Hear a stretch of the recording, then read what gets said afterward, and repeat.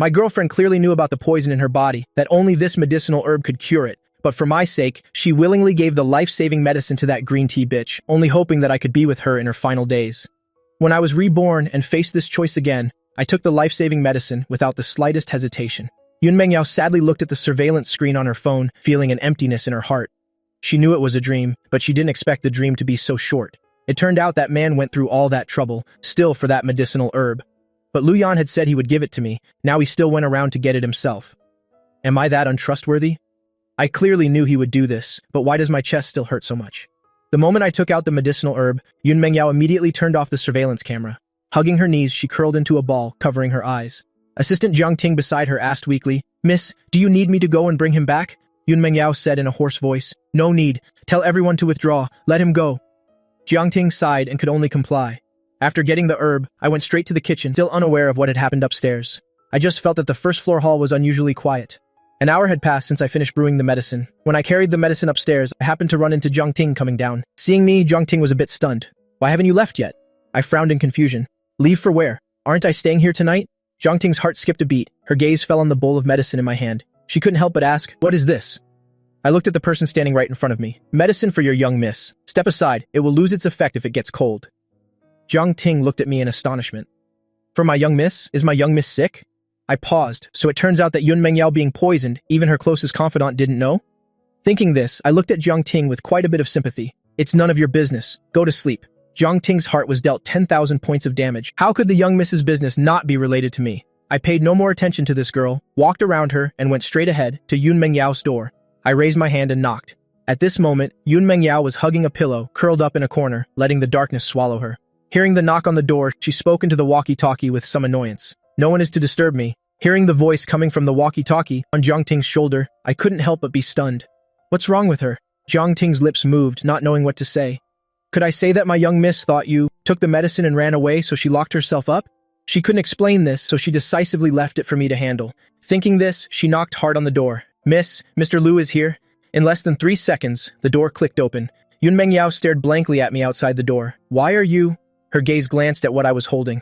"What is this?" I looked at her with some helplessness. "Let me come in and talk. If we delay any longer, the medicine will really get cold." Yun Mengyao stepped aside to let me in. As I walked towards the bedside table, I said, "I originally planned to tell you first, but when I knocked, you didn't answer? I thought you were asleep, so I acted first and reported later, brewing that medicinal herb." After saying that, I brought the bowl of medicine to her side. "Come on, drink the medicine." Yun Mengyao didn't take it, still insisting on staring at me. For me? I was dumbfounded. Who else would it be for? Yun Mengyao felt like she was on a roller coaster. Her mood, which had just hit rock bottom, gradually warmed up. However, she immediately realized a problem. "How did you know I needed this kind of medicine?" If Lu Yan could brew medicine for me, that means he knows I've been poisoned. I didn't even tell. Jiang Ting? So how could he know? I lied without blushing or my heart skipping a beat. "Didn't you know I'm a traditional Chinese medicine doctor? When I held your wrist today, I already took your pulse. Hurry up and drink the medicine. It will lose its effect if it gets cold." Yun Mengyao still didn't take it. Thinking about my unusual behavior tonight, she felt like she had figured something out. "Did you suddenly change your attitude towards me because of this matter?" This implied truth caused her mood, which had just warmed up, to instantly hit rock bottom again. So it was because he was afraid of being indebted to me that he gave me the medicine. I was dumbfounded. "What?" Yun Mengyao said disappointedly. "Does it mean that after I drink this bowl of medicine and the poison is gone, you can be free of your psychological burden and completely draw a line between us?" My face was full of question marks. I didn't expect the lie I casually made up could make her overthink so much. For a moment, I felt both angry and amused. If I wanted to draw a line between us, I would have just brought you the medicine. Why would I need to promise to be with you? Yun Mengyao, do you not trust me, or do you lack confidence in yourself? Yun Mengyao gave a bitter laugh. "Lu Yan, in this world, only you can make me lack confidence. From childhood, she has always been the favored daughter of heaven, but she kept stumbling before me. She was even jealous of a woman who was far inferior to her in every aspect, just because that person had almost all of my attention. This time, it was my turn to be silent for a long while. Then I didn't explain anymore. I just casually handed the medicine back to her. Anyway, the medicine is already brewed. The medicine for Su Lingyan's mother doesn't use this formula. It'd be a real waste if you don't drink it." This time, Yun Mengyao didn't refuse, but her heart was filled with gloom. She thought my change of subject and attitude while talking about this was practically a death sentence for her. So be it. If this is what Lu Yan wants, I won't bother Lu Yan anymore. She drank the whole bowl of herbal medicine. Yun Mengyao unconsciously frowned. As for me, the corners of my eyes and brows were filled with a smile. "Is it bitter?" Yun Mengyao wiped the corner of her lips. "It's okay. It's your fault for not preparing candy for me." Yun Mengyao was amused and laughed. "No need. I'm not a child. Just as she finished speaking, Yun Mengyao suddenly realized that the previous sentence didn't sound like something Lu Yan would say, and if he wanted to leave me, he definitely wouldn't do something so unnecessary. Before she could raise her head to see clearly, her vision suddenly darkened, a shadow covering her. I leaned in closer, holding her face with both hands. Then let me help you share a bit of it. After saying that, I kissed her. Yun Mengyao's pupils suddenly contracted, her 5 senses seemed to disappear in an instant. A warm sensation assaulted her soul. The ambiguous atmosphere in the bedroom kept rising. Both seemed to be carried away by this kiss, and soon fell onto the large, soft bed together. I regained a bit of my senses. You just took your medicine. Lie down and rest first. The desire in Yun Mengyao's eyes was still thick and undissipated. She looked at me foolishly. Lu Yan, I already gave you a chance to leave. You were the one who walked in on your own. If she had never had him, she would rather hurt herself than bear to see me frown. But once she truly had him, she could never let go.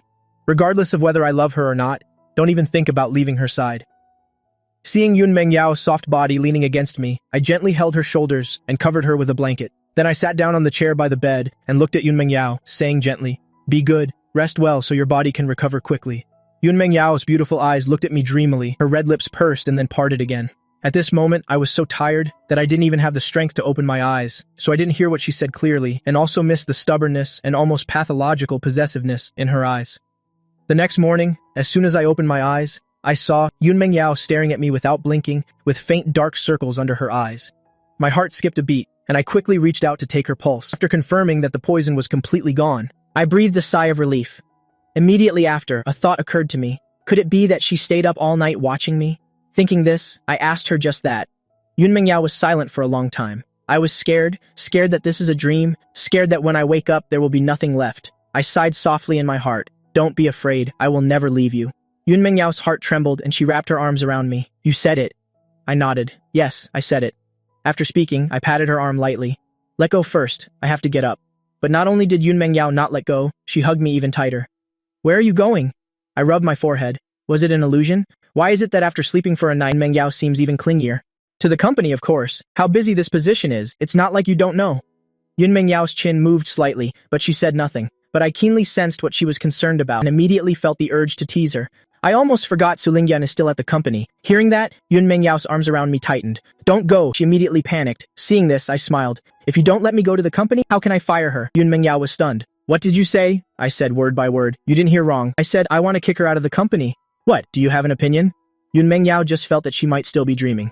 After the meal, I forced Yun Mengyao, who was about to follow me to work, back into bed. Leaving Yun Mengyao's place, I went straight to the Maybach parked by the road. Assistant Shin Bingbing saw me coming, immediately got out of the driver's seat and skillfully opened the back door. President Liu. I nodded in response and got into the car. On the way to the company, Shen Bingbing occasionally glanced at me in the rearview mirror looking like she wanted to say something. Even though I was resting with my eyes closed, I couldn't ignore her burning gaze. If you have something to ask, just say it. Shen Bingbing cleared her throat. The boss's private affairs, a subordinate has no right to ask, but if the boss wants to talk about it as your special assistant, I will naturally be all ears. I choked, thinking to myself that I'm usually, probably too easygoing. What kind of special assistant would dare to tease their superior like this? But despite that thought, I also felt there was no need to hide this from her. I've broken up with Su Lingyan. My current girlfriend is Yun Mengyao. Just be mindful when you see them in the future. Although she already had a hunch, when she heard these words, Shen Bingbing was still a little surprised. Then, the corners of her lips curled up. A happy smile appeared in her eyes. Congratulations, boss. There's something I don't know if I should say. During rush hour traffic, Shen Bingbing hit the brakes, and her train of thought became a bit clearer. Knowing that her boss had a new partner, she no longer spoke with reservations. I've always felt that Director Su wasn't worthy of you, boss, and I didn't understand why you chose her, while ignoring a Yun Mengyao who is more outstanding than her in every way and is so deeply in love with you. But thankfully, you've changed your mind now, and it's not too late. Not too late? But we already missed an entire lifetime. If I hadn't been reborn, I'm afraid, just as Yun Mengyao said, we wouldn't have had a chance to meet again even in the next life. As for why I chose Su Lingyan before, it's not that I was blind, ignoring a woman whom I admired in every aspect, and instead choosing someone who couldn't compare to Yun Mengyao in any way.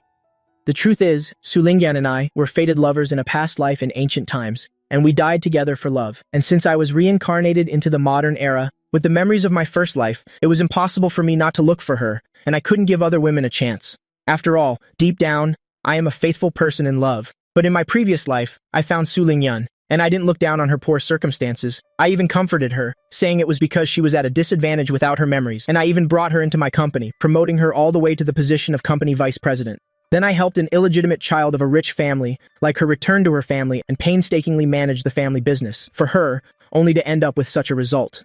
Recalling the vow of 3 lives, 3 worlds, unwavering until death when we died for love in the first life, now it feels like a complete joke. I looked at the scenery flashing by outside the car window, feeling a bit of anticipation for what's to come. Su Lingyan, what she owes me from the past 2 lives, I will definitely make her pay it all back this time. After arriving at the company, I walked straight past the greetings from the employees and headed directly to the CEO's private elevator. While pressing the button for the top floor, I gave an order: summon all the company's senior managers, a meeting in the main conference room in half an hour.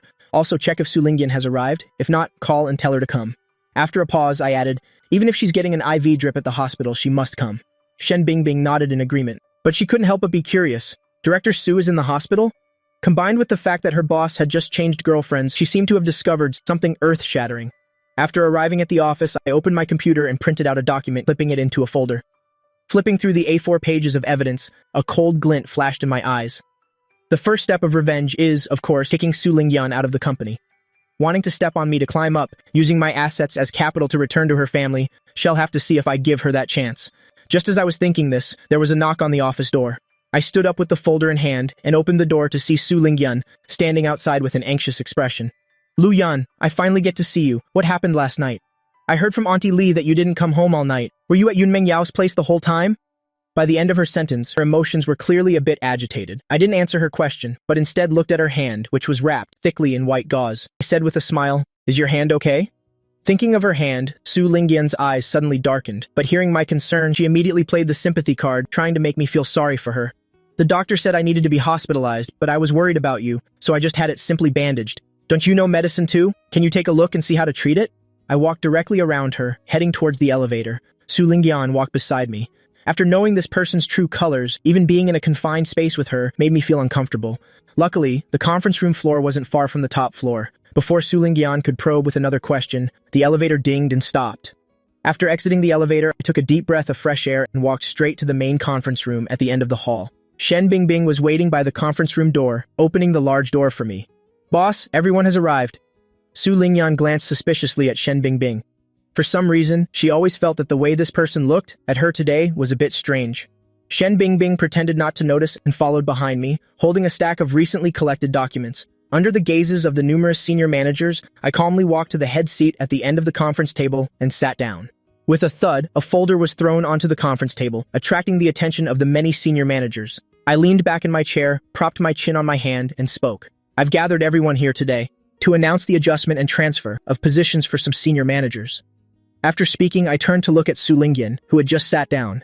During her tenure, Director Su used her position to repeatedly embezzle company funds, seriously harming the company's interests. After careful consideration, I have decided to terminate her employment contract with the company. I paused for a moment, then looked back at the stunned Su Lingyan. Director Su, will you resign on your own or wait for the company to fire you?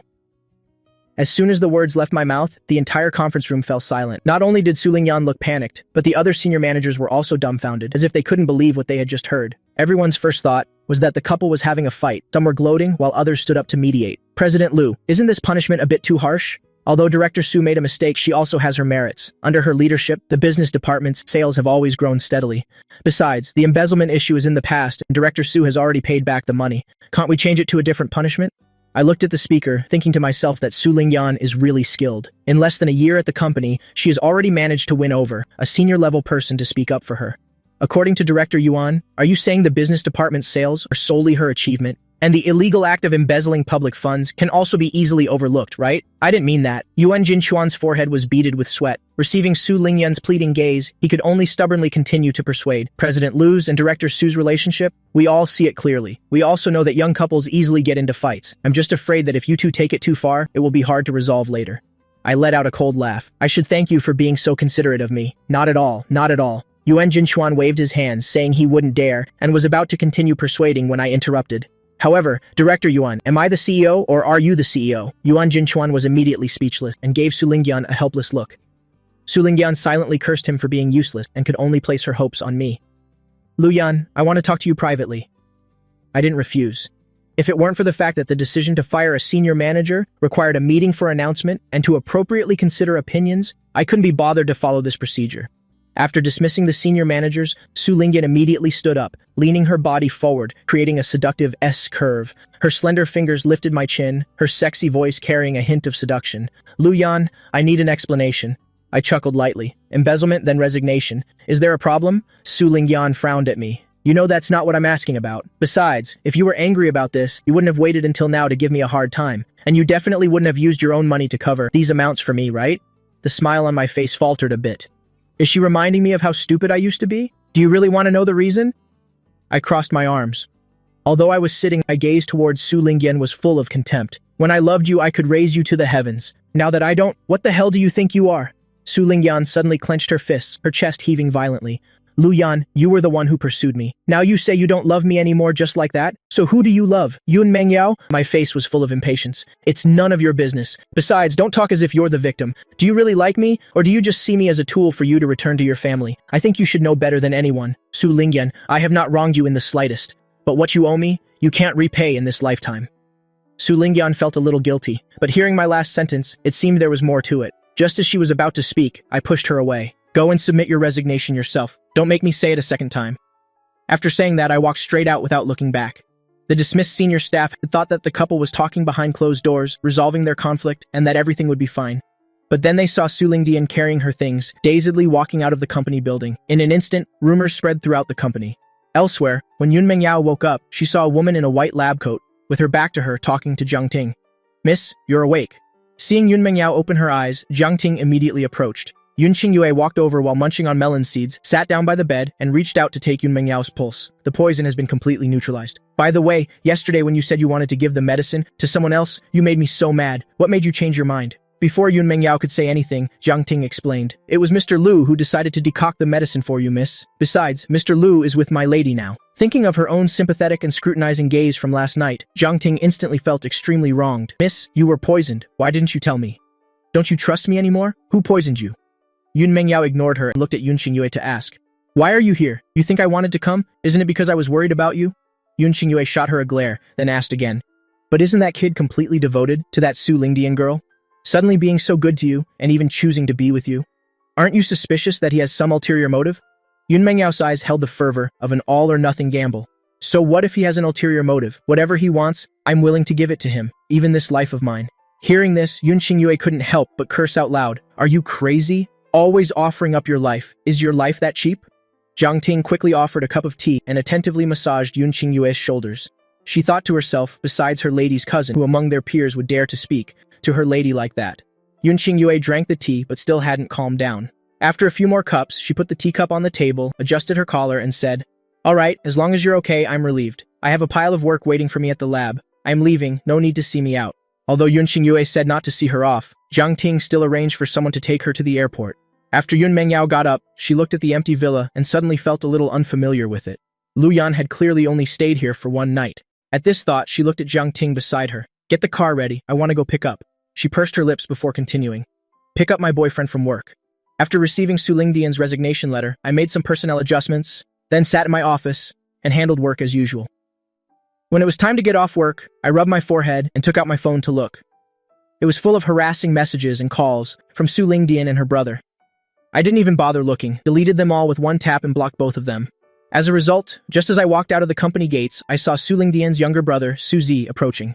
As a public figure, Su Zi was, so to speak, armed to the teeth, completely covered up. Even a diehard fan might not recognize him. But I still recognized him instantly. Su Lingdian had embezzled company funds multiple times, precisely to pour resources into Su Zi, intending to make him famous, to serve as her second asset when she returned to the Su family. After all, the Su family indeed primarily operates in the entertainment industry. Taking back a son who is a rising young star, even an illegitimate one, would have a certain appeal to the head of the Su family.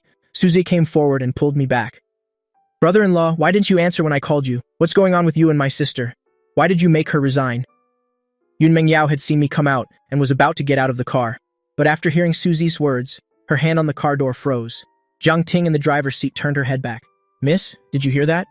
Mr. Lu has fired Su Lingdian. It seems he really wants to be with you." As she spoke, she glanced at the rearview mirror, only to find that Yun Mengyao's expression wasn't very happy. Yun Mengyao indeed wasn't as pleased as Jiang Ting imagined. After all, she had known since the morning that I had fired Su Lingdian. She had known since the morning. It was just that brother-in-law that made her feel uncomfortable. I didn't know that the person whose focus was skewed had already become jealous, so I shook off Suze's hand. You already know she resigned, so why don't you know the reason? Didn't your sister tell you? Susie was at a loss for words, only feeling that I was a bit unfamiliar at this moment. But didn't you tacitly approve of those things? My sister has dedicated herself to the company. She has merits and has worked hard. How could you fire her over something that's in the past? Besides, the wound on her hand is because of you, isn't it? In the past, my sister would just catch a cold and you'd be worried sick. This time she's so seriously injured. If you're not heartbroken, that's one thing, but how can you pick a fight with her at a time like this?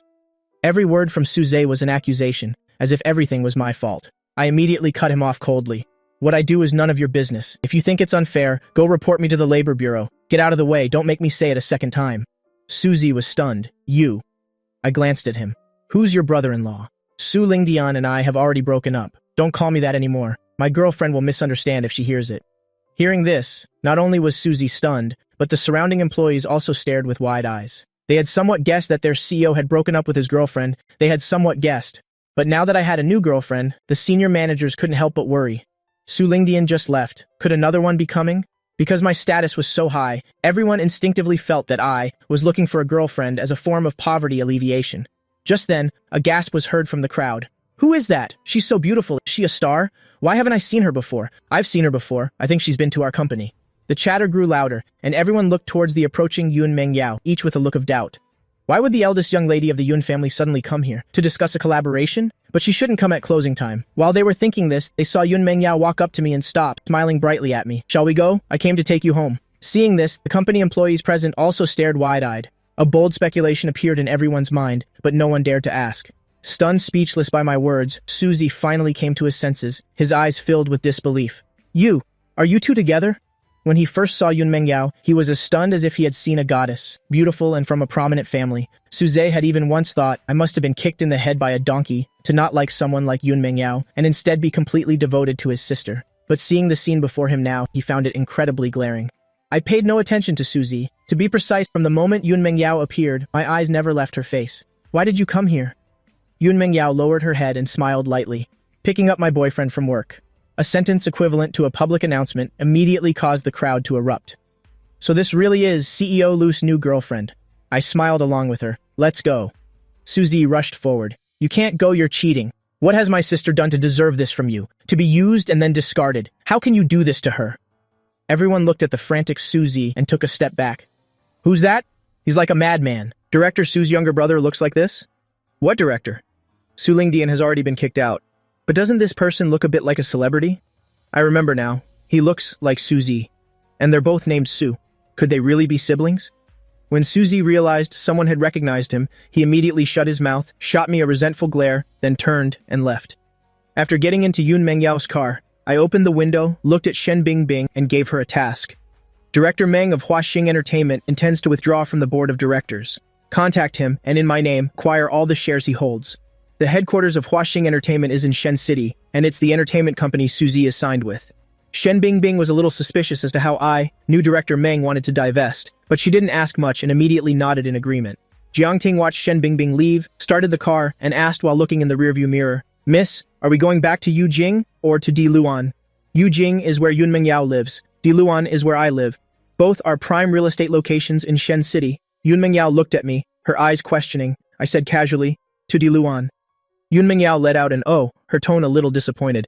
Jiang Ting mentally slapped herself. Why did I have to ask? I should have just driven them directly to Yujing. My lady won't make things difficult for me later, will she? The two people in the back seat didn't notice Jiang Ting's turmoil. I looked at the woman whose ears were about to droop and laughingly patted her head. Don't you want me to go home? Yun Mengyao looked at me pitifully. What do you think? My voice was a little troubled, but I have some important documents at home that I need to handle. How about tomorrow?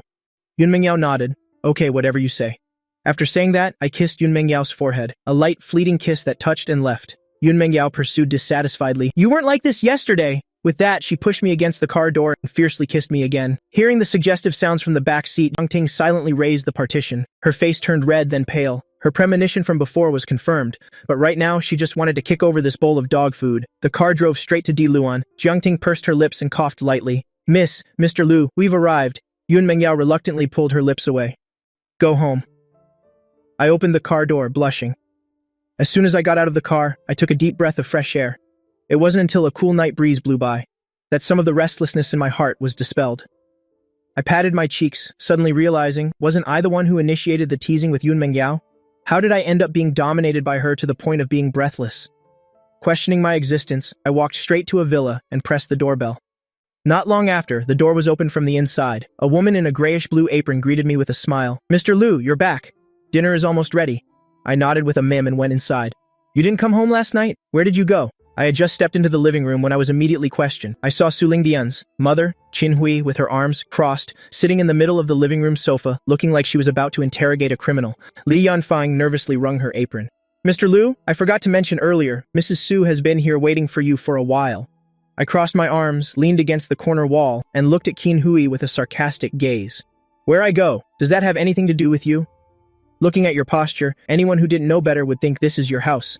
Qin Hui frowned, as if she couldn't believe her ears. "You? How can you talk to me like that? Don't you know Lingdian was injured last night?"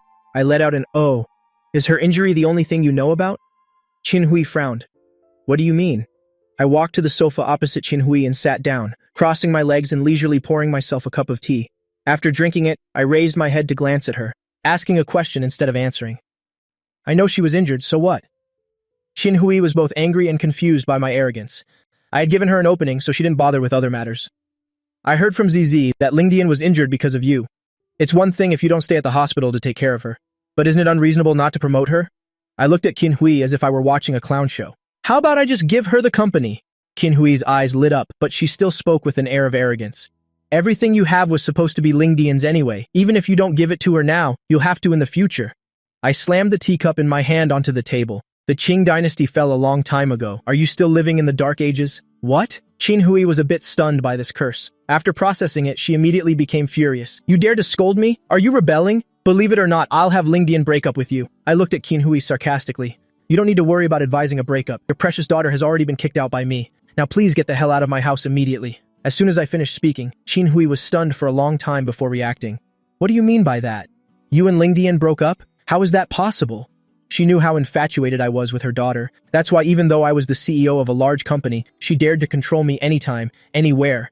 And now I was saying I had broken up with her daughter. I leisurely enjoyed the colorful expression on her face. "If you don't believe me, just call her and ask. Kicked out doesn't just mean we broke up. Her position is gone too." Qin Hui's face was panicked. She hastily took out her phone to call Su Lingdian. As soon as the call connected, she began firing questions. I couldn't hear what the other side was saying, but I could clearly see Qin Hui's face gradually turn pale, eventually becoming white as a sheet. It was truly a delightful sight.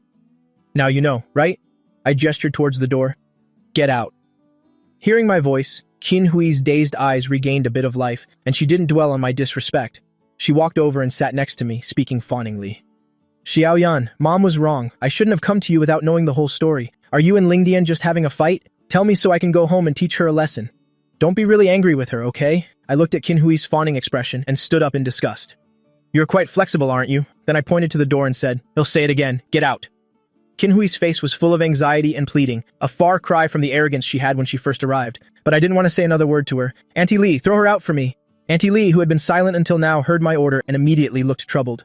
"Mr. Liu, let's talk things over calmly. Mrs. Qin is right. It's normal for couples to have fights. If you make such a big deal now, how will you resolve it later?" I looked at her with a half-smile. "Auntie Li, have you forgotten who pays your salary?" Auntie Li immediately shut up and turned to Qin Hui. "Mrs. Qin, you should go." Since it had come to this, Qin Hui couldn't stay any longer. A person used to being domineering could only bow their head once or twice. That was the limit. Being repeatedly humiliated by me, she also lost her temper. "What's an orphan from the orphanage got to be so arrogant about? You remember this? You're the one who gave up on Lingdian. Don't regret it later. When we return to the Su family, even if you kneel and beg Lingdian to change her mind, I won't let you through the door." After saying that, Qin Hui left without looking back. But at this moment, she had no idea that by the time her family of 3 returned to the Su family, my status would be something Su Lingdian could never reach. I leaned back against the sofa, a little tired. The empty living room felt incredibly lonely. Not long after, my phone rang. I glanced at the phone screen, and my voice softened a few degrees. "What's wrong?" Yun Mengyao's pleasant voice came through the phone. "Are you in a bad mood?" I rubbed my forehead. "Is it that obvious? You could tell just from my voice." On the other end, Yun Mengyao was silent for a moment. "Did Su Lingdian's mother come to bother you?" I shot up, walked out of the villa, and looked around. I saw the black Bentley still parked in the same spot as before, but the driver's seat was now empty. I walked quickly to the rear car door and knocked lightly. The door opened immediately, revealing the profile with Yun Mengyao's exquisite features. I opened my mouth, and after a few breaths, I finally voiced the doubt in my heart. Why haven't you left yet? Yun Mengyao was silent for a moment. I wanted to wait until morning to take you to work. Seeing me stay silent, she lowered her head, a little guiltily. I didn't want to bother you, but I saw the person who just left, and I guessed a few things. I was worried you'd be in a bad mood all by yourself. Waiting to take me to work, I didn't know if Yun Mengyao was crazy or if I was. You. Were you planning to wait here and spend the night in the car? Yun Mengyao said nothing, her head bowing even lower.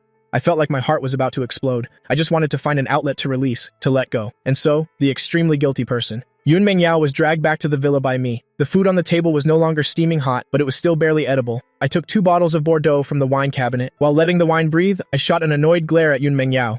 Eat. Yun Mengyao lowered her head apologetically. I was wrong. Don't be angry. I glanced at the wine bottle breathing in the ice bucket, then said with a smile while holding my chopsticks in my mouth, I should even reward you. Although my smile was a bit sinister, Yun Mengyao was still intrigued to the point of her heart itching. What reward? Tell me. I kicked the ball back to her court, then lowered my head to eat. After dinner, I poured the aerated wine into a glass and clinked it with Yun Mengyao's. A toast to your recovery, to neutralizing the poison in your body, a toast to my rebirth, to cleaning up the trash around me, a toast to our second day together, and to every day after. Without waiting for Yun Mengyao's reaction, I raised my wine glass and downed it in one go. I poured myself another glass and clinked glasses with her again. Why aren't you drinking? This isn't fake wine. Isn't this worth celebrating? With that, I downed another glass. When I was about to pour a third glass, Yun Mengyao stopped my hand. You're drunk. I raised an eyebrow. What are you talking about? I've only had 2 glasses. Yun Mengyao still held the mouth of the bottle, not letting go. Don't drink anymore. I compromised and let go. I'll listen to my wife. I looked at Yun Mengyao with a squinting smile. My eyes were swirling with a desire that could drown a person. Luyan, if you don't want to be unable to get out of bed tomorrow, don't seduce me with that look. Even knowing I was drunk, she was still incredibly excited by my casual use of the word wife. Do you know how weak my self-control is in front of you? Yet you still dare to tease me so recklessly. My drunken eyes seemed to be trying to decipher the meaning of her words. Then, without knowing whether I understood or not, I beckoned to Yun Mengyao with my finger and ordered, "Come here, into my arms. I can't let Lu Yan drink any more in the future." This was Yun Mengyao's first thought. Not long after, I lost consciousness, vaguely carrying the woman back to the room. I reached out and gently stroked Yun Mengyao's cheek. Why are you so good to me? Without waiting for her to answer, I spoke again. In this life, it can be my turn to pamper you. What? Yun Mengyao didn't quite hear that last sentence, but I refused to say it again. Yun Mengyao chuckled and kissed my forehead. You're not happy that I'm good to you? I hummed in response, and for some reason, my thoughts got stuck in a loop. Is it that no matter how capable I am, if you don't have a good background, some people will look down on you? Yun Mengyao's expression turned serious. Who would dare? I didn't know what she was thinking, so I reached out and grabbed her by the collar. Will your parents look down on my background? Will they forbid me from being with you? Hearing these words, Yun Mengyao began to understand. Remembering that Qin Hui had left the villa, a trace of gloom flashed in her eyes. She took my hand with her slender ones and said solemnly, My parents won't. They're just amazed at how outstanding you are, to have come this far under such circumstances. My hazy eyes blinked. Really? Yun Mengyao nodded seriously. It's true. My parents are very open-minded and they respect my opinions. If you don't believe me, they'll take you home to meet them tomorrow. Seeing that I was silent again, Yun Mengyao felt a little disappointed, but she didn't expect a completely drunk person to understand her every word. She took out her phone and made a call, then turned up the air conditioner a bit and patiently and meticulously helped me take off my shoes. After Yun Mengyao was done, Jiang Ting happened to arrive at Di Luan with the sobering soup that had just been prepared. After Yun Mengyao sent her away, she held the sobering soup in one hand and helped me sit up with the other. Be good, drink this, and then sleep. I leaned in to sniff it and immediately turned my head away in refusal. Yun Mengyao found it a little amusing, and the scene felt familiar. I can even drink traditional Chinese medicine. Are you really going to complain about this smell? I still refused. Yun Mengyao coaxed gently. Come on, be good, drink it, or do you want me to feed it to you another way? I took it from her, and when she wasn't looking, I poured the bowl and soup into the trash can by the bed, and before Yun Mengyao could react, I looked up and kissed her on the lips. The next day, I was groggily awakened by the ringing of my phone. As soon as I answered, I heard the anxious voice of Shen Bingbing on the other end. Boss, look at the trending topics. Suzy posted on Weibo to slander you and the company, and now the company's stock price has started to fall. Hearing Shen Bingbing's words, I just gave an indifferent, "Oh, you're making a mountain out of a molehill. You followed me for so long, how can you be so flustered? I was afraid Suzy wouldn't cause trouble. Now that he's delivered himself to my doorstep, it's just what I wanted." Shen Bingbing was once again won over by my imposing manner. Sorry, boss. I was the one making a big deal out of nothing, but the content Suzy posted is so infuriating. Plus, he bought trending spots and a water army, and with his fans, Weibo is now filled with curses directed at you. I can't stand it, I said calmly. It's fine, let them curse. As long as it involves the entertainment industry, the flame war will only intensify. In my previous life, I helped Su Lingyan manage Tianyu, which took up half of the entertainment industry's landscape, so of course I'm no stranger to this. Shen Bingbing let out an ah. Boss, aren't we going to release the evidence of Su Lingyan embezzling company funds? I chuckled. Of course, the evidence must be released, but that's not all. We'll talk when I get to the company. You just be responsible for reassuring the shareholders. I didn't just want to clarify the situation, but to kill two birds with one stone. Yun Mengyao looked at me, her eyes full of excitement and eagerness, and playfully pinched my earlobe. It seems you already predicted Suzy would do this. I cleared my throat lightly. I just felt that with his personality and intelligence, he wouldn't let it go easily, nor could he think of a better way to attack me. Yun Mengyao was still smiling. So, do you need my help? I shook my head. Yun Mengyao already helped me get revenge in my past life. This life, I must get revenge myself.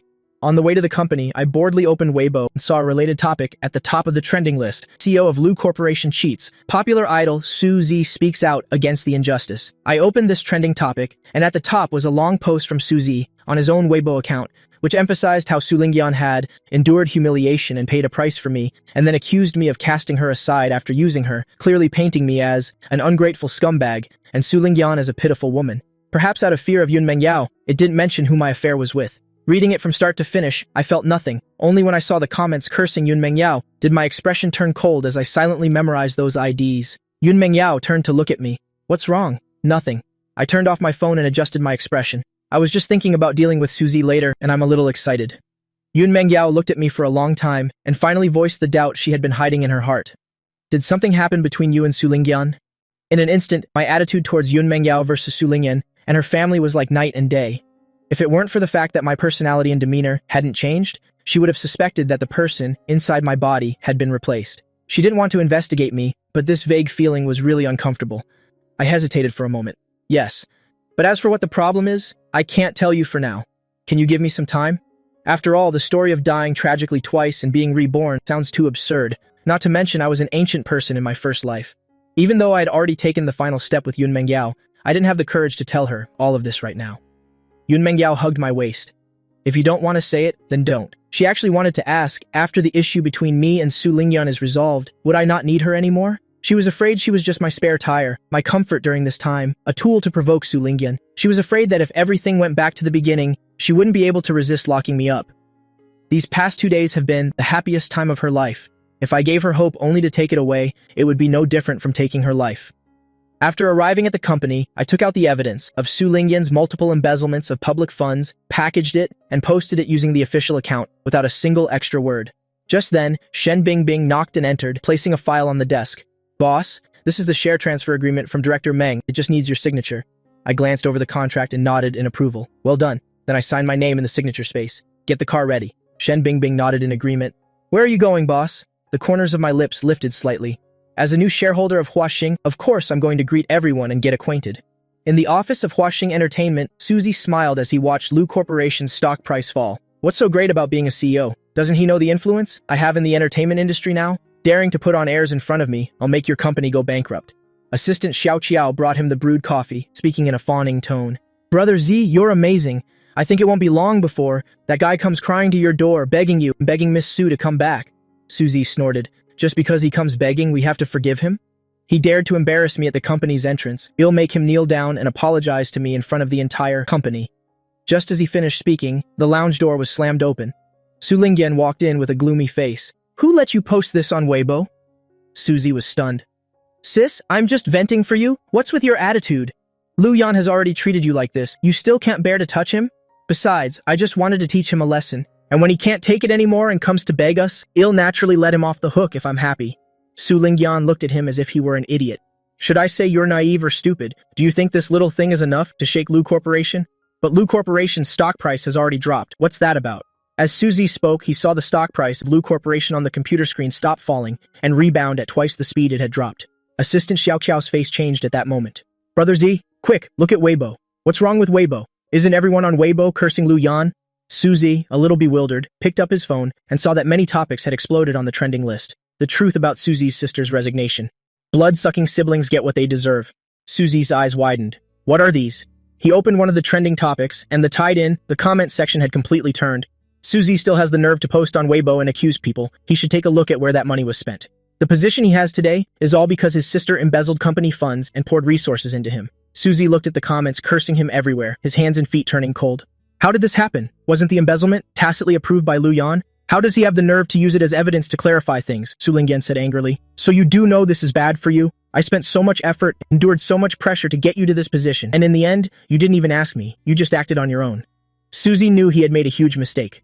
So what should we do, sis? Let's post about Lu Yan paying off your debt for you to prove that he did all of this voluntarily, and it has nothing to do with us. He was giving Su Lingyan a headache. Shut up. Lu Yan's clarification this time has already given netizens a first impression, making them think he's infinitely tolerant of his girlfriend. Even if we release evidence that he paid off the debt for us, it will only add to Lu Yan's image of a devoted lover. At that time, you'll still be the one getting cursed at. Suzy was extremely anxious. Are you not going to care about me anymore, sis? It was so hard for me to get to where I am today. I don't want to leave the entertainment industry. Su Lingyan rubbed her forehead. Her brother's success today was all her hard work. How could she not care? All right, go post an apology saying you didn't know about me embezzling company funds. That way we can at least save you. I'm just an ordinary person. I'm not afraid of their curses. Suzy nodded hastily. Okay, I'll go post it right now. However, just as he picked up his phone, the lounge door was pushed open again and the assistant to the director of the artist management department walked in. Mr. Su, this lounge no longer belongs to you. Please pack your things and leave immediately. What? This time, not only was Suzy stunned, Su Lingyan also frowned deeply. What do you people mean? What do we mean? The woman in the suit wore a professional smile. We just received a notice from the higher-ups. Hua Xing has decided to terminate its contract with Suzy. With a clatter, the phone in Suzy's hand fell to the ground and Su Lingyan's expression became extremely ugly. What? Terminate the contract? Make it clear. The female assistant pushed up the glasses on her nose. If you don't believe me, you too can just go out and ask. Su Lingyan's chest heaved violently. Only now did she realize that with such a big incident, and with Suzy's status among the companies, artists not being low at all, yet no senior management had come to handle the public relations. So they've already decided to blacklist him? No, this matter isn't serious. Enough to warrant blacklisting, handling the per the way he suggested could have completely resolved it. Recalling what the person in front of her had just said, she walked out of the lounge. Just as she reached a corner, she saw a group of people gathered around, whispering, Have you guys heard? Suzy has been blacklisted. He totally deserves it. No wonder Suzy has such good resources, without any backing, but this guy is just too ungrateful. Isn't that the truth? But he doesn't deserve to be blacklisted, does he? Besides, he's popular right now. He can bring a lot of benefits to the company. Why would our boss have the heart to blacklist him? Gossip on the street. I heard the company has a new shareholder who directly ordered the blacklisting. Hearing this conversation, Su Lingyan's steps faltered slightly. A new shareholder? Just as she was wondering who the new shareholder was, a series of footsteps came from behind her. Su Lingyan turned to look and immediately felt a rush of blood. She saw a group of shareholders and senior executives from Hua Xing surrounding two people and walking this way. And of the two people being surrounded, one was the CEO of Hua Xing, Feng Litao, and the other was me, the person who had fired her yesterday. Feng Litao clapped his hands. Let me introduce you. This is our company's new director, Mr. Lu Yan. Everyone, give him a warm welcome. Everyone present applauded and at the same time exchanged glances, all with looks of sudden realization. At this moment, someone who loved drama and wasn't afraid of trouble said, Isn't that Suze's older sister up ahead and his agent, Su Lingyan? As soon as these words were spoken, everyone's gaze turned towards Su Lingyan, shifting back and forth between her face and mine. Su Lingyan stared at me without blinking. Are you really going to push me to the brink? Seeing that the situation was not good, Feng Litao quickly waved his hand. Everyone disperse. Get back to your own work. Although everyone present wanted to watch the drama unfold, in the end, no one dared to defy the CEO's order. In an instant, only Su Lingyan and I were left at the scene. Push you to the brink? I savored these words, finding them very novel. I gave you your previous position, and Suze's position today is because of my support. Now I'm just taking back what's mine, letting everything return to the starting point. How is that pushing you to the brink? Su Lingyan took a deep breath. What on earth happened? Lu Yan, you know what I'm asking. You have to at least let me know why I'm going down. This time, before I could answer, Suzy ran over. Sis, seeing me, Suze's expression immediately changed. It was you, wasn't it? The company wants to shelve me. It's your doing. I let out a cold laugh. So what if it was me? Suzy, filled with hatred, roared and charged at me. I'll kill you. I didn't even blink. I reached out and grabbed his swinging wrist and twisted it forcefully. A crack of breaking bone, along with Suze's tragic scream, rang out at the same time. I threw him away like tossing a small chicken. By the time Su Lingyan reacted, Suze had already fallen to the ground. Zeze, Su Lingyan quickly helped Suze up. Her gaze towards me was bone-chillingly cold. I'll remember what happened today. I hope you won't regret it in the future. After speaking, she helped Suzy and walked out. I watched the backs of the Su Lingyan siblings, my eyes filled with coldness. Regret? The thing I regret the most is falling for her for 2 lifetimes and failing the deeply in love Yun Mingyao, but thankfully, I still have a chance to make up for it. Leaving Huaqing, I made a phone call. After the call connected, a slightly gruff voice came from the other end. Who is this? Hearing this voice again, I still felt a little uncomfortable. Su Mingqi, the only legitimate heir of the Su family, and also Su Lingyan's half-brother. Who is this? If you don't say anything, I'm hanging up. Su Mingqi. I called his name, and Su Mingqi was taken aback. Who are you? Who I am isn't important. I mainly want to give you a little reminder. Be wary of your father's illegitimate daughter. She's always thinking about returning to the Su family and fighting with you for the inheritance. Su Mingqi said with indifferent disdain. Just those 2 siblings? As long as I'm here, they won't even be able to set foot in the Su family's door. Mr. Su, it's better not to be too confident. In the previous life, even though Su Mingqi strongly objected, he couldn't stop the 3 of them, Su Lingyan's family, from returning to the Su household. This life, although she doesn't have my help, nor the capital to attract the head of the Su family. But I understand Su Lingyan's character. She won't give up until she achieves her goal. Su Mingqi might not really be her match. What do you mean by that? Also, who are you really? I hung up and blacklisted the number. I've already said this much. If Su Mingqi still doesn't take precautions, then there's nothing I can do. At worst, I'll have to handle it myself when the time comes. Across from the coffee shop was a high-end club. The club's second-floor outdoor viewing balcony faced the coffee shop's transparent glass wall. Xia Wanning was talking to the person in charge of the company's Xin City branch when her gaze inadvertently swept over, and after seeing me sitting quietly across the way, she suddenly shot to her feet. The person in charge opposite her, Lu Jianfeng, was stunned. What's wrong? Li Qian beside Miss Xia also turned to look at her and became fully alert. Xia Wanning stared at me blankly. That man. Lu Jianfeng followed her gaze and then said with a smile, Miss Xia is from Didu, so you probably don't know, that's not a simple man. Xia Wanning was no longer in a hurry. She slowly sat down before speaking. Why do you say that? Lu Jianfeng continued. If Miss Xia doesn't know him, you must know of Lu Corporation, right? Of course, an artificial intelligence company that, during his tenure, suddenly appeared. Since its establishment, it has risen all the way, taking only 3 years. Its market has covered most regions globally, becoming a leading enterprise in the field of artificial intelligence. Xia Wanning, being at the center of power in the business world, naturally could not know. But information about the CEO of Lu Corporation online is pitifully scarce. There's no name and no photo. All that's known is that he's a famous figure and seems to be very young, mainly active in the Shen City area. Seeing Xia Wanning's pensive look, Lu Jianfeng didn't beat around the bush anymore. He is the CEO of Lu Corporation. This time, Xia Wanning was truly surprised. What? Hearing Lu Jianfeng's words, she had only thought this man held an important position at Lu Corporation. She never expected that I was the CEO. She had previously thought that young meant at least over 30 years old. But this man clearly looked to be only around 20 years old. Or does he just look younger than his age? If that's the case, then perhaps I was mistaken just now. Thinking this, she became somewhat distracted. Since Manager Lu knows him, do you know his age? Lu Jianfeng said enthusiastically. I was just about to tell Miss Xia about this. This man is only 19 years old this year. Seeing the stunned expression on Xia Wanning's face, Lu Jianfeng just thought that she was, surprised by how young I was, and sighed. The same age as my son, but my son is still in 12th grade. He can't even understand functions, while he is already the CEO of a listed company. Comparisons are truly odious. Xia Wanning felt her heart, beating so fast it was about to jump out of her chest. Her voice became hoarse when she spoke. You said he's 19?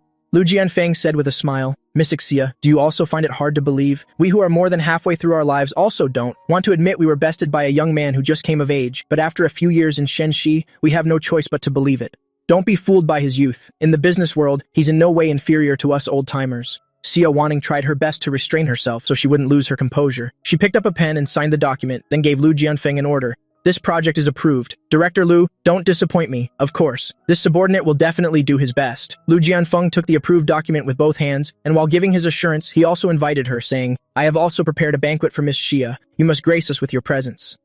Li Qian wondered why this guy was so clueless. Couldn't he see that her young miss was about to lose her patience? Lu Jianfeng didn't know, but she had been with Xia Wanning for so long, she had long since figured out the reason for her young miss's reaction. Speaking of which, this young man's eyes and her madam's when she was young were indeed very similar. Thinking this, she took the initiative to refuse. CEO Xia has never liked these formalities. Doing your job well is better than anything. Besides, our CEO Xia has other things to do. You may leave first.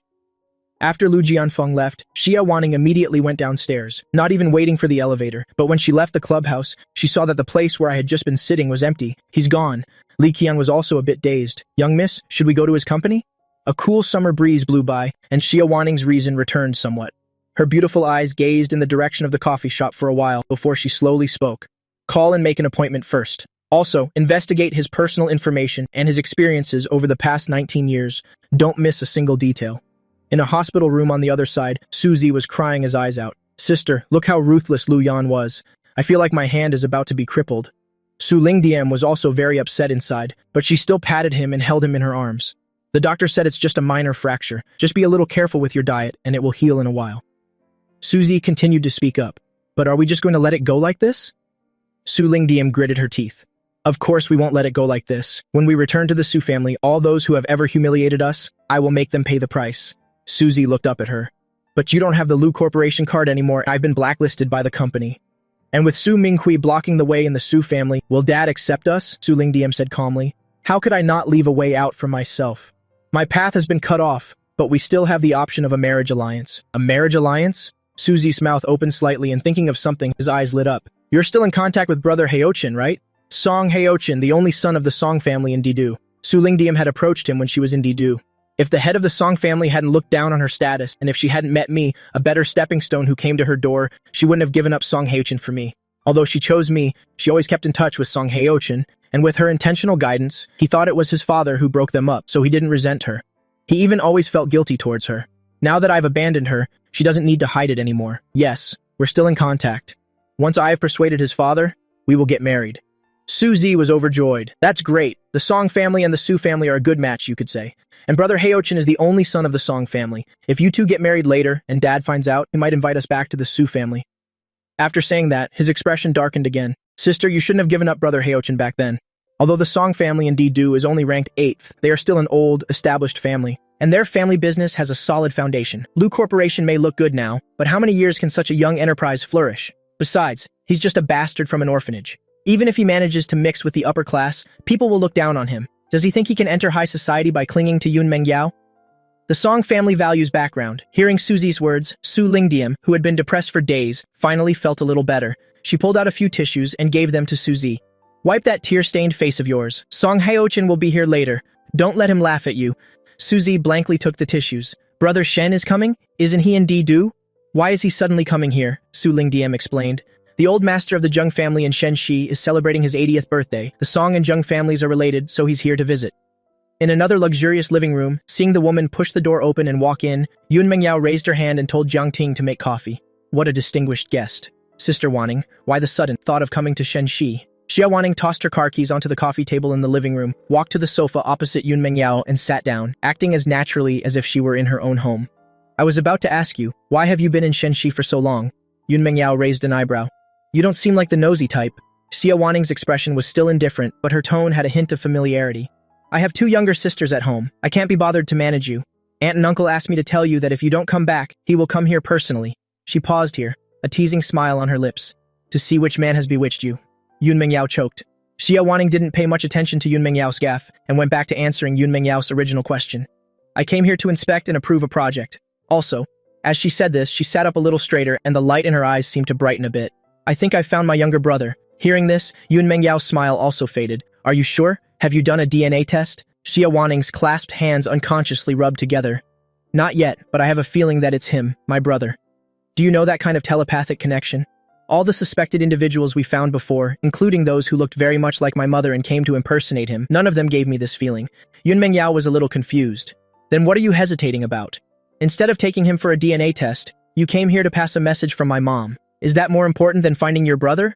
Of course not. Since it wasn't confirmed, she didn't specify that the person could be me. Moreover, the more she felt it was true, the closer she got to uncovering the truth, the more she felt a sense of apprehension. Yun Mengyao probably guessed her psychological state, so she didn't ask much more. Just then, Jiang Ting came over with 2 cups of coffee. Yun Mengyao picked one up, took a sip, and asked casually, If your brother is found, he should be around my age, right? Xia Wanning nodded. He was born half a year after you. Yun Mengyao was about to ask Xia Wanning about her brother's birthday when she saw that the previously amiable Miss Xia had changed her expression in a second. Don't you dare have any ideas about my brother. Even if you two are of similar age, you're not a suitable match. My brother was kidnapped at birth. It was so hard to find him again until I've spoiled him rotten. I won't let him have any thoughts of marriage. Yun Mengyao looked at Xia Wanning, who in an instant had become hostile towards her, and for a moment she didn't know whether to laugh or cry. You're not even sure if he's your brother yet, and you're already being so possessive.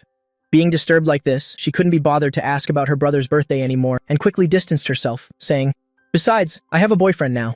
Xia Wanning was surprised to hear that, but before she could ask for details, she received a text message on her phone. It was from Li Qian. There was news about her brother, so she immediately lost interest in Yun Mengyao's love life. I've passed on Auntie Chu's message. If there's nothing else, I'll be leaving. After saying that, without giving Yun Mengyao a chance to see her out, Xia Wanning got into a black car on the side of the road. Li Qian in the driver's seat handed her a thin folder and said, "Young miss, according to my investigation, that young man's name is Lu Yan, 19 years old, but his date of birth is unknown. Also, he has no father or mother. Before the age of 5, he was raised in the Nanling orphanage. Other information could not be found." Hearing that I was an orphan with no parents, Xia Wanning was both excited and heartbroken. Excited because the possibility of him being her brother was a little greater. Thinking of the hardships he might have suffered as a child, she was extremely heartbroken. But why can't other information be found? Although the Xia family is not like the top international intelligence agencies, with power comparable to the Liu family, it shouldn't be impossible to investigate a person's background. Li Qian shook her head. This subordinate is incompetent, but Mr. Lu's information seems to have been intentionally erased. Only this sketchy information was left. Nothing else could be found. Xia Wanning looked thoughtfully at the document and ordered in a deep voice, "Place an order with Division 7. Xia Wanning looked at her watch. "What's the result of the appointment?" Li Qian replied. "It's been scheduled, 10 a.m. tomorrow."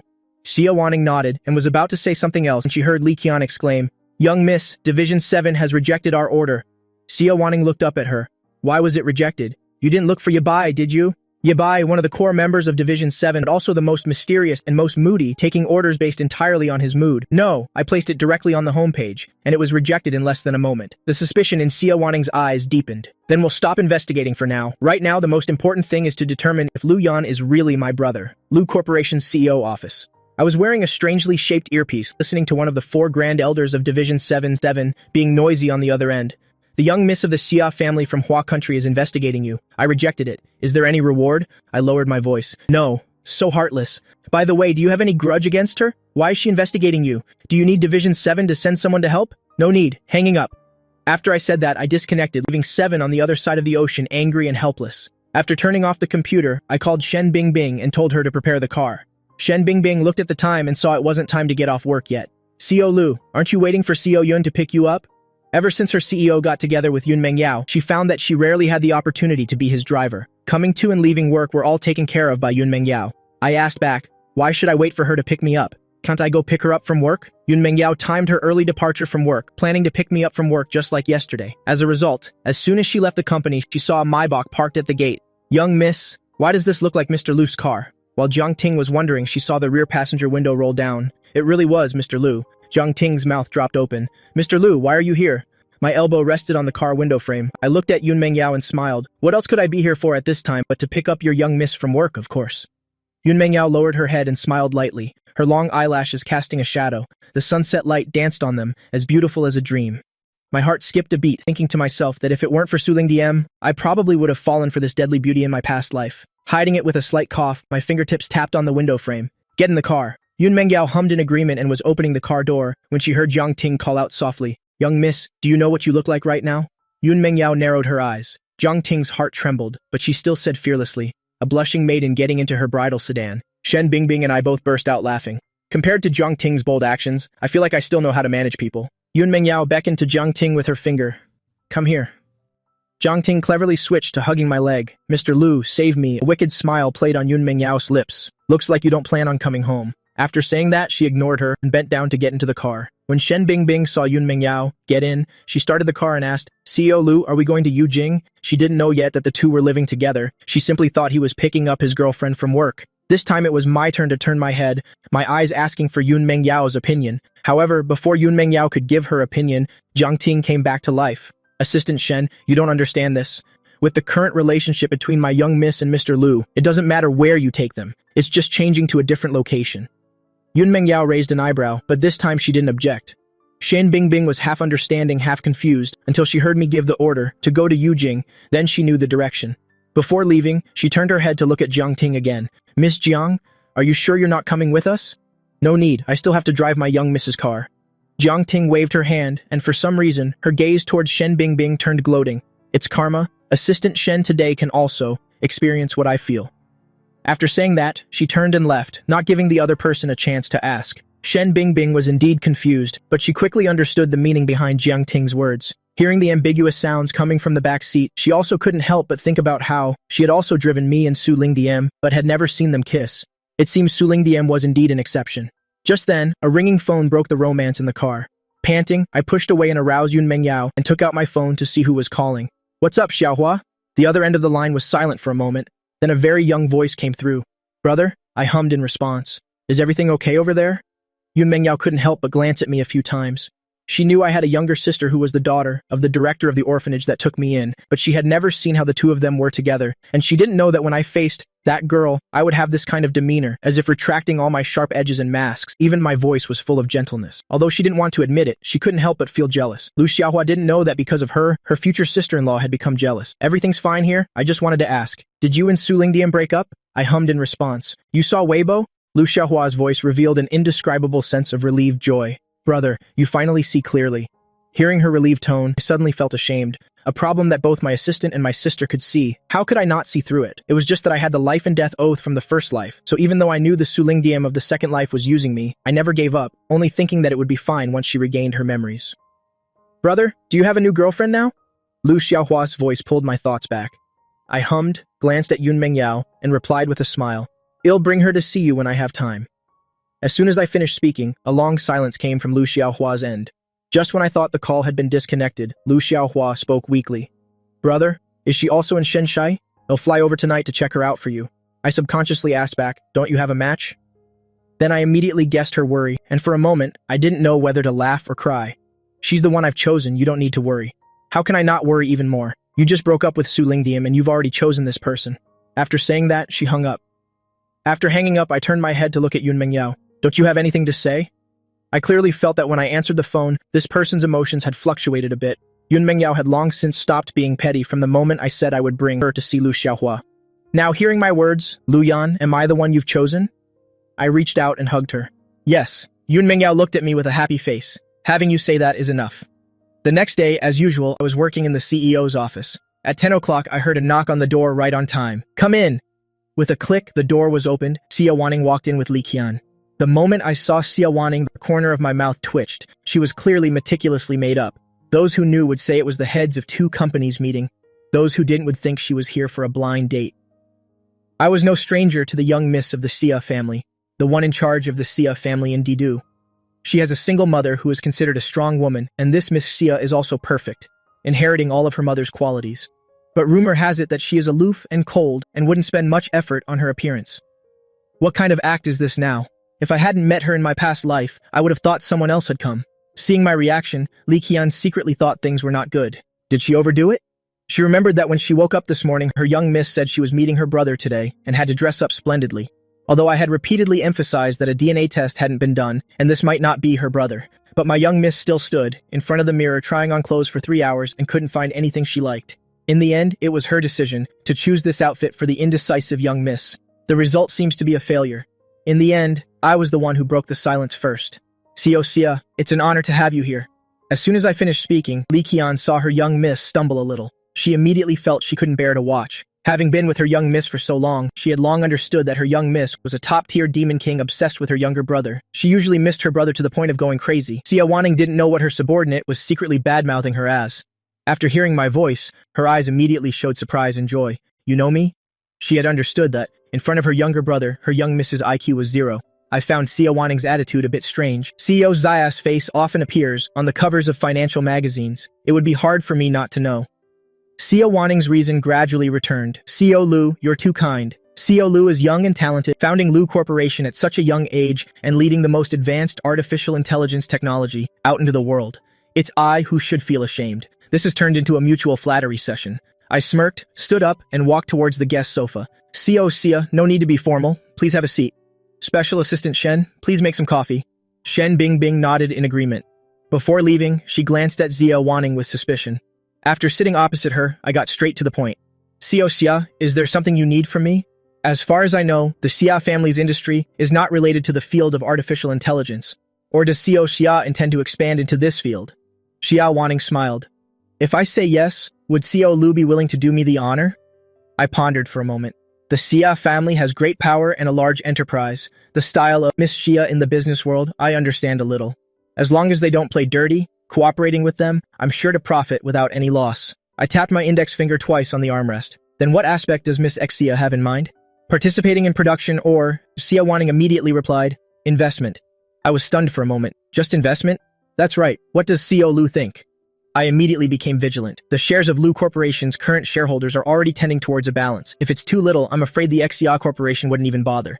Xia Wanning knew I had misunderstood and quickly interrupted. The Xia Corporation will only invest. We don't need shares in Lu Corporation. Actually, she also wanted to say it doesn't matter if there are dividends or not, but she was afraid I would be suspicious and overthink it, so she refrained from mentioning it.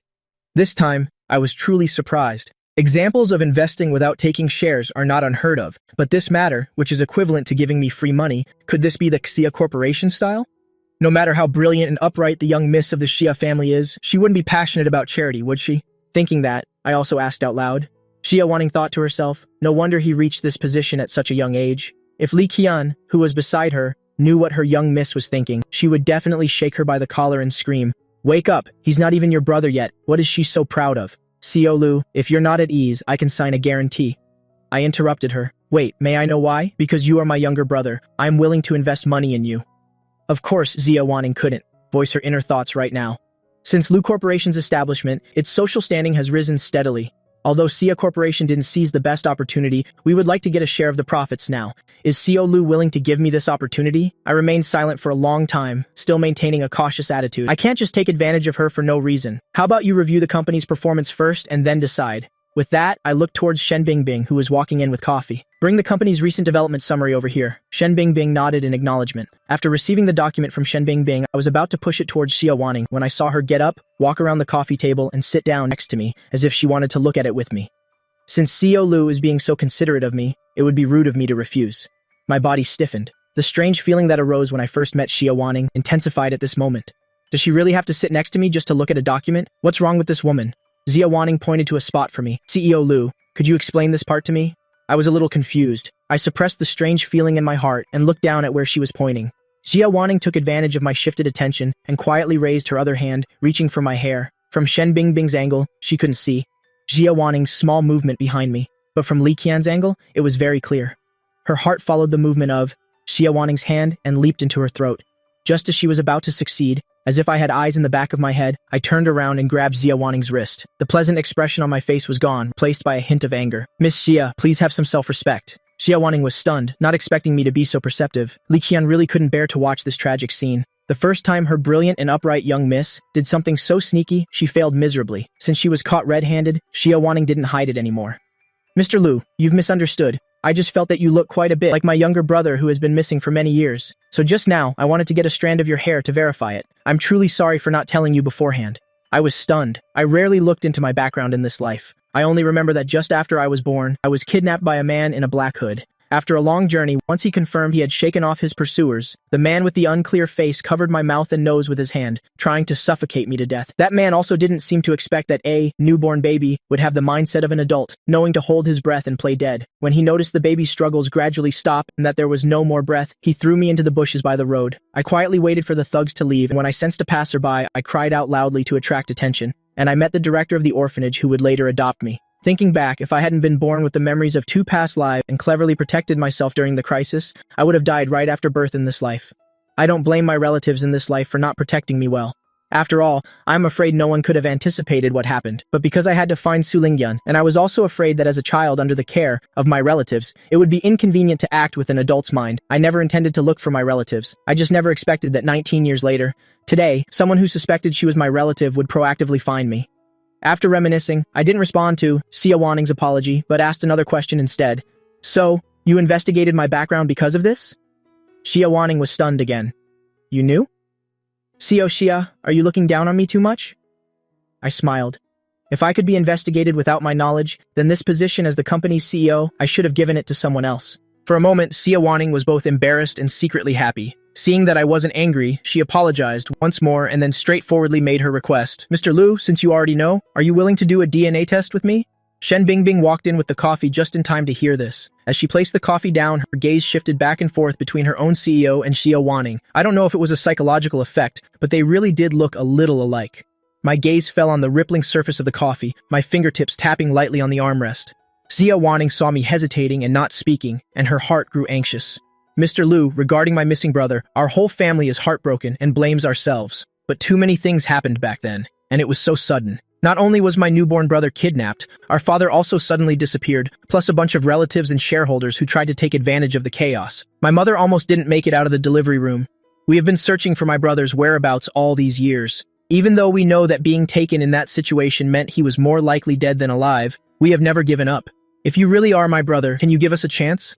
We know you must have suffered a lot over the years. We will definitely make it up to you tenfold. Towards the end, her voice carried a tone of pleading. That's right, Mr. Liu, Li Qian chimed in. The three young misses miss their brother so much they're going crazy. Although Madame is usually quiet and reserved, she often spends the whole day in the room prepared for the young master of the Xia family. They long to be reunited with the young master every single day. I looked at Xia Wanning's almost pleading eyes, and my expression was a bit unnatural. Other than Yun Mengyao, I have really never seen a favored daughter of heaven humble herself before me like this. When I encounter cold-faced people who play mind games with me, I can handle them easily. I'm only afraid of encountering this type. I'm not even sure if I'm your brother. There's no need to speak to me with this attitude. As I spoke, I raised my hand, plucked a few strands of hair with roots, and handed them to Xia Wanning. I have other things to do this afternoon. If you want to do the DNA test, go by yourself. Seeing this, Shen Bingbing reminded me worriedly. Xiao Lu, if you don't go with them and just give them your hair like this, aren't you afraid someone will use your hair for other purposes? Wary of Xia Wanning's presence, she didn't say the rest of her words out loud, but the meaning was very clear. This time, before Xia Wanning could even speak, I looked up and replied, Then I'll give you a task. From now on, go with Xiao Xia to do the DNA test. You don't need to follow me anymore. Only then did Shen Bingbing feel relieved. Yes, Xia Wanning didn't feel offended by the conversation between the two of us. On the contrary, she was secretly happy that I could be so vigilant. She carefully took the hair I gave her, sealed it in a sterile bag she had prepared, and then gave me a deep look. Don't call me Xiao Lu or Mr. Lu anymore. Wait until I finish the DNA test. I'll come find you when I have the results. Wait. I pushed the cooperation proposal back to her. If your purpose for coming isn't to cooperate, then take this with you. This time, Xia Wanning was truly at a loss. Actually, we can also. I raised my hand to interrupt her. I've looked at this cooperation project. It's basically just giving me free money. Right now, it's not even certain if I'm your brother, so I won't accept this freebie. Seeing my resolute attitude, Xia Wanning could only swallow her extraneous words, signaled for Li Qian to come and get it, and gestured towards Shen Bingbing. After you. I wouldn't dare, Xiaoxia. You go first. Shen Bingbing was scared to death by Xia Wanning's after you gesture, not to mention Xia Wanning's noble status. Even if the DNA test result proved they were related by blood, the other party would still be her own CEO's older sister. How could she dare to walk ahead of her? Xia Wanning didn't say much more and took a step to leave first. Her steps were still steady and unhurried, but Li Qian, who knew her well, could still see a hint of urgency in them. Leaving the company, Xia Wanning opened the car door and got in, while taking out her phone to make a call. Yang Wanyun was handling work in her study when she received Xia Wanning's call. After learning that she might have found her son, she immediately stood up in excitement. I'm coming to Shenzhen right now. Xia Wanning hurriedly said, We're not sure if it's him yet, just have someone airlift your hair over. I'm afraid just using mine won't be accurate enough. Butler Lu Dequan, who was beside her, also tried to persuade her. Madam, please don't get too excited. This isn't the first time we've found someone who might be the young master.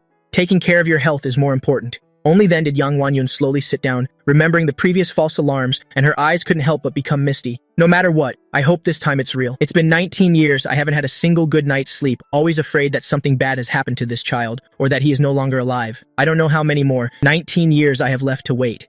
Yang Wanyun was no longer in the mood to sigh. She quickly plucked a certain amount of her hair, put it in a sealed bag, a series of actions she performed with extreme proficiency. Butler Li, quickly have someone prepare the helicopter and send the hair over. I didn't know that because of me, the Xia family was thrown into chaos. To be precise, although I agreed to do the DNA test, I personally didn't care much about the result of this test.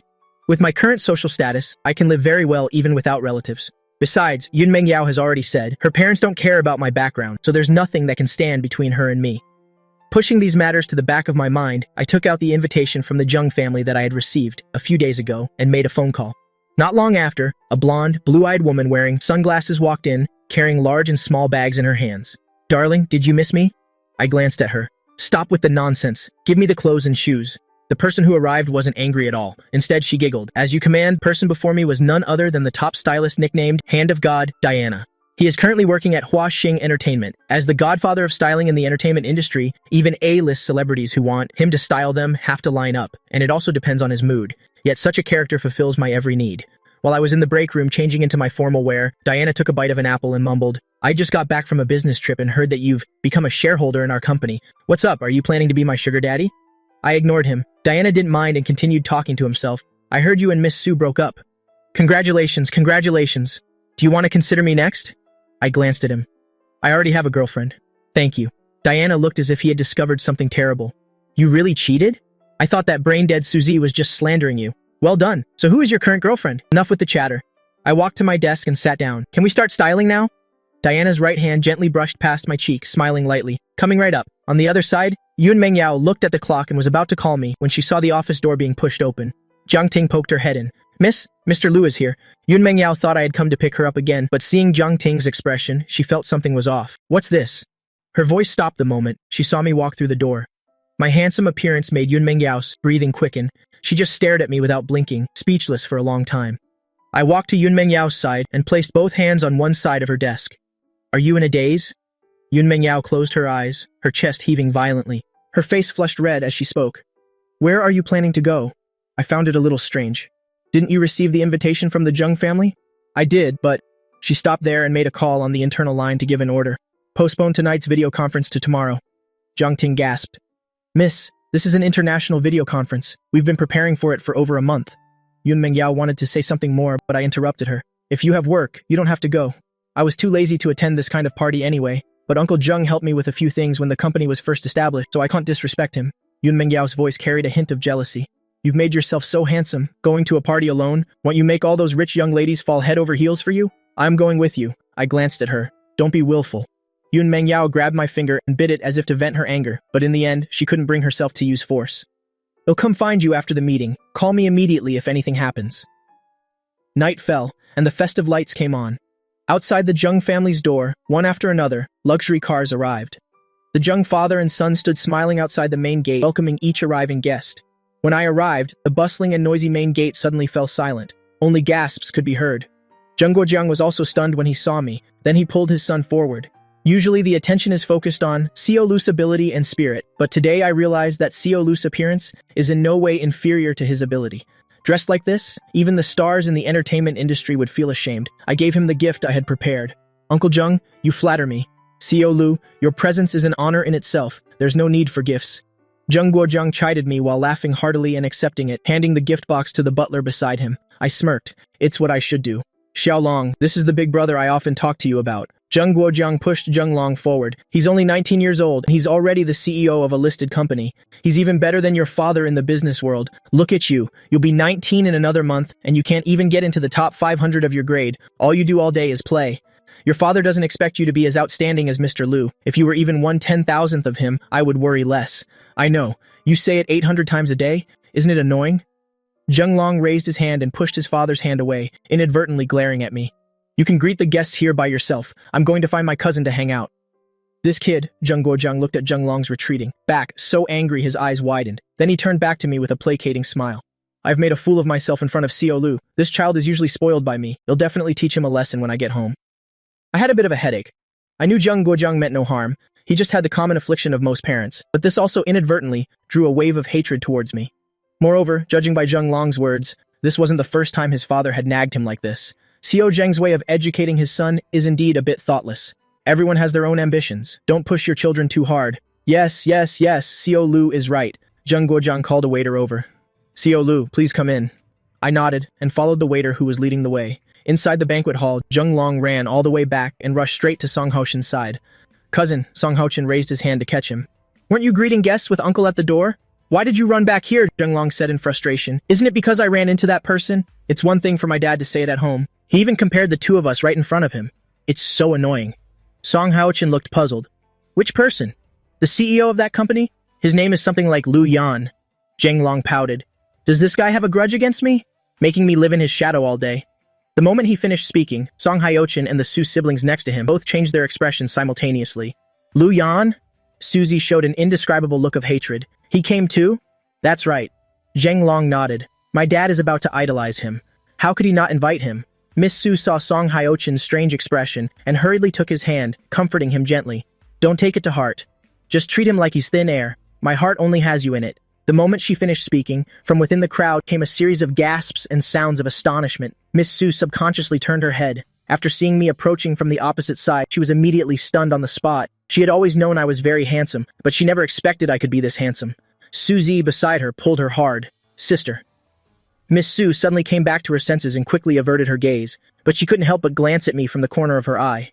Seeing her dazed appearance, Song Hao-chen couldn't help but clench his teeth. His gaze towards me was gloomy. After the initial shock, many businessmen holding champagne glasses came forward to greet me. To some extent, a high society party is also a networking event for famous figures in the business world.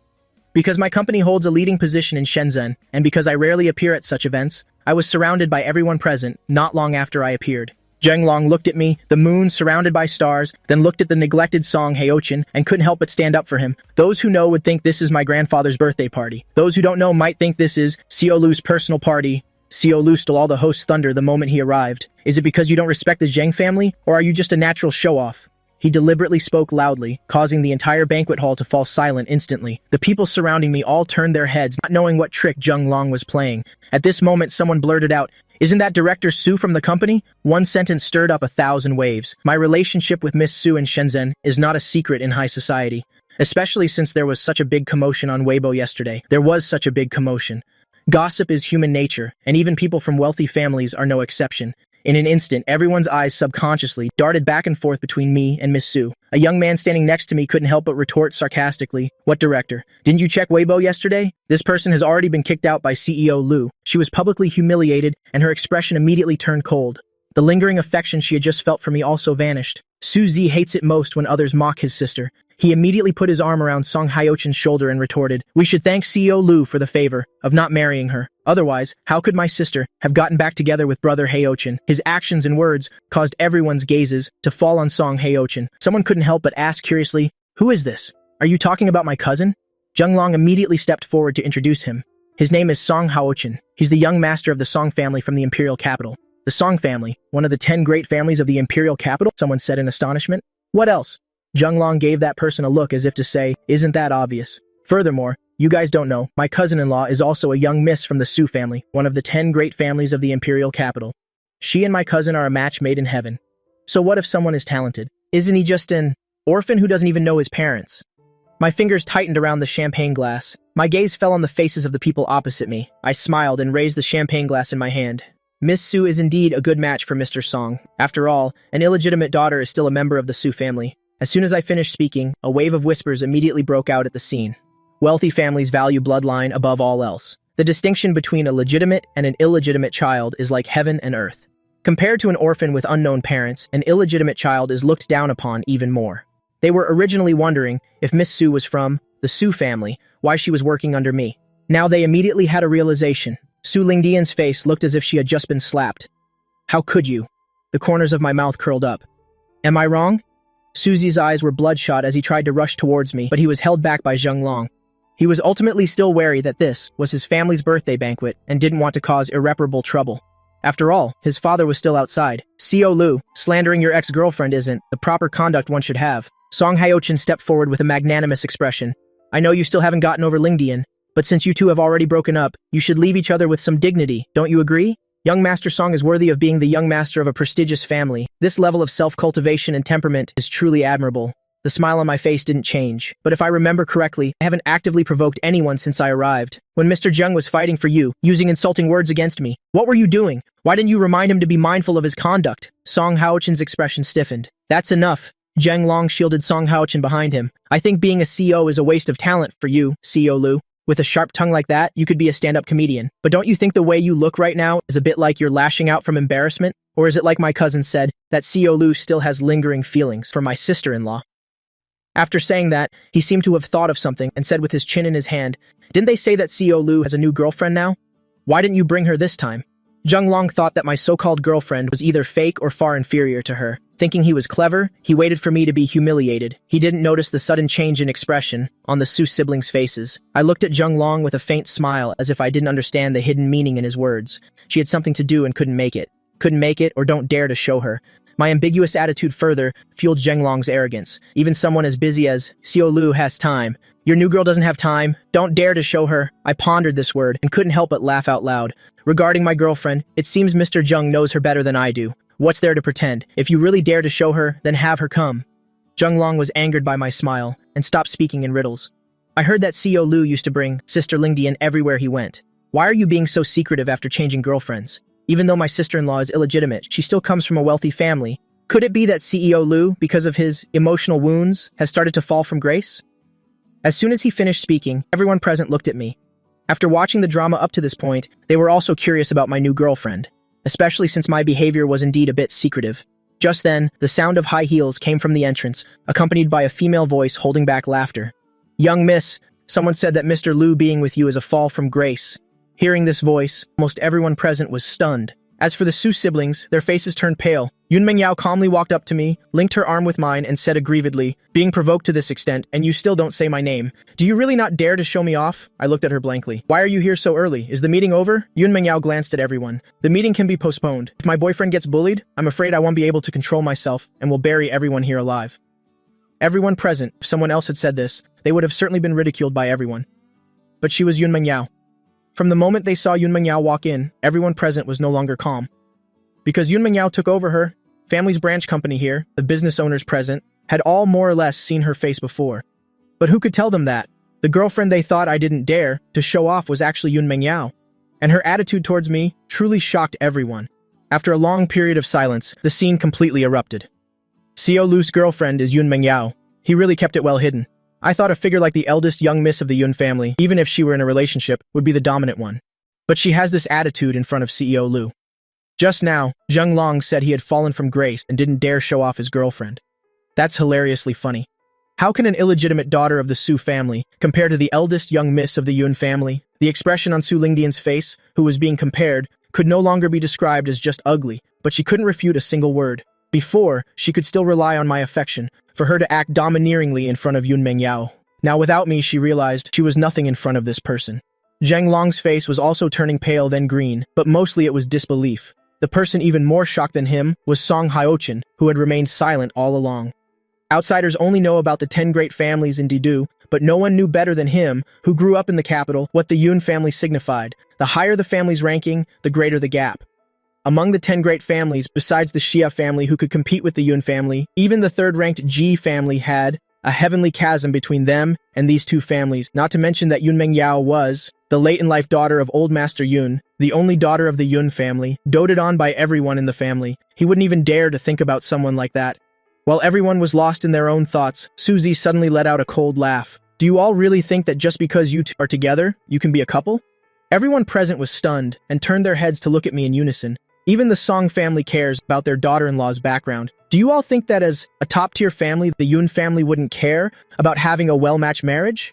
Suze looked at me sarcastically and continued, "Do you think the Yun family would accept someone who came from an orphanage?" When he said this, everyone secretly agreed a little. It's just that with Yun Mengyao and I present, not many dared to show it. Only Zheng Long, who wasn't afraid of death, chimed in. "That's right, you have to see if you're worthy before doing anything. What's so great about just seducing people? If her parents don't agree, you'll never be able to enter their door. You all seem to know my parents better than I do."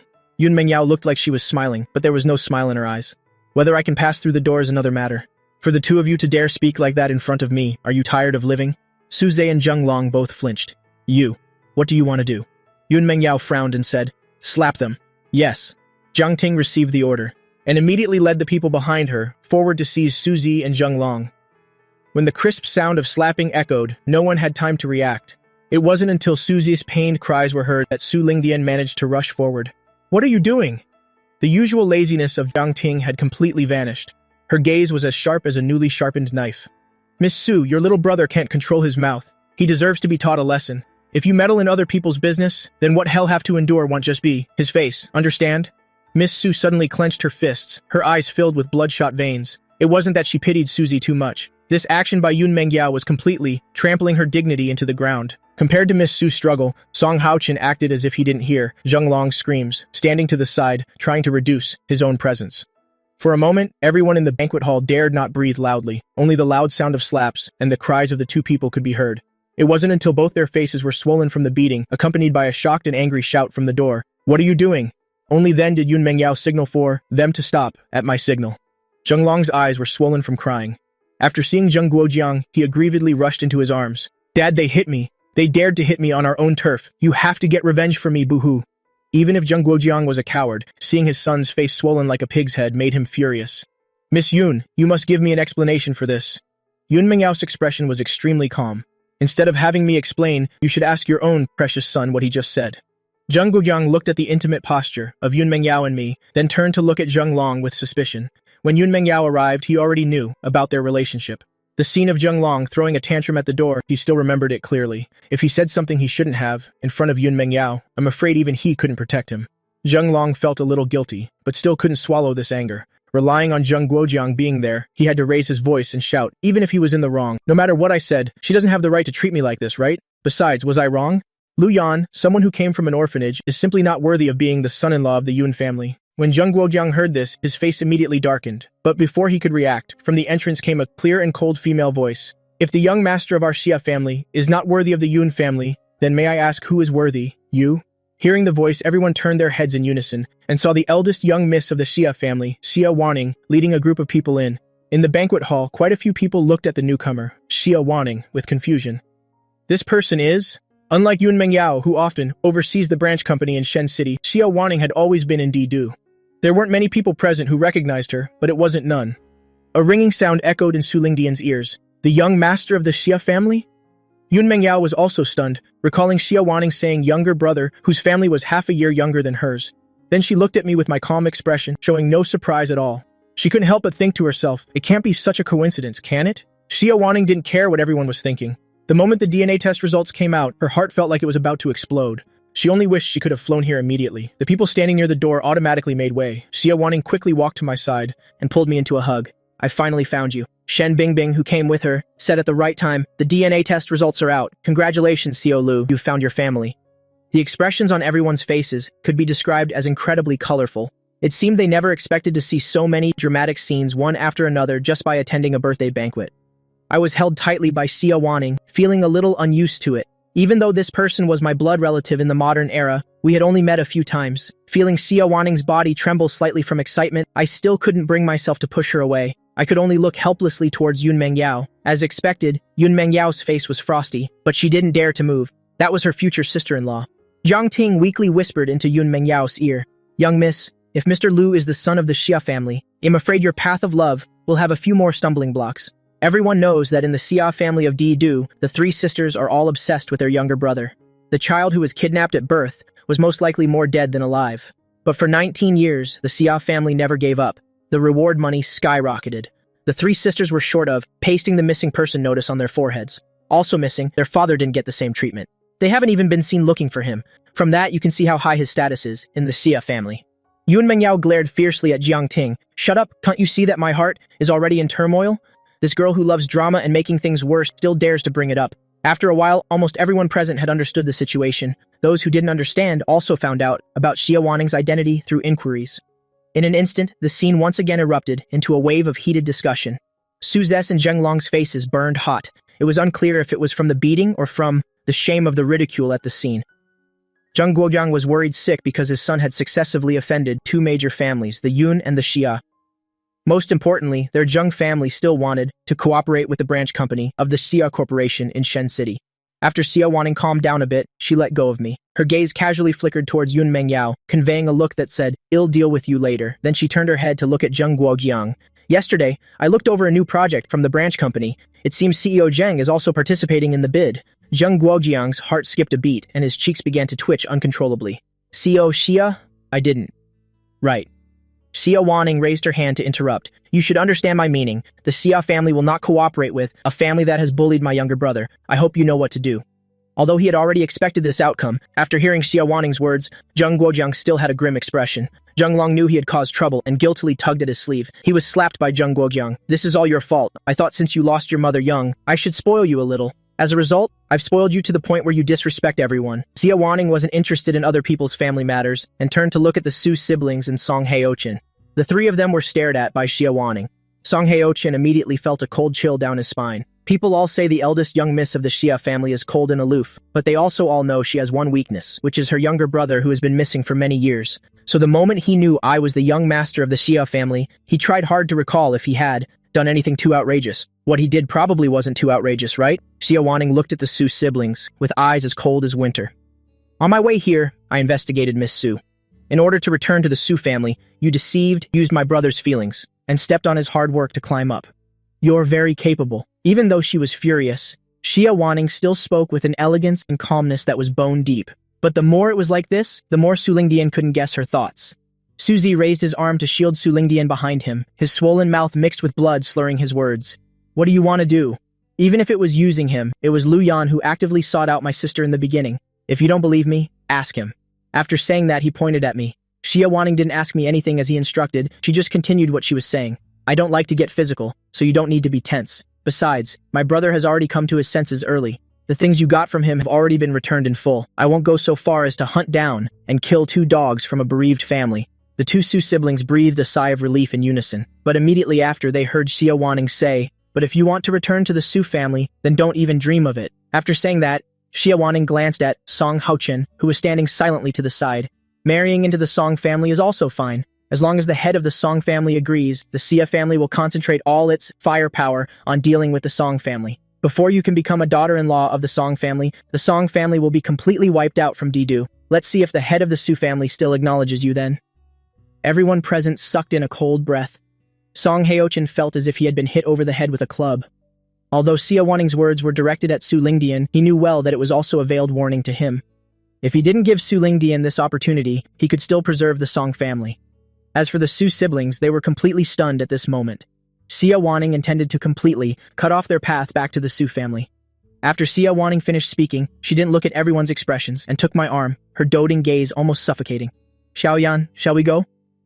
This 1-second face-changing technique made everyone at the scene click their tongues in amazement. I looked at her blankly, as if I still hadn't recovered from what had just happened. Since I was reborn, I had never experienced the feeling of being with family.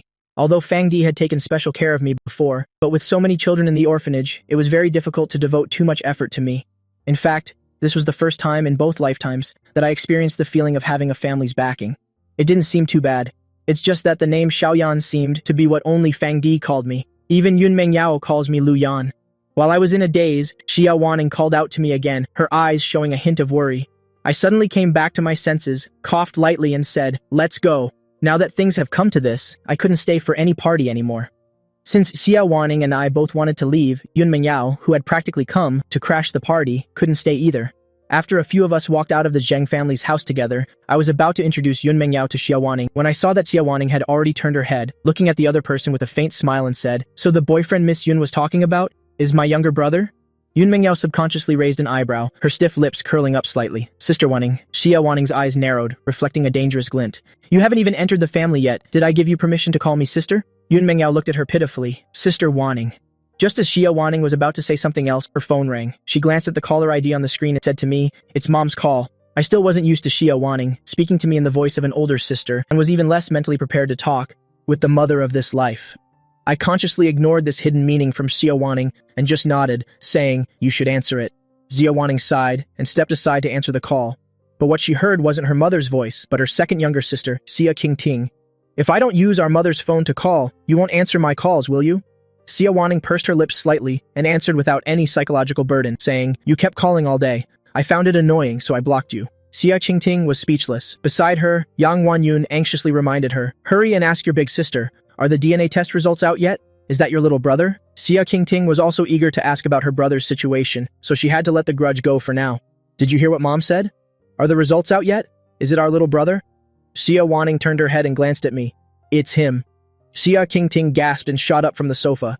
Butler, prepare the helicopter immediately. Yang Wanyun also heard the answer from Xia Wanning and immediately burst into tears of joy. We've finally found him. The heavens have eyes. We've finally found your little brother. Wait a minute. Xia Wanning knew that Xia Qingting would explode upon hearing this news, so she quickly spoke up to stop her. Don't you two come over just yet?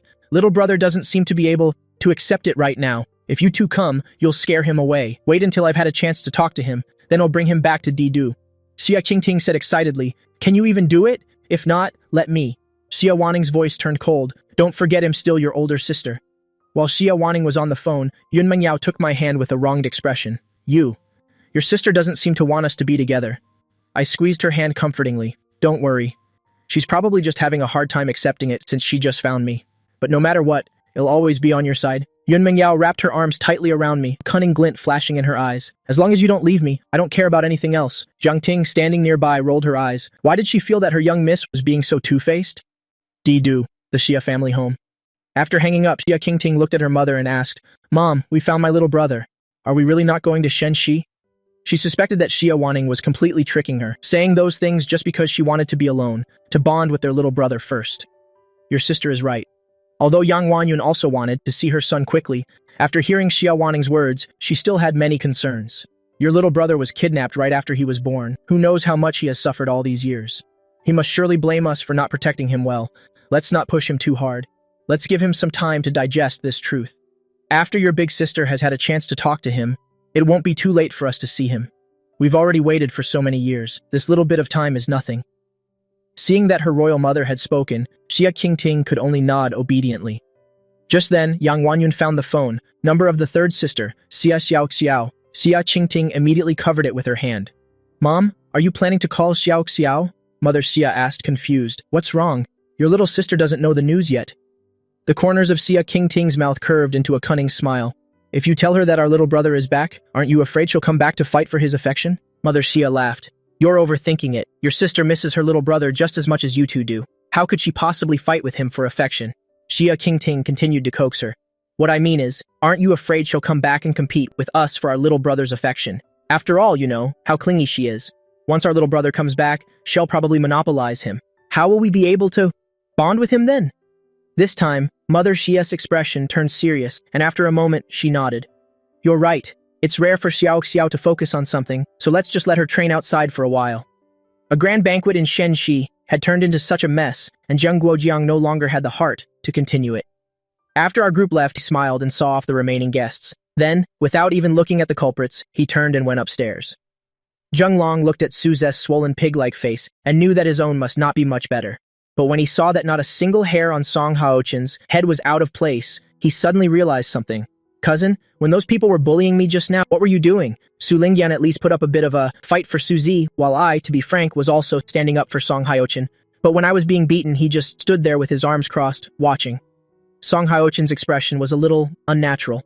I didn't tell you to say those things. Besides, that's Yun Mengyao. Even if I wanted to help you, my hands were tied. Enough! Zheng Long roared at him. Even if you're afraid of Yun Mengyao, you could have at least gone to get help for me. I must have been blind to have helped you for nothing. After saying that, he also turned and left. In an instant, only Song Haochen and the Su Lingyan siblings were left at the scene. Song Haochen was about to leave when Su Lingyan grabbed his wrist. Haochen. Although she only called his name, Song Haochen understood what she was trying to say. Lingyan, can you let me calm down a bit? Su Lingyan's heart panicked, and although she had a premonition, she still wanted to try and salvage the situation. We've already overcome the hurdle of your father. Are you now afraid of a single threat from Xia Wanning? Suzy chimed in. That's right, brother-in-law. She was probably just bluffing. The Song family's foundation is so big, how could she wipe it out just like that? That's enough. Song Haochen shook off Su Lingyan's hand. Can you two stop making things difficult for me? If it were just a matter of your background, my father might have been willing to indulge me. But if I have to bet the entire Song family, let alone him, even I wouldn't agree. Before I knew about your background, my father had already chosen a school, abroad, for me to study at. I'm sorry, let's break up. After speaking, without looking at the siblings' expressions, he turned and walked out. After Song Haochen left, Suzy stomped his foot in anger. No one is reliable at all. Then he looked at Su Lingyan and asked, Sis, what do we do now? Can we really not go back to the Su family anymore? Su Lingyan said nothing. Her expression just flickered between light and dark. After an unknown amount of time, she seemed to have made a decision and clenched her fists. This is the only path left now. Because of Xia Wanning's presence, our group didn't go back to Yujing where Yun Mengyao lived, but to my place, Diluan. Looking at the exquisitely decorated luxury villa, Xia Wanning felt a sense of comfort. She was happy that I was living well now, but at the same time, she didn't dare to think about my past. But when she saw Yun Mengyao follow me in, a line of vigilance rose in her heart. It's enough that he brought you home. What are you coming in for? This time, before Yun Mengyao could speak, I took her hand and said to Xia Wanning, I think I need to make something clear. Yun Mengyao is my girlfriend. Furthermore, we are adults now and have the right to decide how we want to be together. If reconnecting with family means interfering in our relationship and making her feel wronged, then I'd ask the great Miss Xia to leave. As you can see, I can live just fine without any relatives. Yun Mengyao was shaken to the core. Because the reason I had suddenly decided to be with her was unclear, she had always cherished this relationship with apprehension. When my relatives appeared, she resorted to tricks, also out of fear that I would abandon her. But now, for her sake, I didn't even care about reconnecting with my family. Did that mean her place in my heart was even more important than my family's? If Yun Mengyao's mood was now like a warm March spring, then Xia Wanning's mood at this moment was like the freezing 12th month of winter. Especially that great Miss Xia, which sent a chill through her heart. But besides the heartache, she was even more astonished. As far as I know, didn't you and Su Lingyan just break up? It's only been a few days. Have your feelings for this girl already become this deep? I didn't expect others to understand this sudden favoritism after all, this matter of past and present lives, such a shocking thing. I even kept Yun Mengyao in the dark, so how could I explain it to others? In my past life, Yun Mengyao gave me her only life-saving pill without forcing me at all. After I died, she dragged her broken body to avenge me for the revenge I couldn't get, and then died for love with me. And where was my family? They never came to find me in my previous life, although I don't know why. They found me in this life. Their status in my heart could never compare to Yun Mengyao's. I'm very sorry. I looked at Xia Waning and replied, I'll say it again. If you want to acknowledge me, then please respect my choice. Xia Waning took a deep breath and said flexibly, I was wrong, don't be angry. I didn't mean to make things difficult for her. So what Xiao Yan means is, if I don't interfere with you two, you'll agree to acknowledge your family, right? I was at a loss for words, thinking to myself that this person really knew how to push her luck. Seeing me hesitate, Xia Waning's heart was in her throat again. Xiao Yan, you also know Mengyao can't stay in Shenxi forever. If you want to be with her, you'll have to go to Didu sooner or later. Yun Mengyao was stunned. Was she being used by Xia Waning? This person was just criticizing me, and in a flash, she's using me to persuade him to accept his family? She's incredibly cunning. I pursed my lips. I had thought about this issue before. Moreover, the company I founded is different now, and few of the core talents are from Shenxi. I had long wanted to move the company to Didu. In my past life, when the time was right, and also to conveniently help Sulingyan manage Tianyu, I moved the company to Didu. In this life, both my family and my lover are in Didu. I have no reason not to move. Thinking of this, I nodded. Give me some time to handle the company's relocation. Upon receiving my affirmative answer, Xia Waning immediately hugged me excitedly. I'll help you. Seeing this, Yun Mengyao's face darkened again. After Xia Waning let go, she linked her arm with mine as if declaring sovereignty, her tone not very friendly. The housekeeper has been given time off, so big sister can find a guest room to sleep in on her own. With that, she pulled me upstairs. Xia Waning watched our retreating figures, feeling an inexplicable sadness. But she didn't stay sad for long and soon regained her spirits. For now, her little brother was just distant with her. Once they bonded and her position as his older sister was secure, she would definitely teach that girl a lesson. Yun Mengyao had no idea that she already had a grudge held against her by her future sister-in-law. As soon as we entered the bedroom, she pushed me against the door and kissed me ravenously. I shook my head, avoiding her advance. What's wrong with you? Yun Mengyao lowered her head and nuzzled my neck, her voice distorted with grievance. I'm jealous. I was stunned for a moment, then laughed. That's my sister. Yun Mengyao's voice was sour. She's still a woman. I reached out and stroked her head, leaning in to give her a kiss as if coaxing a child. Feel any better? Yun Mengyao licked her lips, enjoying it immensely, but remained stubborn. No. How could I not understand her? But I indulged her anyway. Then what do you want? Yun Mengyao looked at me shyly. To do what I wanted to do this afternoon. The next morning, I rarely wanted to sleep in, but I heard a rather urgent knock on the door. Yun Mengyao wanted to get the door for me, but I pushed her back under the covers with one hand. I didn't need to think to know who was outside. I could argue with Xia Waning and not let her interfere with us, but I couldn't bring myself to let Yun Mengyao open the door without batting an eye. After quickly tidying myself up, I opened the door and asked Xia Waning, Sis, is something wrong? Xia Waning froze, completely forgetting what she was about to say. She stared at me blankly, as if she couldn't believe her ears. What did you call me? I didn't quite understand her excitement. I had thought it through yesterday. If I've decided to acknowledge my family, there's no need to keep being so formal. Otherwise, no matter how I addressed Xia Waning, it would feel inappropriate. Thinking of this, I called out to her again without any psychological burden. The result was being pulled into a hug the next second. Xia Waning's voice was filled with excitement and joy. Sis! I sighed helplessly, not understanding why this person loved hugging so much. Although her embrace held no romantic intent, it couldn't hide the jealousy of my queen of envy. I didn't need to turn around to know that the kitten on the bed was getting jealous again. I patted Xia Waning's shoulder and changed the subject. Sis, did you need something? Remembering her purpose for coming, Xia Waning let go of me, her expression turning serious. Su Minghui is dead. I was a little shocked. What? Xia Waning thought I didn't know him, so she added an explanation. Su Minghui is the only son of the Su family head's official wife, which also makes him the half-brother of Su Lingyan. Of course I knew who Su Minghui was, but his death was something I hadn't expected. After all, in my previous life, he was still alive and well at this time. Moreover, I had called him just 2 days ago. To suddenly hear that he was dead, I couldn't remain emotionless. Thinking of this, I grabbed Xia Waning's sleeve. How did he die? The head of the Su family deliberately concealed it. Xia Waning took my hand, transferring her warmth. But secrets always have a way of getting out. What can be confirmed now is that he died on top of a woman at a club. The head of the Su family is probably trying so hard to cover it up because it's embarrassing. Although Xia Waning's words were subtle, anyone could understand what she meant. Su Minghui never did an honest day's work, living a life of debauchery. It was only a matter of time before his body gave out, but at this point in his previous life, he was nowhere near death. Unless... By this time, Yun Mengyao had finished changing and came over. She first glanced at my expression, then said to Xia Wanning, "You just cut off Su Lingyan's path back to the Su family, and right after, Su Minghui died. This matter isn't that simple." Xia Wanning frowned and said, "I've also considered this point, but even the head of the Su family went to great lengths to cover this up, even burying him overnight without hesitation. Finding evidence will be quite difficult. Furthermore, at this point, she paused for a moment and turned to look at me.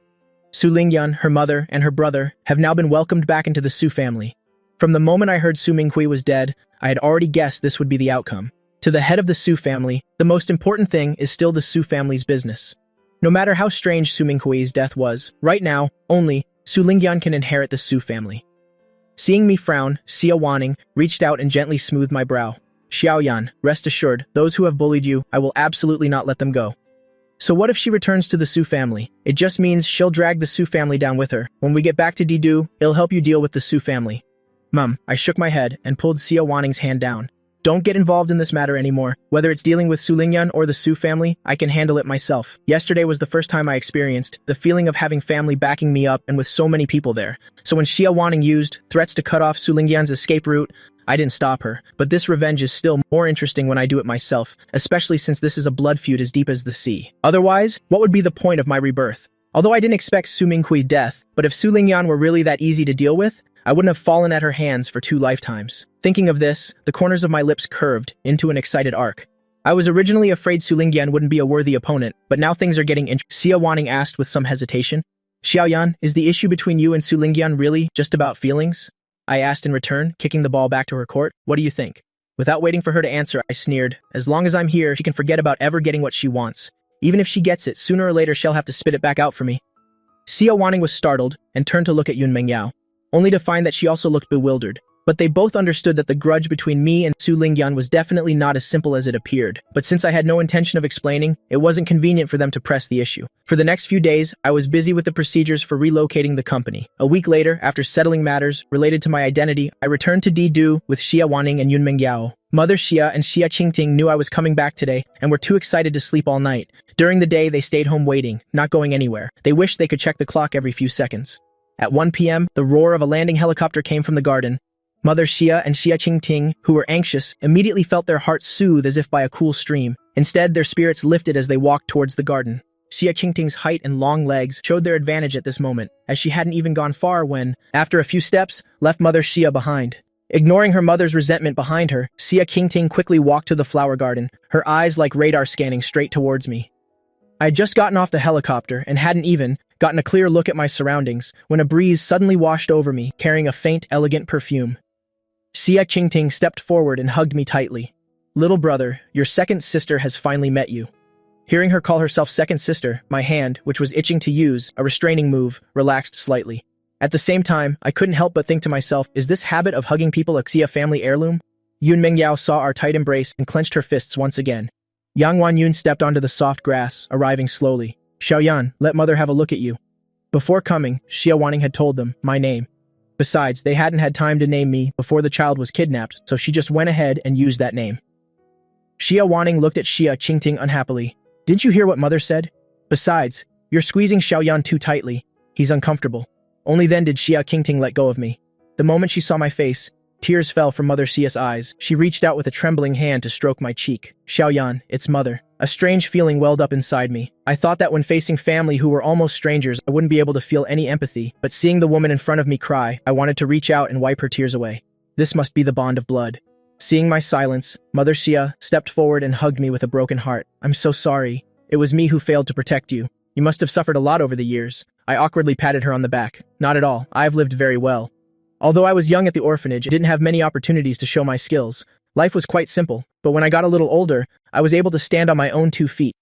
Mother Xia was stunned by my reply and immediately cried with joy, but she didn't dare believe that I had lived very well, thinking I was just comforting her, which made her feel even more heartache and self-blame for my thoughtfulness and maturity. I was helpless before. Thankfully, I've found you now. From now on, I will definitely make it up to you many times over. So will your second sister. Xia Qingting took out the meeting gift she had prepared earlier and shoved it into my hand. "My supplementary card has no limit. No pin, just swipe as you please." She had been racking her brain for the past few days but couldn't think of a good meeting gift. After all, for all the necessities in life, Xia Wanning had already bought almost everything, so giving a meeting gift wasn't as good as giving something simple and practical. Money you can't spend is more practical than anything else. No matter how meticulously Xia Wanning prepared, from now on, every time their little brother bought something, he would swipe her card. So how could this second sister worry about not being able to turn the tables one day? But Xia Qingting's idea was great, yet the card was returned the very next second. I shook my head and said, "There's no need. I'm not short on money." Xia Qingting thought I was too shy to accept it and shoved the card into my hand again. "Why are you being so polite with your second sister?" I returned it again, feeling a bit helpless. "I'm telling the truth. I really don't need money. Even if you give it to me, I won't use it." Xia Qingting was speechless.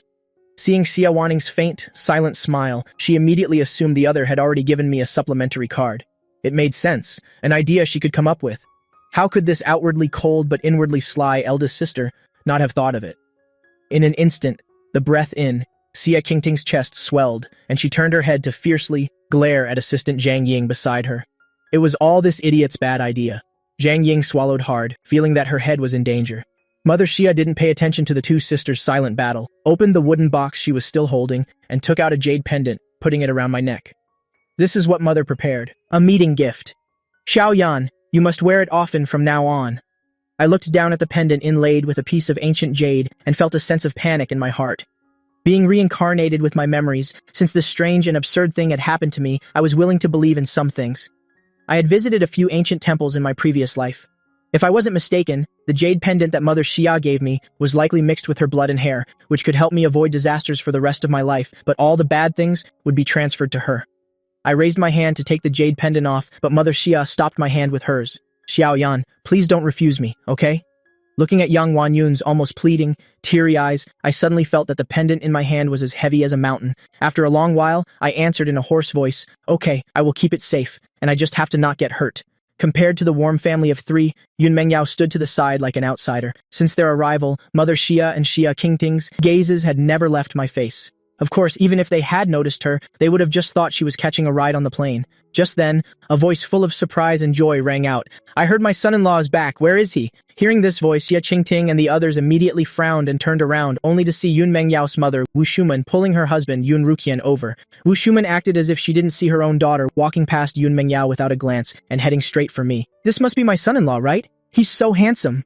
Xia Qingting pulled her little brother behind her, looking at Wu Shuman and her husband warily. "My little brother was just found. How is he your son-in-law?" It was only then that I remembered I had forgotten to introduce Yun Mengyao, so I quickly went around Xia Qingting to her side, took her hand, and stepped forward. "Mengyao, I'm sure everyone already knows each other. I'd like to make an introduction. She is my girlfriend." Wu Shuman immediately broke into a wide smile. "Look at that, even without us adults meddling, Xiao Yan and Mengyao still found their way to each other. This is truly fate. Before she came, she already knew we were in love, otherwise she wouldn't have called me son-in-law right away." Thinking this, she opened a brocade box, took out an antique-style ring, engraved with strange patterns, and pulled my hand to put it on, while happily murmuring, "Here, a meeting gift for my son-in-law." When Xia Qingting saw the ring that symbolized the succession of the Yun family, she was both shocked and pulled me back. "Xiao Yan, you're only 19 this year. Why are you having such reckless thoughts? Let your second sister tell you, no woman is any good. Don't let her fool you." The girls present were all silent. I was also a bit speechless and hesitated to ask, "Aren't you a woman too?" Xia Qingting wasn't the least bit embarrassed, lecturing me in a kill 1,000 enemies, suffer 800 losses kind of way. "It's precisely because your second sister is a woman that I understand this. I'm afraid you'll be taken advantage of, understand?" Yang Wanyun shot Xia Qingting a glance. "All right, you think everyone is like you?" Xia Wanning also chimed in. "That girl from the Su family is a cautionary tale. If you don't learn some restraint, who would want Mother to have to endure the pain of a white-haired person sending off a black-haired one?" Xia Qingting looked at Xia Wanning as if she were a monster. "Little brother has a girlfriend, and you're not against it? Has she had a change of heart?" Xia Wanning thought to herself that of course she was against it, but the scene of me protecting Yun Mengyao earlier was still vivid in her mind. Moreover, after a few days of interaction, she discovered that I was someone who responded to a soft approach, not a hard one. She wouldn't be like Xia Qingting and dance in a minefield. As for Yun Mengyao, she could let her be smug for a while, suppressing the malice in her heart. Xia Wanning put on a rather helpless expression, but the two of them are already together. We can't just break up the happy couple. The urgent matter now is that winning over our little brother is more important. Let our second sister play the villain. Xia Qingting took a deep breath and ran her hands through her hair. "Are you all right?" Mother Xia was all too used to the sight of the two sisters confronting each other. Thinking of Xia Qingting's rudeness, she walked apologetically towards Yun Mengyao's family. "Xia Qingting is very straightforward. I hope you won't mind." "Wanyun, you're being too polite." Wu Shuman didn't look upset at all. "Do I look like the kind of person who would bicker with a child? Besides, everyone knows that these three sisters are obsessed with their little brother. It's normal that they can't accept it right away. After a while, they'll get used to it. Xia Qingting rolled her eyes. They've only been together for a short time. Who knows? They might break up tomorrow. Keep your mouth shut. Yang Wanyun glared at Xia Qingting again, then turned to Wu Shuman and her husband and said, This child, Meng Yao, I've pretty much watched her grow up. Her temperament and character are fine. I have no objections. Wu Shuman was overjoyed and hugged Mother Xia. I knew you were the best. Her expression was no different from how young people nowadays act cute with their best friends. But then, Mother Xia's tone changed. Xiaoyan has only just been found. He hasn't spent time with his family yet. Besides, they are both still young. We don't plan on letting him get married so soon. You scared me. I thought you were going to say something else. Wu Shuman patted her chest to calm down and said with a laugh, Do I look like such an unreasonable person? All these years I've seen how much you've missed your son. I saw it all. How could I deprive you and your son of the chance to be together just as Xiaoyan has returned? Besides, even if they get married, Meng Yao would be living at your house anyway. Being so openly arranged for, Yun Meng Yao looked speechless. Mother Xia chuckled and glanced at the time. She turned and instructed the butler, have someone start preparing the party venue. Now that Xiaoyan is back, it's time to hold a welcome party for him. The butler immediately nodded. Yes, madam. Yang Wanyun looked at me again. Xiaoyan, do you have any friends you'd like to invite? They'll have someone send them an invitation. I was silent for a moment, knowing this was unavoidable. I don't have many friends in Didu, and I don't know if they have time to come. Let me call and ask them myself. Yang Wanyun nodded. Xia Wanning took out her phone. I'll contact the stylist to come over. Then later I'll have Meng Yao get some makeup done too, so she doesn't embarrass Xiaoyan. As Wu Shuman spoke, she placed the brocade box containing the ring into my palm. I almost forgot. I haven't given you the meeting gift yet. I didn't know the meaning of this ring, but I could tell from the material that it was no ordinary ring. I hesitated and looked at Yun Meng Yao and saw her nod at me. Beside me, Xia Qingting was so angry she could only glare, but she couldn't stop this exchange of engagement tokens. Seeing me accept the ring, weight in Wu Shuman's heart immediately lifted. She took her daughter's hand and said goodbye with a smile. We'll be over later. After Yun Meng Yao's family left, I followed my family back to the main villa. While Xia Wanning was leading me upstairs, Xia Qingting pulled Mother Xia, who was about to follow, aside. Mom? Why did you agree to let little brother and that little girl from the Yun family be together? It's not like you don't know about their Yun family. She paused here, but her meaning was very clear. If it weren't for this, she wouldn't have risked my resentment to try and stop them from being together. Mother Xia's expression also became a bit uneasy, but she still said, But this child, Meng Yao, isn't bad. Besides, just as your sister said, the two of them are already together. I can't be the one to break them up. Xia Qingting was silent for a long time, her voice slightly tinged with gritted teeth. Whether that little girl from the Yun family is worthy or not, we'll have to see how she performs from now on. If she can pass my test, even if I have to risk all of Xiamen, I'm willing to protect them. But if she can't? Even if Xiaoyan hates me, I will break this couple up. At this moment, I was completely unaware of the conversation between the two downstairs. After following Xia Wanning to my room, as soon as I entered the door, I was stunned by the sight before me. If Xia Wanning hadn't told me this was a room, I would have thought it was an entire penthouse apartment. What amazed me even more was the fully stocked walk-in closet with all kinds of clothes. Given my current social status, it's not like I've never seen these things before, but I wouldn't turn a place, mainly used for sleeping, into something so luxurious. Xiaoyan, your eldest sister decorated this. For you? Do you like it? As the head of the entire Xia group, Xia Wanning no longer had the air of a superior, staring at me like a large pet, waiting to be praised. I hesitated and glanced at her. Sister? Do you want me to change careers and open a shopping mall? Xia Wanning couldn't help but laugh, as if she didn't expect me to know how to joke. She pointed to the rows of glass cabinets and said, This is the clothing area. Choose what you want to wear first. The shoes that match the clothes are over there. She pointed to the wall beside it, then glanced at the watch on her wrist. I'll go ask when the stylist is arriving. After saying that, she turned and left the room, thoughtfully closing the door. Meeting Yang Wanyun and Xia Qingting coming up together, Xia Wanning stopped, and for some reason, she turned and looked around. Xiao Xiao isn't back yet? No way. Xia Qingting crossed her arms and answered seriously, I think it's rare for Xiao Xiao to care about something, so I didn't let Mom tell her the news that our little brother was found, to avoid distracting her. What do you think, big sister? Both of you are old foxes. How could Xia Wanning not guess Xia Qingting's intentions? But this was also what she wanted. Xia Wanning patted Xia Qingting's shoulder and said approvingly, You're still the most thoughtful one. At the same time, on the border of Hua country, a woman in black camouflage with a foxtail grass in her mouth was holding a rolled-up portrait. Should we search the neighboring country next? The man beside her nodded, his eyes full of world weariness. I wonder when we'll find Lord Quest's wife and child. A man with a scar on his face gulped down half a bottle of water and wiped his mouth with his hand. That madam from the Xia family in Hua country looks very similar, doesn't she? Why not capture her and let Lord Kui take a look? Are you an idiot? The man with the gun beside him slapped the back of his neck. Lord Kui already said. He only has one son. The Xia family has 3 daughters, no son. No matter how similar she looks, she doesn't fit the criteria.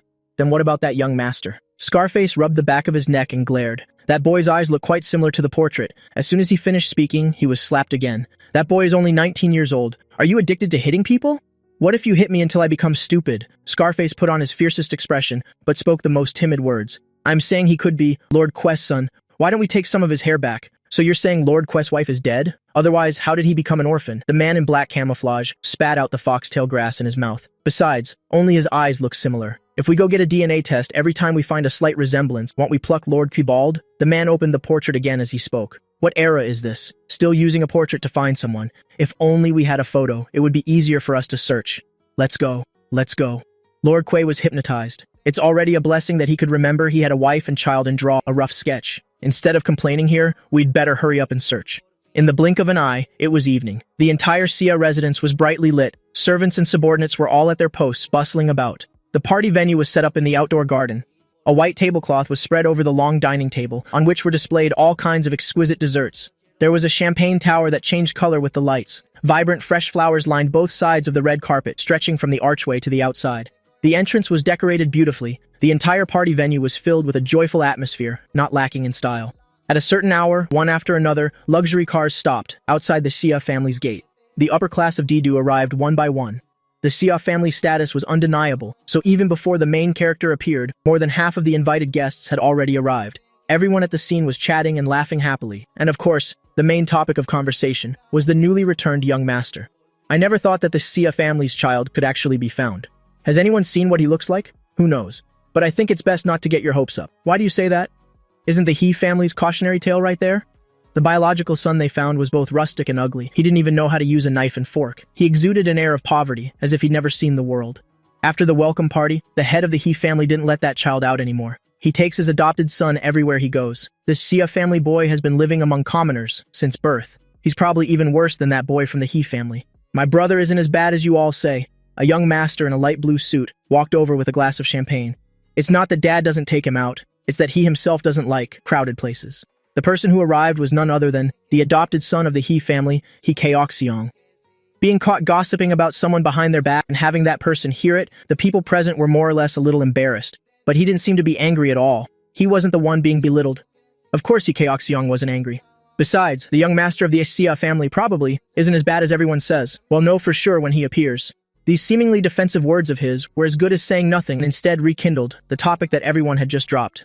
Just as everyone was speculating about how rustic and ugly this young master of the Sia family might be, the sound system at the venue suddenly changed music, along with Mother Sia's gentle yet authoritative voice ringing out, "Thank you all for waiting." Hearing the voice, everyone turned their heads in unison and saw Mother Xia and Wu Shuman leading me over, while the other members of the Xia and Yun families followed, behind the three of them like bodyguards. The close, multi-generational relationship between the Xia and Yun families was no secret in Didu's high society, so no one was surprised to see the two families appear together. However, when they saw his true appearance, of the Xia family's young master, no one could remain calm. For a long time, even after the two families appeared, there wasn't a single sound at the scene. The moment they saw us, everyone present couldn't help but hold their breath. Everyone was stunned and mesmerized for a long time. When they finally came to their senses, the place erupted. So that's the newly found young master of the Xia family. He's so handsome. It's not just his looks. This aura is truly top tier. Who was it just now that said he was rustic and ugly? Does your face sting now, you lot? All the young masters have been pampered in wealthy families since they were young, but I've never seen anyone who could outshine the young master of the Xia family. Hearing the information mixed with everyone's praise, Yun Mengyao and my two older sisters all narrowed their eyes. As for the rich young masters being compared, many of their faces darkened.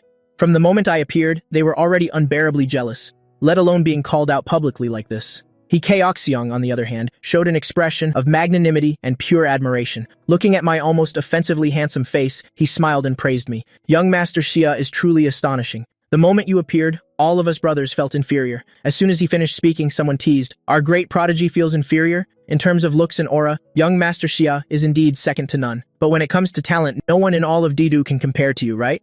A young master with dyed pink hair next to him chimed in. Our brother Chao is a Guqin master. He's the direct disciple of Grandmaster Wen Songhe. At such a young age, he's already become the vice chairman of the Didu Guqin Association. He's not just someone who gets by on his looks. Everyone around was surprised. They had long known that He Keoxiong was Wen Songhe's disciple. They had known that for a long time. but vice chairman of the Diduguchin Association. Hikaoxiong said with a slightly embarrassed smile. I was only recently elected. It was mainly due to the kindness of the chairman and the support of the members. But in terms of Guqin skills, I'm still far behind my master. But look how old your master is. Besides, he's a national treasure in the world of Guqin. Who can compare to him? For you to have achieved so much at your age is already amazing, that's right. Getting promoted proves that. Young Master His Guqin skills have improved again. You have to show us. It's been a long time since I've heard you play.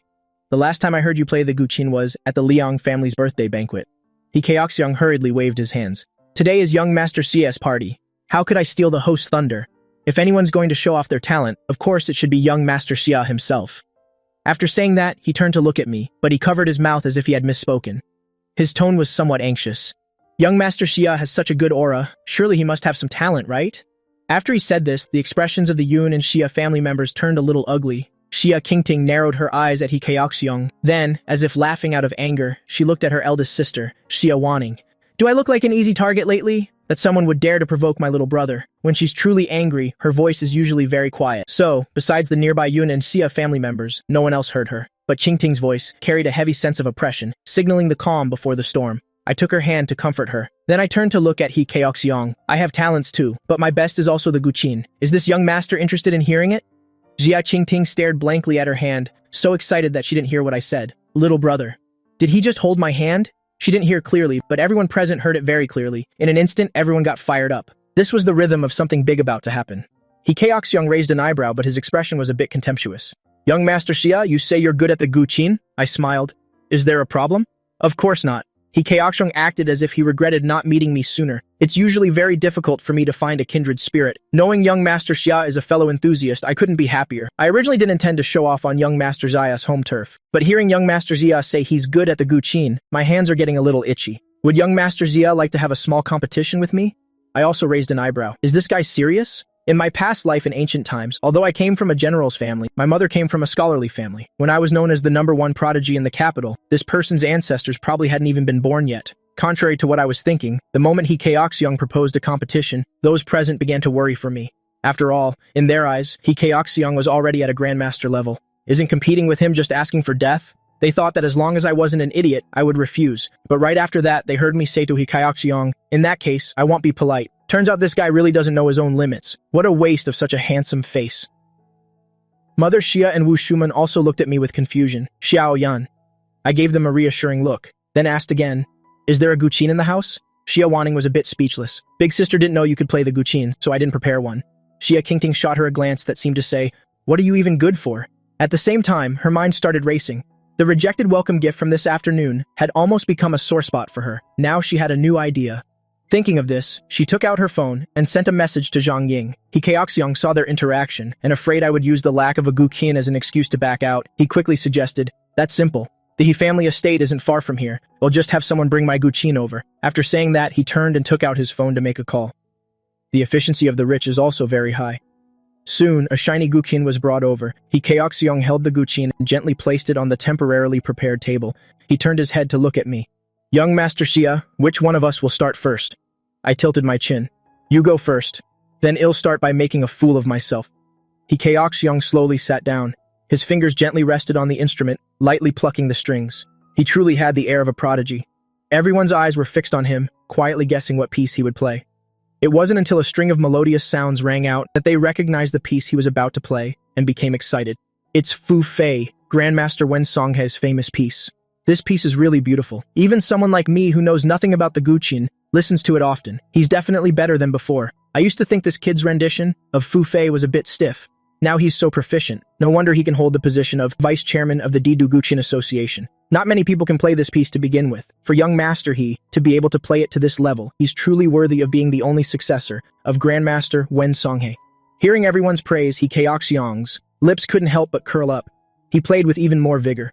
With such a masterpiece laid out before him, this young master of the Xia family must be under immense pressure. Again, someone worried about me. Is there even a need to compete anymore? He used his ultimate move right from the start. He's not giving anyone else a chance to perform. Young Master Xia, maybe you shouldn't compete. We won't laugh at you. After all, everyone here has been dominated by young Master has strength before. Young Master Xia probably doesn't understand.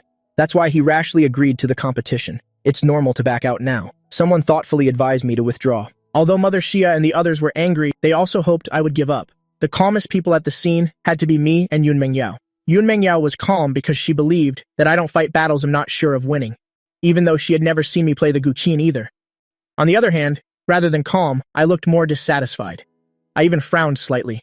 However, this expression of mine, in the eyes of those present, looked like I was nervous. When the piece was finished, Keoxyung wiped the sweat from his forehead and let out a soft breath. Then he turned to look at me standing beside him. "Young Master Xia, do you still want to play?" Saying this, it was clear he had heard what everyone was just saying. "If you don't want to play, that's fine too. You can consider the piece I played today as a welcome home gift for you." As soon as he finished speaking, I frowned and spoke seriously. "First, you played a note wrong. Second, this piece needs to be played with emotion. You can't just pursue technique and proficiency. Most importantly, the melody of this piece includes suppression, sorrow, intensity, peace, and many other elements. You played it too cheerfully, showing a lack of respect for this piece." As soon as my words fell, the entire scene went dead silent. Keoxyung was stunned for a long moment. Then, as if laughing out of anger, he said in a somewhat harsh tone, "It seems young Master Xia knows quite a bit. To be able to call a performance that even my master nodded in approval of worthless." Without waiting for my reply, he continued to ask, "Everyone has their own interpretation. I won't refute the other things you said for now, but you said I played a note wrong. May I ask which note I played wrong?"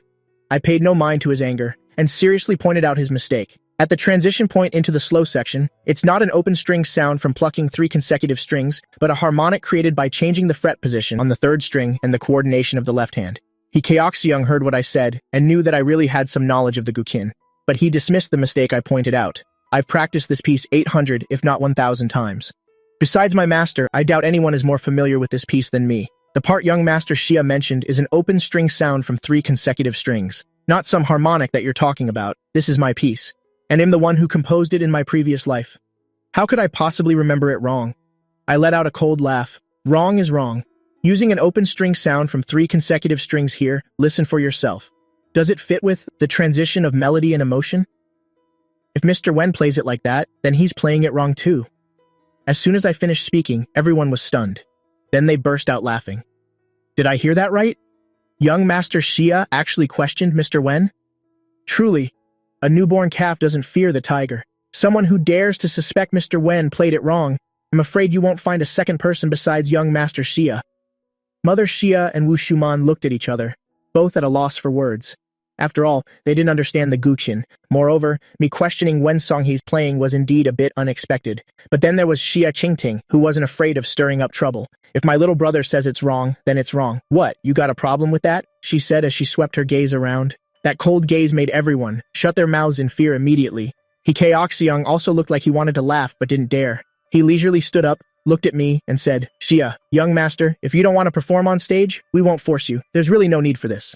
Besides, you can criticize me, that's fine. But my master achieved his status today, and his strength is clear for all to see. For you to suspect he plays it wrong is truly a bit disrespectful." In an instant, the way those present looked at me was filled with an indescribable contempt. If you don't dare to compete, it's fine to withdraw on your own. Besides, they've already given me a way out, making up random excuses because you can't win, even using Mr. Wen as a shield. So petty and so foolish. But these people only dared to think this in their hearts. No one dared to say it out loud, but a few young masters who weren't afraid of death chimed in. I was wondering why he kept harping on about this. Turns out it's because he heard Brother Cheo play so well that he doesn't dare to go on stage anymore. If you don't dare, just say so. Why drag in Mr. Wen, the top figure in the guqin world? He truly has no idea of the immensity of heaven and earth. As soon as this person finished speaking, the faces of the Yun and Xia family members darkened in unison, and the way Xia Qingting looked at that person was as if she were looking at a dead man. But before she could make a move, the butler came running over in small steps. "Madam, Grandmaster Wen Songhai has arrived." This announcement stunned everyone present. Then they started whispering among themselves. When the Xia family invited Wen Songhai, they probably didn't expect their newly returned son to be so reckless. There's going to be a good show to watch this time. The crowd's whispers hadn't yet reached the ears of the Xia family members, but seeing their expressions, you could tell nothing good was being said. Mother Xia's heart pounded. She hadn't invited Wen Songhai at all, so the one who invited him could only be. Thinking of this, she looked at me with a questioning gaze. I gave her a reassuring look, indirectly admitting that I was the one who invited him. But Mother Xia was not comforted at all. Her son's words from just now still ringing in her ears. They would definitely reach Wen Songhai's ears soon. As expected, when Wen Songhai came into everyone's view, Keoxyung joyfully ran to greet him. "Master." Wen Songhai gave him a slight nod and continued walking towards me. But before he had taken 2 steps, Keoxyung approached him again. Master, I just played your famous piece Fufei at the party. This young master of the Xia family kept insisting that I played it wrong. He didn't just criticize me, he said you were wrong too. Young Wanyun closed her eyes. When she opened them again, her gaze was sharp. Xia Wanning and the others also looked at Hikaoxiong with cold expressions. It seemed that no matter what happened next, they would always stand firmly by my side, not letting me suffer the slightest grievance. Only my gaze remained as calm as still water. It even carried a faint hint of ridicule. Hikaoxiong thought that after he said these words, Wen Songhae would fly into a rage or would mock me mercilessly. But Wen Songhae was stunned for a moment, then asked somewhat nervously, "Where did he say it was wrong?" Hikaoxiong blinked, momentarily unable to react. It wasn't until Wen Songhae asked again that he hesitantly recounted the mistake I had pointed out. Next, everyone saw Wen Songhae with a solemn expression walk towards the guqin placed in the banquet hall. After sitting down, he raised his hand to play that note, testing both ways, then played a connecting passage before and after. He played it over and over a few times, then an expression of enlightenment appeared on his face. Immediately after, he stood up and walked around the bewildered Hikaoxiong. With an extremely respectful and apprehensive expression, he walked towards me. Xia Qingting thought Wen Songhae was going to do something to me. Her eyes immediately narrowed, exuding a powerful aura. Xia Wanning also quietly stood in front of me. "Mr. Wen, Master, I'm sorry. I remembered that part wrong. Please don't be angry." Wen Songhae was like an elementary school student who had made a mistake. He bowed slightly, head lowered, standing before me extremely timidly as if waiting to be punished. Xia Wanning was speechless. Xia Qingting was also speechless. So were the other members of the Yun and Xia families. Hikaoxiong and the watching crowd were all dumbfounded. Silence. A dead silence. Ever since Wen Songhae called me master and apologized, the scene had become deathly quiet. It wasn't until they heard Xia Wanning give a light cough and move her body from in front of me that everyone snapped out of their shock. What followed was an explosive uproar. Holy crap, what did I just hear? Mr. Wen called the young master of the Xia family master, and judging by his tone, he really did play it wrong. A national treasure-level guqin master acting so reverently, in front of young Master Xia, there must be something wrong with my eyes. Everyone in the banquet hall at this moment was buzzing with excitement. In contrast, Hikaoxiong, who had just been promoted to my grand disciple, looked absolutely awful. However, compared to the humiliation, he was more in disbelief. His godlike master was my disciple? This world must be crazy. The Yun and Xia family members at this moment couldn't remain calm either. However angry they were before was how proud they were now. Wu Shuman even came forward and pinched my cheek. "Xiaoyan, you're amazing. Is my daughter marrying up?" Regardless of what the people around were saying, Wen Songhae still didn't straighten his back. It seemed that if he didn't receive my criticism, he wouldn't give up. I took Wu Shuman's hand and pulled it down, then replied to Wen Songhae with a cold look. "Misremembering is fine, but your judgment in accepting disciples is truly terrible. What the mood of this piece is, I think you should know very well. He played it into that monstrous state, and you could still approve of it?" Wen Songhae listened to my lecture in terror. When he heard me say he had approved of Hikaoxiong, a look of confusion appeared on his face. Thinking carefully, he then shook his head like a rattle. "Master, I didn't approve of him. It's just that he used to play so badly, he couldn't even play the entire piece, smoothly. Now that he's finally made some progress, just nodded, because Master once told me that even the most foolish disciple needs proper encouragement. That's what you taught me back then." Hikaoxiong's face was full of horror. Those present burst out laughing. Hearing the unrestrained, mocking laughter from everyone around, Hikaoxiong just wanted to find a hole to crawl into. However smug he was when he provoked me was how much he regretted it now. However, regarding everything happening before him, he still felt like he was in a dream. How old was the young master of the Xia family? How could he be his master's master? Just then, a young master came forward and pulled Hikaoxiong's arm, looking at the mocking crowd. "You fickle-minded lot should know your limits. You were part of the group mocking young Master Xia just now. Seeing the tables turn, you're all sucking up one by one. Have you no shame?" The ones who were mocking enthusiastically were told off by him and immediately shut their mouths. One by one, their faces turned awkward. At this moment, Hikaoxiong seemed to have finally recovered from the shock and walked towards Wen Songhae. "Master, you're joking, right? How old is young Master Xia? How could you possibly take him as your master? Besides, this famous piece of yours has been around for so many years. It's always been played this way. How can it be wrong just because he says so?" When Songhae faced him, his face darkening. "There are always mountains higher than mountains. There are heavens beyond heavens. Are you the only one allowed to be a young prodigy, and no one else is allowed to be more talented than you? You ask me why I would doubt myself because of my master's words? Because he wrote this piece." After saying that, he turned back, returning to his humble demeanor. "Master, I didn't know this rebellious disciple would be disrespectful to you. But rest assured, from this day on, he is no longer my disciple." As soon as these words were spoken, Hikaoxiong's face turned even paler. He looked at me in disbelief and said, "Young Master Xia, at such a young age, your guqin skills have surpassed my master's." "Oh no, surpassed Mr. Wen. Shouldn't you show everyone a demonstration then, to prove your strength?" As soon as he finished speaking, everyone present immediately gasped. From the bottom of their hearts, they admired Hikaoxiong's audacity. These words were clearly implying that Wen Song-hee had ulterior motives, suspecting that all of this was just an act he coordinated with young Master Sia. The deeper meaning that everyone else heard, how could Wen Song-hee not hear it? He immediately flew into a rage. Are you suspecting me of lying? I've already reached this position. Do I need to do something to ruin my own reputation? He Keoxyong seemed to have given up. The Sia family is rich and powerful. Who can say for sure about this? Besides, am I wrong? Wen Song-hee was so angry he almost laughed. He wanted to say something more, but I stopped him with a look. Since I've agreed to a competition, of course I won't refuse to play. After speaking, I walked towards the guqin placed at the side. You'll also play a piece of Fu Fei, and while I'm at it, I'll teach you how this piece should truly be played. He Keoxyong's expression stiffened. As for Wen Song-hee, the gloom from before was instantly swept away. His eyes and brows were filled with excitement. To be able to hear Master play Fu Fei once again, it's worth it even if I get bitten by an ungrateful wolf. He Keoxyong, being called an ungrateful wolf, looked even more unsightly, but until now he still couldn't believe that I really had such a high level of skill. Just as I was about to sit down, my body was suddenly pulled back by Xia Qingting. Little brother, wait, we won't touch the moron's guqin. Use the 1 second sister bought for you.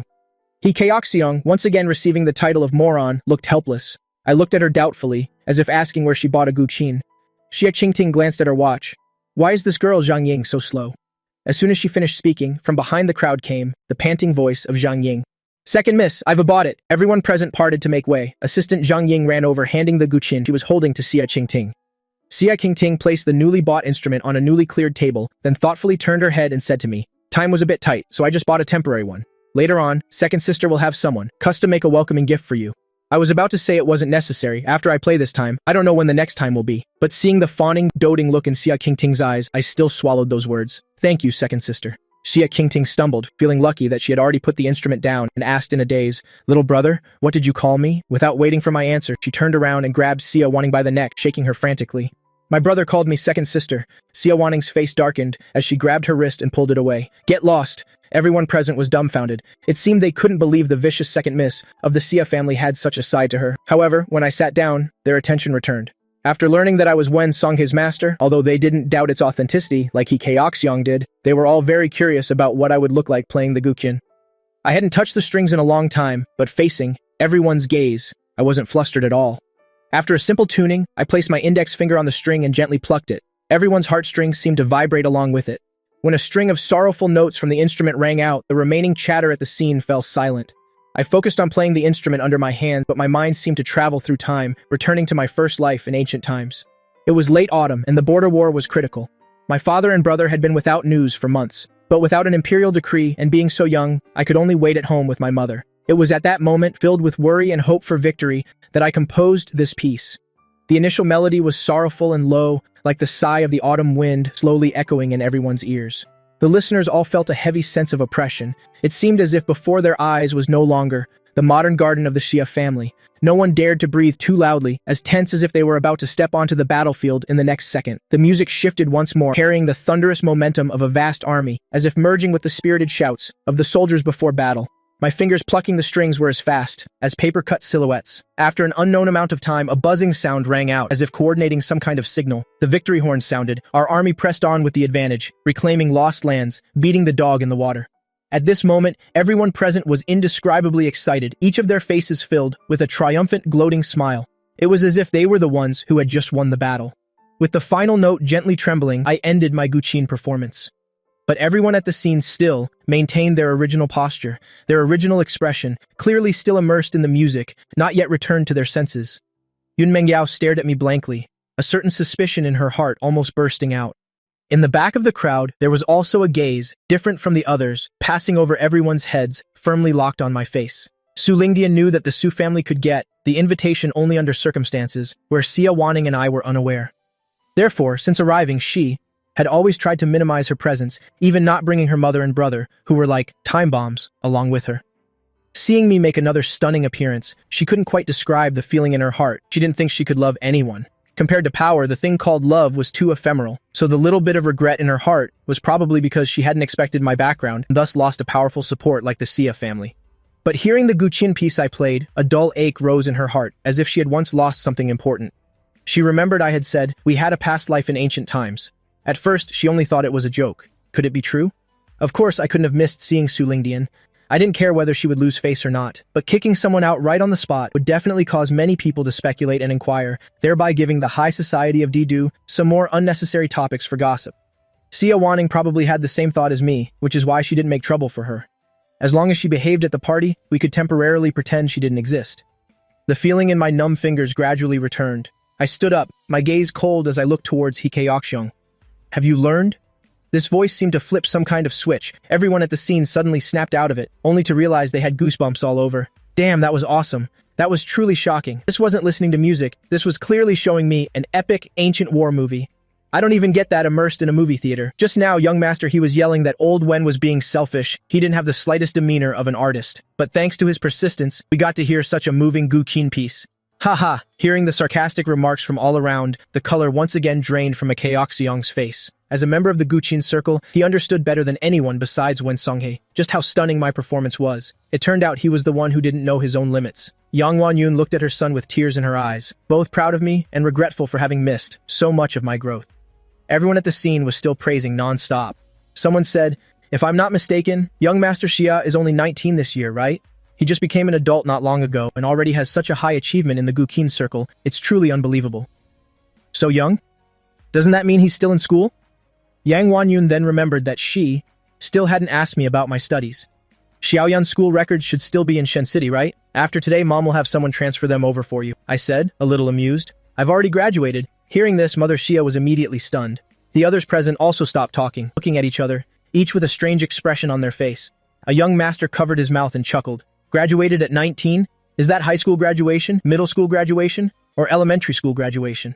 When I appeared, some of the young masters from wealthy families were already unbearably jealous. After I showed my talent and slapped Hikaeokseong in the face, these people, besides being jealous, also felt a strong sense of alarm in their hearts. Compared to them, the resources I had growing up were limited, but I had outshone everyone else as soon as I returned. Where could these young masters of prestigious families hide their faces? How could they maintain their standing in the elite circle in the future? So, having finally caught a slight opening, someone immediately started making a fuss. Almost as soon as this person finished speaking, another young master chimed in. No wonder young Master Xia is so good at the Guqin. It's probably because he didn't go to school and specialized in studying this, right? If young Master Xia didn't go to school and spent all his time playing the Guqin, it would be unacceptable if he wasn't good at it. Hikaeokseong didn't drop out of school, and he even graduated from a famous university. In that case, there's really nothing to laugh at him for. If he didn't have to worry about both studying and practicing, and only practice the Guqin, his skill level might not be worse than someone's. Hikaeokseong didn't expect things to take such a turn, and his previously dejected mood vanished instantly. His eyes were clearly filled with amusement, yet he pretended to be humble and said, the university I attended isn't a particularly famous one. It's mainly that the Guqin takes up some of my time, and balancing both is really difficult. When it comes to academics, young Master Ruan is the most admirable. He graduated from the world's top university, Putiingsi. With that, he turned his head to look at Ruan Quming, who had a cold expression and hadn't said much from the beginning. Now you're just talking, who can compare to Brother Q? The entrance difficulty of Putiingsi is 5+, and I heard the graduation difficulty is even double that. How many people in the entire country of Hua can get in?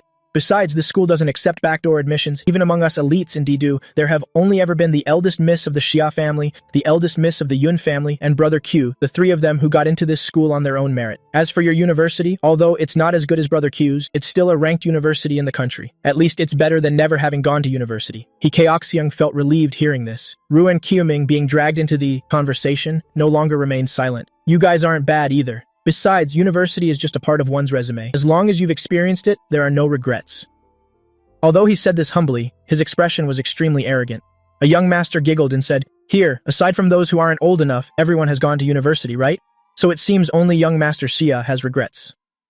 A group of young masters present went back and forth discussing my education with the utmost mockery, giving no one else a chance to interject. Every time they said a word, the expressions of Yang Wanyun's group became even more unsightly. Just as Xie Qingting's patience reached its limit and she was about to unleash her wrath, the butler ran over. Madam, old Tan has arrived. Mother Xia, who was so angry she was about to lose her mind, didn't react for a moment upon hearing this. Which old Tan? The butler found it a bit strange but still explained. The one who used to be a professor at Putiingsi.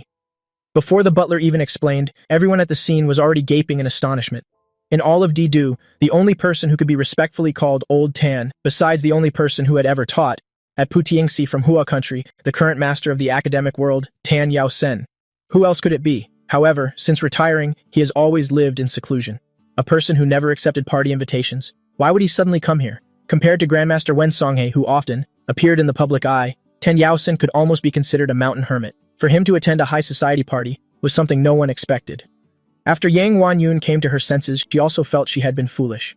However, this person was not invited by her. Besides, even if she had extended an invitation, she wasn't sure she could have invited this old gentleman who was indifferent to fame and fortune. Could it be?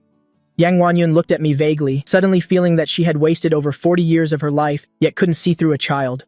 Those present who didn't know the inside story, facing this important figure who was about to appear, started whispering again.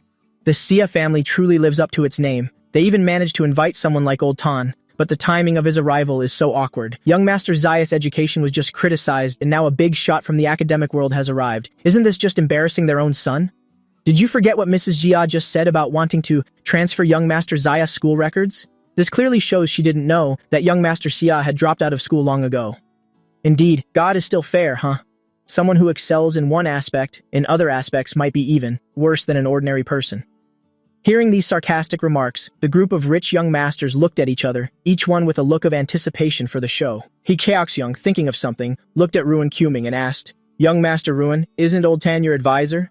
That's right, another young master obviously thought of this too. I remember Old Tan is a professor in the field of artificial intelligence, and the company Brother Qiu founded is also an artificial intelligence company. It's a perfect match of specialization. Speaking of Tan Yaosen, Ruan Quming's expression became much more respectful, losing its previous arrogance. That's right, Old Tan is my advisor. I just didn't expect that he would be able to come. With that, he turned his head to look at the Xia family and raised the champagne glass in his hand. My teacher and I haven't seen each other in a long time. Knowing he likes peace and quiet, I didn't want to bother him. This time, thanks to the Xia family's invitation, my teacher and I have a chance to catch up.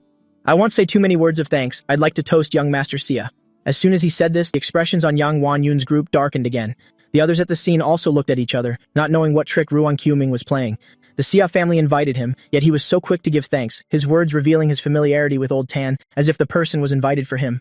Besides, just moments ago everyone was mocking my education and saying Old Tan's arrival was ill-timed. Yet he took this opportunity to toast me in thanks, which could almost be described as a provocation. Could this young master possibly tolerate this? However, I was not like everyone imagined, becoming angry and embarrassed. Towards Ruan Quming's provocation, I paid no attention at all. It was as if even glancing at him was a waste of time.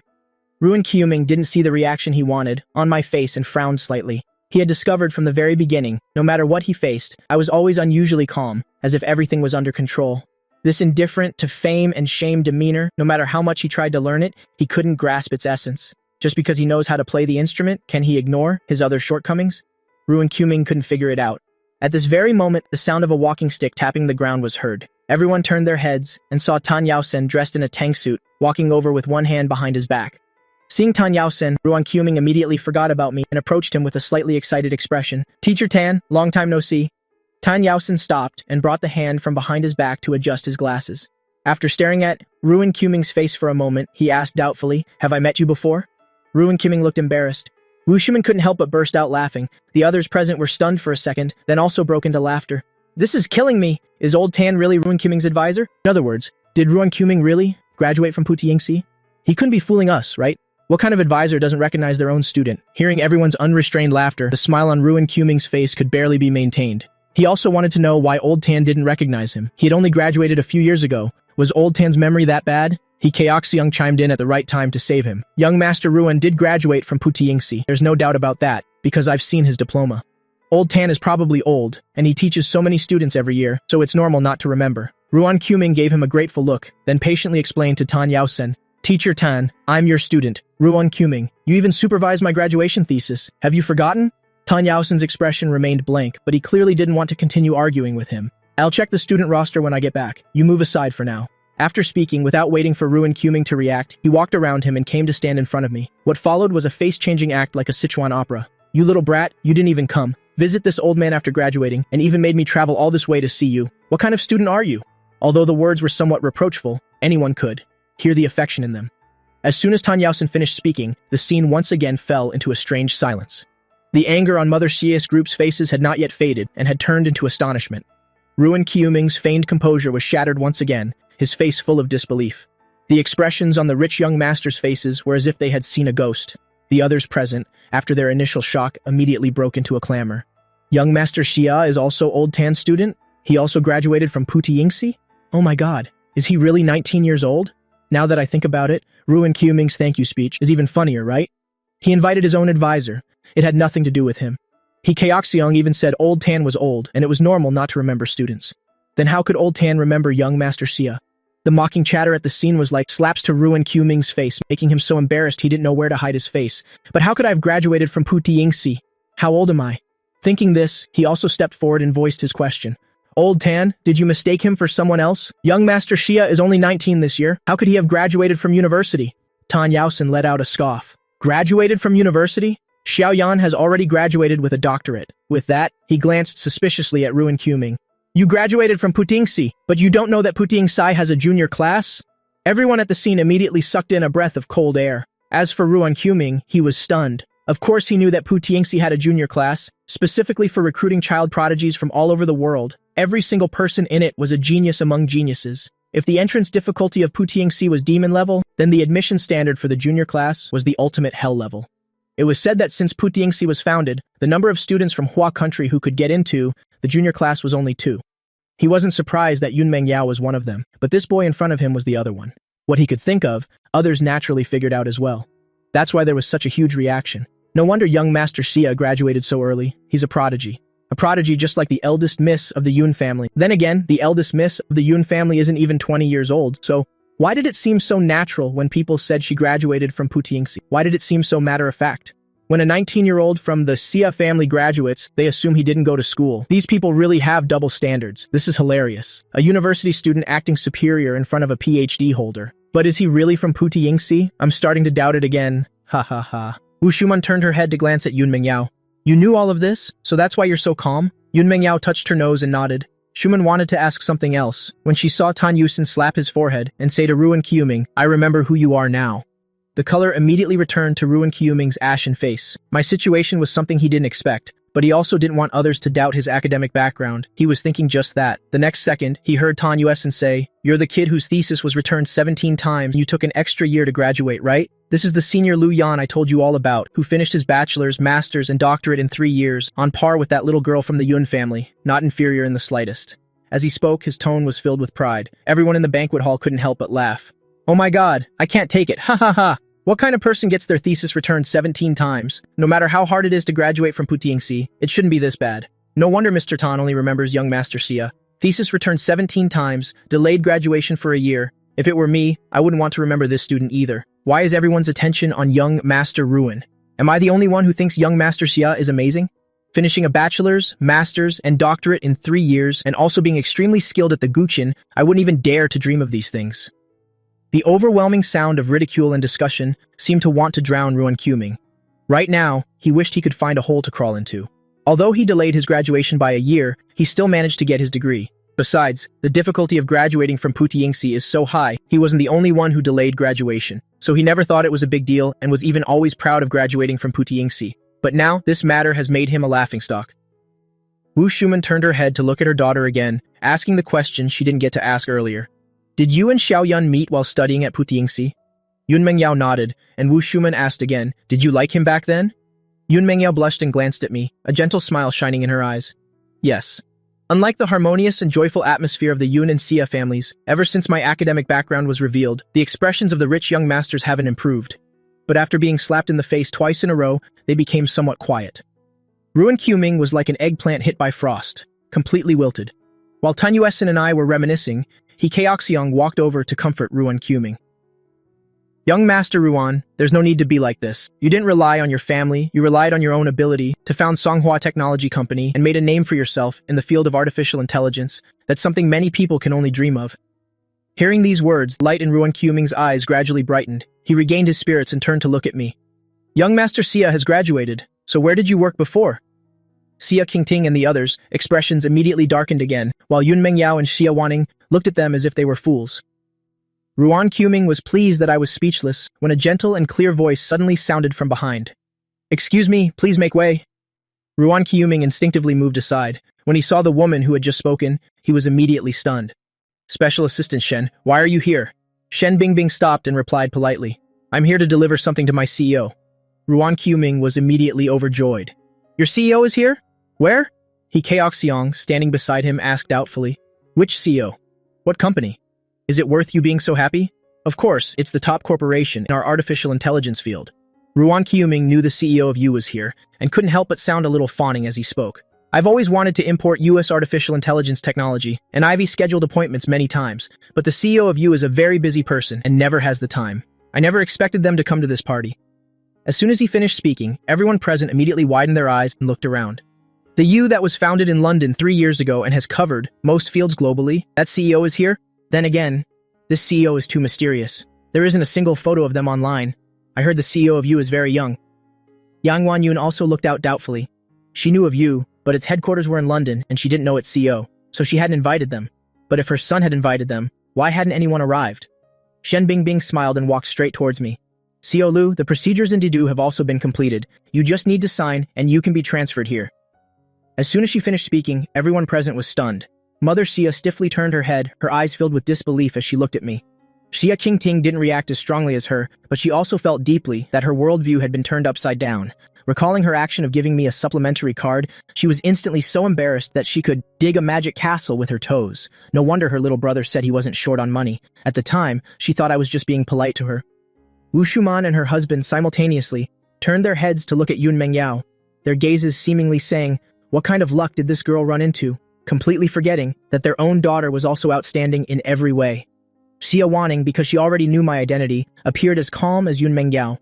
Unlike the simple astonishment of the Yun and Xia families, the group of rich young masters present, their facial expressions could be described as ferocious. As for Ruan Qiuming, it was as if he had fallen into some terrifying nightmare. His whole body unconsciously recoiled, and he even shook his head, muttering, "How can this be?" The others, after recovering from their shock, erupted into a frenzy. "Am I seeing things? The CEO of U is young Master Xia? He's so young. No way. Does this person have to be such a monster? Is he even leaving a path for others to live?" Ruan Qiuming clenched his palms tightly. His lips were about to bleed from how hard he was biting them. Now he finally understood where my calm and composed demeanor came from. The funny thing is, he thought he could win back around in his career, but he ended up in an awkward situation and completely lost the chance to cooperate with you. Xia Qingting turned her head to look at Zhang Ying waiting beside her. "Did you record everything?" Zhang Ying nodded. Xia Qingting smiled coldly at the young masters in the hall. "Go," she ordered. Zhang Ying immediately led a group of people into action. Any young master who had spoken ill of me during the party was seized and dragged out. "What are you doing? Let me go! Ah!" Along with the screams, all the rich young masters who had mocked me were thrown out. Xia Qingting dusted off her hands and smiled at the remaining people. "Just cleaning up some trash." "All right," the party continues. Daring to throw more than half of the young masters of the upper class out of a party and call them trash, I'm afraid only Xia Qingting could do that. However, the parents of these people didn't dare to have any objections and were even worriedly thinking if the Xia family would target them in the future. The others felt lucky that they hadn't said anything they shouldn't have. With the precedent set, plus the fact that now I no longer had any flaws to pick on, the rest of the party proceeded without any further incidents. When the party was over and the guests were about to leave, Su Lingdi walked up to me. "Can we talk?" Yun Mengyao's expression turned cold. Xia Wanning glanced at her. "Not kicking you out earlier was already merciful. You still dare to come closer?" Mother Xia and the others looked at Xia Wanning doubtfully. Xia Wanning didn't return Mother Xia's gaze but stared intently at Su Lingdi. "Get her out. Why aren't you leaving?" Su Lingdi didn't budge but stubbornly looked at me. "I have something to say to you about the two of us." "Life," I interrupted her. "Let's go, you only have 5 minutes." Yun Mengyao grabbed my wrist. I comforted her, squeezing her hand back, transmitting warmth from my palm. "Don't worry, wait for me." After saying that, I went with Su Lingdi to a rockery. I looked at Su Lingdi and got straight to the point. "What do you want to say?" Su Lingdi looked at me, seemingly not surprised at all that I appeared here. "Have you been keeping track of my news all this time?" I glanced at my watch. "You have 4 minutes left." Su Lingdi's chin twitched slightly. "I'm starting to believe what you said about past lives. I just don't understand. Our feelings were once so deep. Why do you suddenly hate me so much?" I didn't answer her question, but leaned against the rockery with my arms crossed. "You're the one who caused Su Minggui's death, right?" Su Lingdi's pupils narrowed. "Trying to get a confession out of me? Do you hate me that much? You want to push me to my death?" I raised my index finger and wagged it. "Has no one told you? The best way to get revenge on someone isn't to kill them with one blow, but to make them forever unable to obtain what they desire, or to let them have it and then lose it all. After all, the feeling of falling from heaven to hell is more devastating than never having touched heaven at all, isn't it?" Su Lingdi's expression turned cold. "You want to use the power of the Xia family to deal with the Su family?" I let out a cold laugh. "You've known me for so long. Do I look like the cowardly type who has to rely on others for revenge?" Hearing me say this, Su Lingdi immediately regained her previous composure. Although Yu is a leading company in the industry, it has no overlap whatsoever with the Su family's businesses. How do you plan to defeat me? Even if you wanted to acquire us, U.S. working capital isn't enough to acquire the entire Su corporation, is it? I smiled, as if mocking her naivety. An acquisition would just be helping you liquidate your assets. Do you think I'm stupid? As for how I'll deal with the Su family, you'll just have to wait and see. Your 5 minutes are up. See yourself out. After speaking, I ignored Su Lingda's expression and turned to leave. As I walked back, my steps were much more hurried, and when Yun Mingyao saw me approaching, she immediately stepped forward. I opened my arms and hugged her. I'm back. Yun Mingyao hummed softly in my embrace. Xia Qingting's eyes were blazing with anger. Where's that brat? She left. Little brother, how do you want her to die? Sliced or minced? Your big sister will do whatever you say. During that short time, Xia Qingting had already asked Xia Wanning and found out about the feud between me and Su Lingdi, so now she was in a state of rage. If she hadn't been stopped, she probably would have gone after Su Lingdi to take her life. I smiled and said to Xia Qingting, how could I let that kind of trash dirty my big sister's hands? I can deal with her myself. A bloodthirsty glint flashed in Xia Qingting's eyes. I'm not kidding you, little brother. Don't think that just because she's back with the Su family now, it's still very easy for me to make her disappear completely. My tone also became serious. I'm not kidding you either, big sister. This is a feud between me and her, and I want to resolve it myself. But that's not to say I don't need this Xia family's help at all. With that, I turned my head to look at Xia Wanning. Big sister, does the Xia Corporation have an entertainment company under its wing? Xia Wanning nodded. There is one. But that was because our third sister suddenly wanted to act, so she started it with some friends. And the result? Xia Qingting laughed and continued. The result was that girl spent 3 days on set, complained about mosquitoes in the deep mountains, and ran away. Right. Xiao Xiao is your third sister. She's traveling around as a photographer now. I haven't told her we found you yet. Xia Wanning glared at Xia Qingting for interrupting, and then continued. Because Xiao Xiao gave up on being an artist, the Xia family doesn't really manage Xingche anymore. We just sent 2 managers there to hold the fort. Although it's called an entertainment company, it's really just a studio with very few artists. So, little brother, why do you ask? I thought to myself, no wonder I've only seen 2 sisters so far. What I mean is, big sister, can you let me manage Xingche? Xia Wanning looked at me and said, you want to? I nodded. That's right. The Su family's main business is an entertainment company. I want to use Xingche to go against the Su Corporation's Tianyu. If you trust me, big sister, you can hand Xingche over to me. You give me a studio, and in return, I'll give you back the strongest star factory. Xia Wanning gave me an affectionate glance. What silly thing are you saying? What's there not to trust about you? It's just that you also have you under you. And now you're going to manage an entertainment company too. Can your health handle it? Besides, you heard what I said just now. Xingche is practically an empty shell right now, and Tianyu occupies almost half of the entertainment industry. If Su Lingdi finds out you're taking over Xingche, she'll definitely be able to guess your intentions. It will be hard to avoid her trying to trip you up. It's not that I don't believe in your abilities, it's just that you've never been involved in the entertainment industry. The Su family also controls most of the resources in the industry. If they want to suppress you, Xingche will basically have no room to survive. I smiled. Yu is very mature now, and besides, Xin Bingbing can handle things on her own now. He'll appoint her as the acting CEO. Except for some important decisions, all of Yu's affairs will be handled by her. As for managing the entertainment company, I know what I'm doing. Big sister, don't worry. In my previous life, I was the one who managed most of Tianyu. When it comes to managing the entertainment industry, no one is more familiar with it than I am. Moreover, I know the inner workings of Tianyu very well. Even if the start is difficult, overthrowing them is just a matter of time. When Shen Bingbing heard this, she couldn't help but feel overwhelmed by the favor. But having learned her lesson from last time, she tried her best to appear composed. She couldn't embarrass her CEO. After I finished saying I would focus on managing the entertainment company, Yang Wanyun realized something was wrong.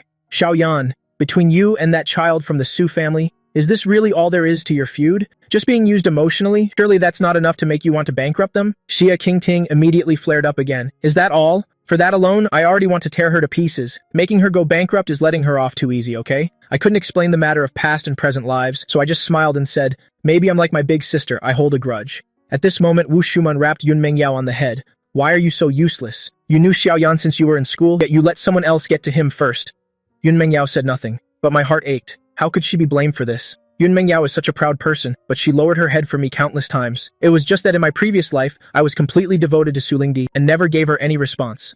Thinking of this, I reached out and took Yun Mengyao's hand, looked at Wu Shuman and said, Auntie, you're being too harsh. It's because I was blind before and failed to appreciate Mengyao's feelings for me. But it won't be like that anymore. Wu Shuman looked at Yun Mengyao with satisfaction and said with a smile, look at how Xiao Yan is defending you. He won't even let your own mother say anything. You have to treat Xiao Yan well in the future, understand? Yun Mengyao squeezed my hand tightly. This is not something you all need to arrange. Wu Shuman yawned. All right, it's getting late, we should be heading back too. Xiaoyan, do you want to come back to the Yun family home with us? Xia Qingting vigilantly pulled me back. No, thank you. Auntie and uncle both said it's late. My little brother needs to sleep too. Yun Mengyao squeezed my hand, a little reluctant to let go. She knew today was my first day back home, and I should stay the night at the Xia family home. But since we got together, we've never spent a night apart. To suddenly leave her alone in a room, she still felt a bit unwilling to face it. Xia Wanning looked at Yun Mengyao gloatingly. The frustration she had been holding in for the past few days in London seemed to vanish in an instant. Didn't you hear, young Miss Yun? My little brother needs to go to sleep. Although Yun Mengyao was reluctant, she could only let go. But at this moment, I quickly leaned into her ear and whispered something. Yun Mengyao's eyes immediately lit up, then she lowered her eyes to suppress her excitement. Then, Auntie Xia, we'll be leaving. Our small interaction only lasted a moment, so no one there noticed. Mother Xia smiled and nodded. Shen Bingbing also took her leave. The next morning, after breakfast, I drove alone to Xingqi Entertainment. Through the revolving door, I was about to go to the designated meeting room to handle the handover when I bumped into someone. After seeing my handsome face, Chen Jing was immediately stunned on the spot. I was also quietly observing the girl in front of me, Chen Jing. I silently repeated this name in my heart. Based on my calculations of the timeline, she should still be a second-tier actress right now. But in my previous life, when I followed Su Lingdi to Didu, this person had already moved to Tianyu. So before going to Tianyu, she was with Xingqi? I saw that her expression was a bit strange and reflexively asked, "Are you okay?" Chen Jing placed a hand on her pounding chest. "I think I'm a little." I frowned. Is this person trying to scam me? She was clearly walking normally. She's the one who bumped into me first. Thinking of this, I reached out and pulled Chen Jing's hand, placing my fingertips on her wrist to check her pulse. Chen Jing stared blankly at her hand being held by me. The spot I touched felt like it had been zapped by electricity, tingling and numb. Before she could even come to her senses, the warm feeling on her wrist was gone. I looked at her and said, "There's nothing major wrong with your health." After speaking, without looking at her reaction, I turned and walked straight to the elevator. Her manager, Ding Yue, walked over. "Didn't you go back to the car to get something? Why are you standing here in a daze? What's wrong with your hand?" Chen Jing clutched the hand whose pulse I had taken and acted like she was clutching her heart. "Sister Ding, I think I've just fallen in love at first sight." On the other side, I arrived at the designated meeting room. As soon as I pushed the door open, I saw a man and a woman sitting leisurely on either side of the meeting table. Before coming, I had done some research. I knew one was named Xu Feng and the other was named Kai Min, holding the positions of general manager and director respectively, but neither of them were very old. Seeing me enter, Xu Feng and Kai Min looked at each other. "Hello, Xiao Lu. I will definitely do my utmost to cooperate and support your work." It was clear the two of them had been informed beforehand. This was Xu Feng speaking. "Xiao Lu, Xingqi currently only has one decent artist, but she's about to leave now." I glanced at the two of them. "Are you talking about Chen Jing?" Kai Min looked at me doubtfully and asked, "Does Xiao Lu know her?" I didn't answer this question, just frowned and thought. I knew Chen Jing would move to Tianyu later, I just didn't expect it to be so soon. At this time, Xu Feng spoke again. "We don't have the ability to keep her, so why don't you give it a try, Xiao Lu?" Although it was a simple suggestion, I could tell Xu Feng wanted to test my abilities through this matter. If I couldn't keep her, although it wouldn't change the fact that I'm taking over Xingqi, it would still be difficult to make this person submit to me completely. Thinking this, I tapped my fingers on the table a few times. "Bring her file here first, then tell her to come see me privately." Kai Min didn't catch Xu Feng's hidden meaning and stood up after hearing my instructions. "Yes, President Lu." 10 minutes later, I had just flipped to the last page of the document when I heard a knock on the meeting room door. Without looking up, I said, "Come in." When Chen Jing arrived, she was not very willing. After all, she was about to leave Xingqi, so she had no interest in the new president. She guessed he wanted to keep her, and being delayed like this, she might miss the person who made her heart flutter. But when she heard this voice, she immediately thought of that handsome face. While her face was full of questions, Chen Jing endured her unbalanced heartbeat and slowly opened the meeting room door. The moment she saw me, Chen Jing froze on the spot. Not until I looked up at her in confusion did she drag her stiff legs in front of me. "Are you the new president of Xingqi?" I glanced at her chest with amusement. "Is it better now?" In an instant, it brought us back to the time we first met, as if trying to use a joke to erase any hard feelings. But Chen Jing felt like she was struck by Cupid's arrow again, her heart pounding as if it would leap out.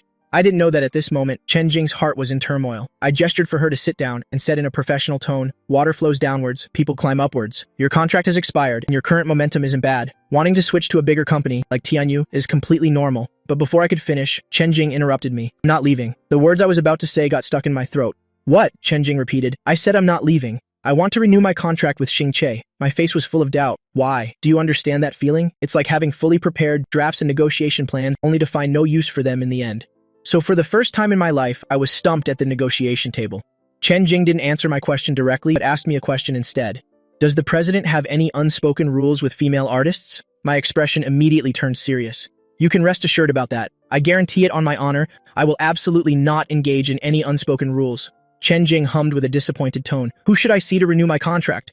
You? Why do I feel something is strange? Is it my imagination? It seems that after I said there would be no unspoken rules, this person seems quite disappointed. A not-so-good thought sprouted in my mind. You still haven't answered my question. Why did you suddenly choose to stay? Chen Jing was afraid of scaring me to the point that I wouldn't accept her, so she made up a reason. Xingche was founded by me and a close friend. Although that girl abandoned me, I've thought it over, and I still can't abandon Xingche. The corner of my mouth twitched. Is your best friend Xia Xiao Xiao? Chen Jing was stunned. You know her? I hummed in agreement, thinking to myself, not just know her, that's my third older sister. Chen Jing didn't overthink it. Someone who could be sent from the headquarters of the Xia family to be president? It wasn't strange to know someone from the Xia family, so who should I look for? Me. To renew your contract, find Director Su. Outside the meeting room, in the hallway, Shu Feng saw Chen Jing come out after less than 3 minutes inside, and his heart immediately sank. Kai Min also thought that this was most likely a failure, and said to Shu Feng, President Liu has never been in contact with the entertainment industry, so it's normal to fail right at the start. Besides, even the two of us couldn't keep her. But Shu Feng's expression didn't improve at all. Ding Yue, who was waiting nearby, waved. Jing, Tian Yu has sent someone to pick you up. Unexpectedly, the next second, he saw Chen Jing walk up and stop in front of Shu Feng. I want to renew my contract. Shu Feng thought he had misheard. What did you say? After renewing the contract, Chen Jing returned to her lounge. She took out her phone and sent a WeChat message to Xia Xiao Xiao. What are you doing? Answer me. If you're alive, say something. She sent several messages in a row, but the other side ignored her. Chen Jing didn't mind, biting the corner of a throw pillow, freeing her hands to type. I'm not going to Tianyu anymore. I want to stay at Xingche. Not long after this message was sent, the other side made a video call. Why did you suddenly want to stay? You don't have to overthink it. I was the one who told you to go. My eldest sister doesn't value Xingche, and she doesn't plan to develop the entertainment business. Why would you earn money for her? If you go to Tianyu, your resources will definitely be guaranteed. This is why Chen Jing didn't care if she replied to her messages or not. A best friend might ignore you, but they will definitely put themselves in your shoes to think for you.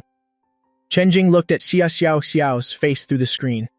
She suddenly felt it looked a bit like me, and wondered if she was going crazy. Now everyone looks like me. I like a guy. It's the president who was sent to manage Xingche. I'm staying for him. Xia Xiao Xiao clicked her tongue. I'm busy. Talk to you later. After saying that, she hung up. Tianyu's president's office. After hearing from the person Su Lingdian sent, Su Zi immediately laughed until he couldn't breathe. So Lu Yan's so-called revenge is to use Xingche Entertainment to deal with Tianyu. Was his brain kicked by a donkey? Xingche going against Tianyu? Isn't that like an egg hitting a rock? Besides, Xingche only has one decent artist right now, and she's about to jump ship to our Tianyu. Xingche is an empty shell. How can it fight against Tianyu, which occupies half of the entertainment industry? Just as he finished speaking, there was a knock on the office door. After getting permission, the HR director walked in trembling. President Su, Chen Jing wants to renew her contract with Xingche. She's not coming to Tianyu anymore. If she's not coming, then fine, Suzy said irritably. A measly second-rate star, she really thinks she's something. As long as Tianyu lifts a finger, does she still think she can survive in this industry? Su Lingdian's face also turned cold as she looked up Chen Jing's recent schedule herself. Her fingers tapped lightly on the table. Call K. Zhen here. Not long after, a handsome male actor walked in. President Su, you called for me. Su Lingdian looked up at him. I have a task for you. Tell the director to get rid of Chen Jing. He Zhen was stunned, but didn't ask much. Yes. Chen Jing didn't know she had been set up yet. After renewing her contract, she rushed to the location for the outdoor reality show filming. As for me, I was familiarizing myself with the company's rules and procedures and making a few changes along the way. However, before I finished reading, Kai Min rushed in anxiously. President Liu, something happened with Chen Jing. My fingers paused. What's wrong? Kai Min said hurriedly. It's the outdoor reality show that Chen Jing was supposed to participate in today, but as soon as Chen Jing arrived there today, the director informed her that she didn't need to film anymore. To put it bluntly, she's been kicked off. My expression turned cold. I'll go take a look. Soon we arrived at the scene. I got out of the car and saw Ding Yue arguing with the director there. Meanwhile, Chen Jing was sitting under a temporary sun umbrella, head bowed low. I don't know what she was thinking. As I walked forward, Chen Jing seemed to sense it and looked over. Then she froze, put down the mineral water bottle in her hand, stood up to walk over. President Liu, why are you here?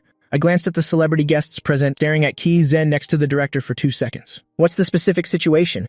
Chen Jing scratched her head, her tone seemingly indifferent as she said, it's no big deal. That's how the entertainment industry is, fawning over the powerful and trampling on the weak. I rejected Tianyu's contract, so it's not surprising to be suppressed. But the production team is in the wrong first, so even if I can't film, I can still get some compensation for damages, so it's not a loss. I looked at the girl who was turning back to comfort me, feeling a little unhappy inside. You wait here first. I'll be right back. Chen Jing reached out and grabbed my wrist. There's no need. I glanced down, and Chen Jing immediately let go as if she'd been electrocuted. The director saw me walking over, and a look of surprise flashed in his eyes. Which company's artist are you? Kai Min, walking beside me, was stunned and turned his head to look at his president. At first, he was biased because of nepotism. Then he was surprised by my aura and status. He hadn't even noticed that his own president could also make a living with his looks. Kajen also noticed my appearance and immediately became wary. I looked at Wang Fei with a cold expression. I'm not an artist. I'm the president of Xingche Entertainment. I'd like to ask, what mistake did my artist make that you had to temporarily cancel the contract? Hearing my artist, Chen Jing's ears turned slightly red. Although she knew I was just saying it casually, a little sweetness still welled up in her heart. After hearing me say I wasn't an artist, Keizhen was temporarily relieved. Because he looked down on Xingche Entertainment, he also looked down on my status as president. Under the director's pleading gaze, he stood forward with his arms crossed and said arrogantly to me, "Young man, you haven't been in the industry for long, have you? In the entertainment industry, some things don't need a reason. Just based on my current status, kicking out a second-rate star is just a matter of one sentence." My eyes narrowed slightly. You don't seem afraid of others recording you, do you? Daring to speak so arrogantly in public? There are only two possibilities. Either you're too stupid, or you have backing. If it's the first case, you basically would have been finished before reaching this status. Keizhen acted as if he heard a joke, and his assistant beside him also laughed without restraint. Didn't you do some research before coming here? The person backing our brother Zhen is the second young miss of the Xia family in Didu, Xia Qingting, who is also the master of Xia Men. Do you know Xia Men? You dare to provoke the boyfriend of Xia Men's master? Are you tired of living? I was a little speechless. I could guess that the other party definitely had backing, but I didn't expect it to be my own second sister. It's one thing that this guy doesn't know I'm the young master of the Xia family, but does he also not know that Xingche Entertainment is a subsidiary of the Xia family? Well, Xingche Entertainment is at the bottom of entertainment companies, so it seems very few people would connect it with the powerful Xia Group financial conglomerate. In my previous life, I only found out when Xingche went bankrupt. Kaiman was also very speechless, but since I didn't speak, he also held his tongue for the time being. Kijen saw that I said nothing and thought I was scared. His attitude became even more arrogant. So you were recording just now?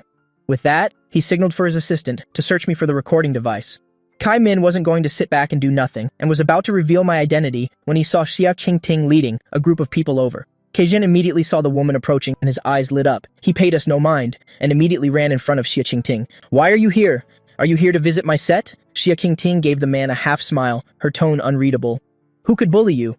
Keijin turned and pointed at me. It's this person. He's using a recording to threaten me.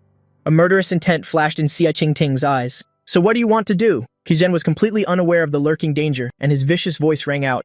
I'm not an unreasonable person. I just want to punish him lightly as a warning. Help me slash his face.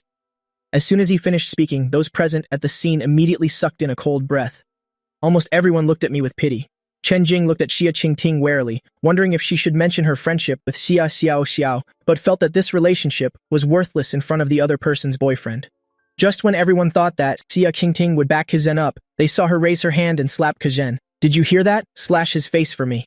Seeing this, everyone present was stunned. For a moment, they couldn't tell who Xia Qingting was talking to or whose face she wanted slashed. Keizhen was also full of disbelief. Qingting, what are you doing? I told you to slash that guy's face. Xia Qingting walked over to me and linked her arm with mine. I finally found my younger brother after so much difficulty. I can't even dote on him enough. And you're telling me to slash his face? As soon as Xia Qingting finished speaking, everyone present was immediately dumbfounded.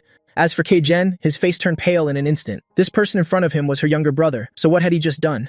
An overwhelming panic set in. Keizhen trembled and begged, I'm sorry, Qingting, I was wrong. I didn't know this was your brother. Xia Qingting sneered, throwing his own words back at him. Then let's just punish you lightly as a warning. Slash your face. Keizhen was so scared his voice almost broke. I'm an artist's face is the most important thing. You can't ruin my face, I'm begging you.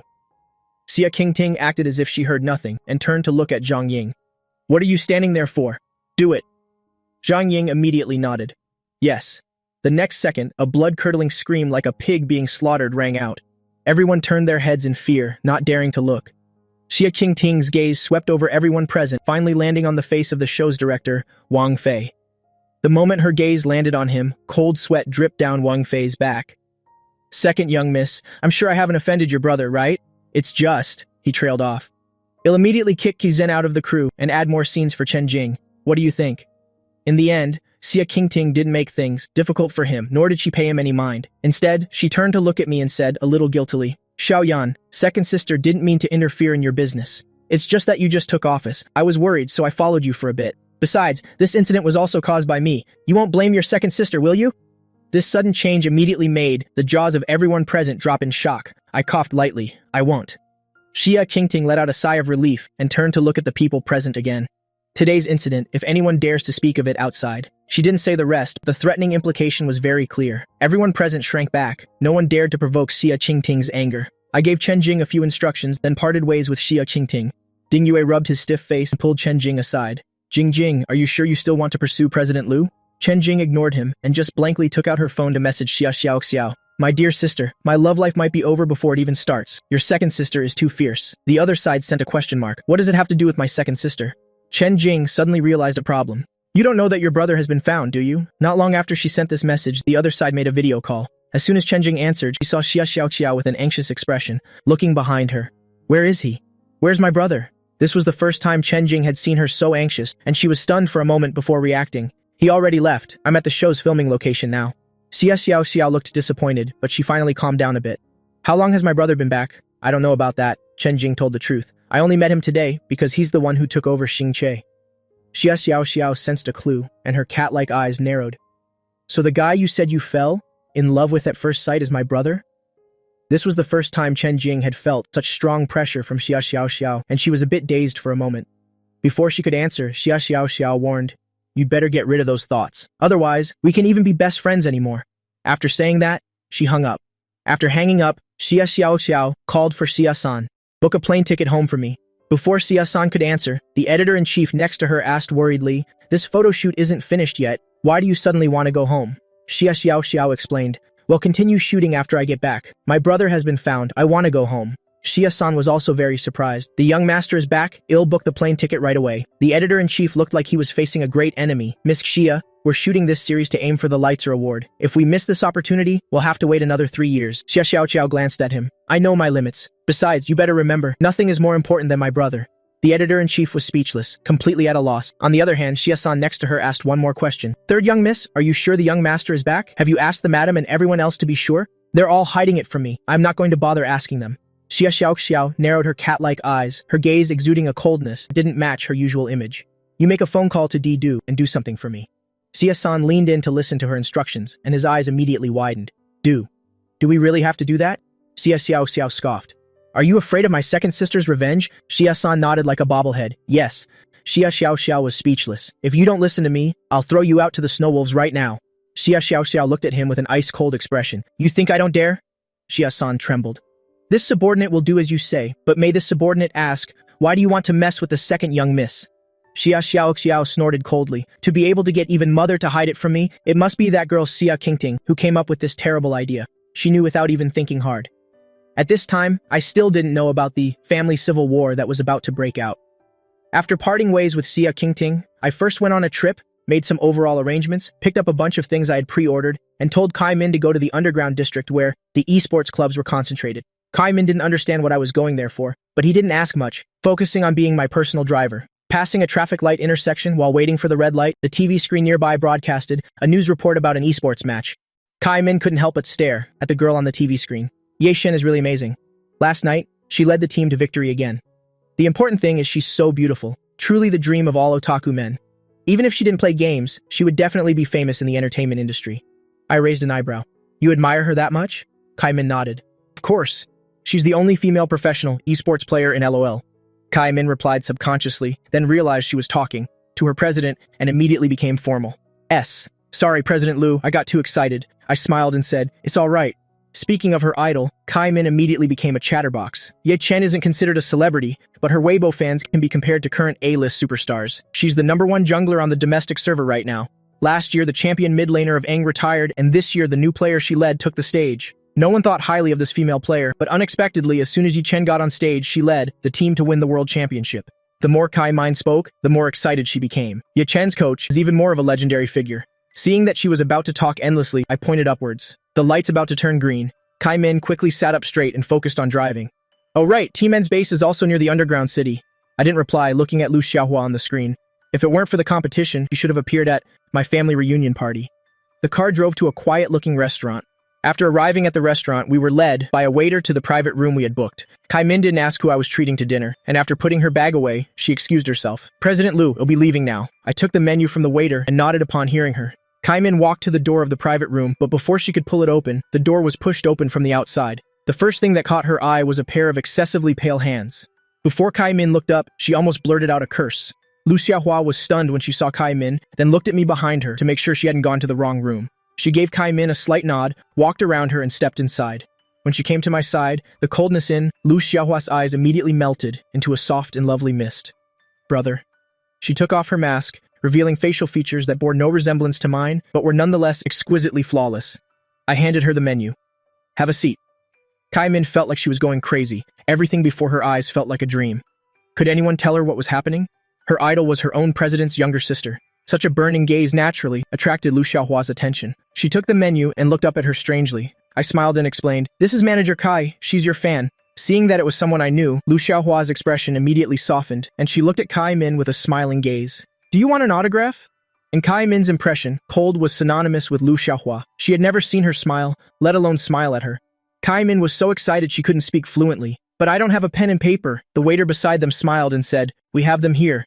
Team N's base is right here. Lu Xiaohua is also a regular here. She's seen this many times, just not as exaggerated as Kai Min." After getting the autograph, Kai Min walked out in a daze, even bumping into the doorframe. I smiled and handed the black bag beside me to Lu Xiaohua. Keyboards, mice, and so on, everyone's names are on them. Those guys get them too? They're getting a great deal, Lu Xiaohua complained childishly, but there wasn't a trace of displeasure in her expression. While taking the black bag, she handed me the gift box she'd brought.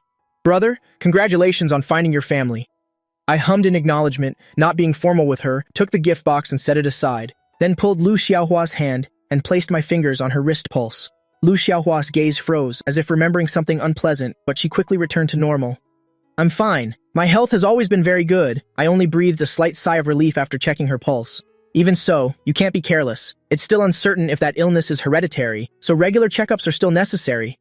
Lu Xiaohua smiled faintly. "Oh right, brother, you're in the imperial capital now. So your new girlfriend? Is she in the imperial capital too?" I smiled and said, "Do you want to meet her?" Lu Xiaohua saw that I didn't avoid the topic, and moreover, when mentioning that person, the corners of my eyes and my brows showed I was immersed in love, which made her heart sink. "Brother, after the lesson from Su Lingyan, you need to be careful when you're in a relationship. Beware of others taking advantage of you, especially now that your status is different. That person has only been with you for a short time, yet she was able to give up everything in Shen City to follow you to the imperial capital. Is it for you? Or..." She didn't say the rest, but the meaning was clear. Seeing her hesitant expression, I couldn't help but find it a little funny. "You don't think I'm a love-struck fool, do you?" Lu Xiaohua retorted. "Aren't you?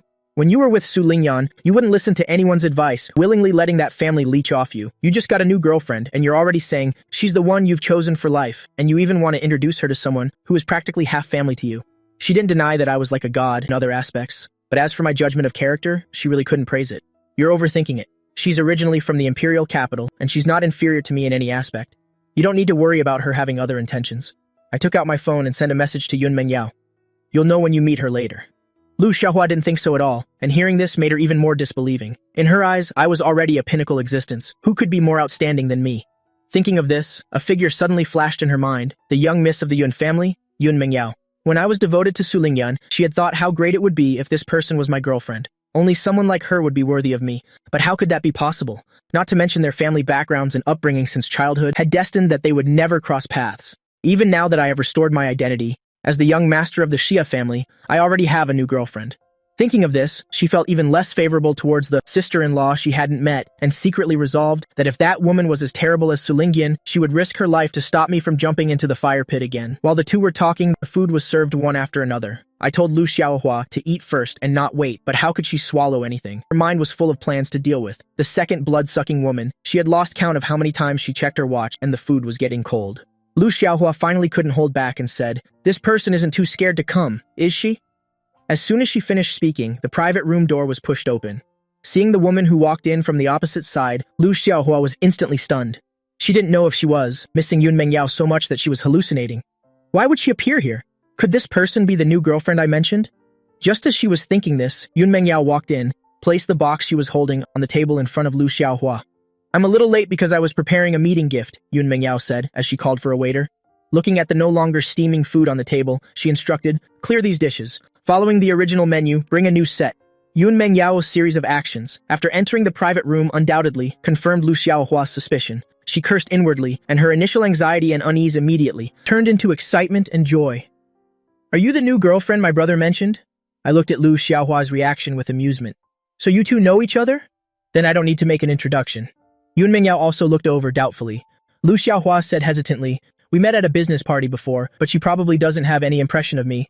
I hummed in acknowledgement, asking as if coaxing a child, so what do you think about this new girlfriend of mine? Does she pass your test, Lu Xiaohua was at a loss for words, her cheeks burning as if on fire. The dissatisfaction she had prepared beforehand couldn't be voiced no matter what. Besides, Yun Mengyao's gift was right in front of her.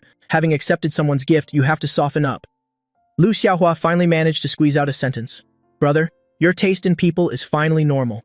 Yun Mengyao raised an eyebrow, thinking to herself that this gift was not in vain. After dinner, the three of them walked out talking and laughing, the atmosphere as harmonious as a family of three. However, just as we stepped out of the private room, we ran into the Sulingyan siblings, enemies on a narrow road. Sulingyan also didn't expect to see me here, and originally intended to act as if she hadn't seen me, but for some reason, she still stopped to greet me. I heard you've taken over Xingqi. I gave Sulingyan a half smile. President Su's news travels fast indeed. Sulingyan pretended not to hear. The sarcasm in my words, said a few modest words, then changed the subject. It's just that you've never set foot in the entertainment industry. Wanting to use Xingqi to deal with Tianyu? Isn't that a bit too fanciful? I smiled. Whether it's fanciful or not, President Su can just wait and see. At least regarding Chen Jing's departure or stay, Tianyu didn't gain the upper hand, did it? Suzy looked as if he had heard some joke. Sis, this guy doesn't think that keeping Chen Jing will make everything alright, does he? With Tianyu suppressing her, how can an obscure second-rate artist like her possibly have any room to develop?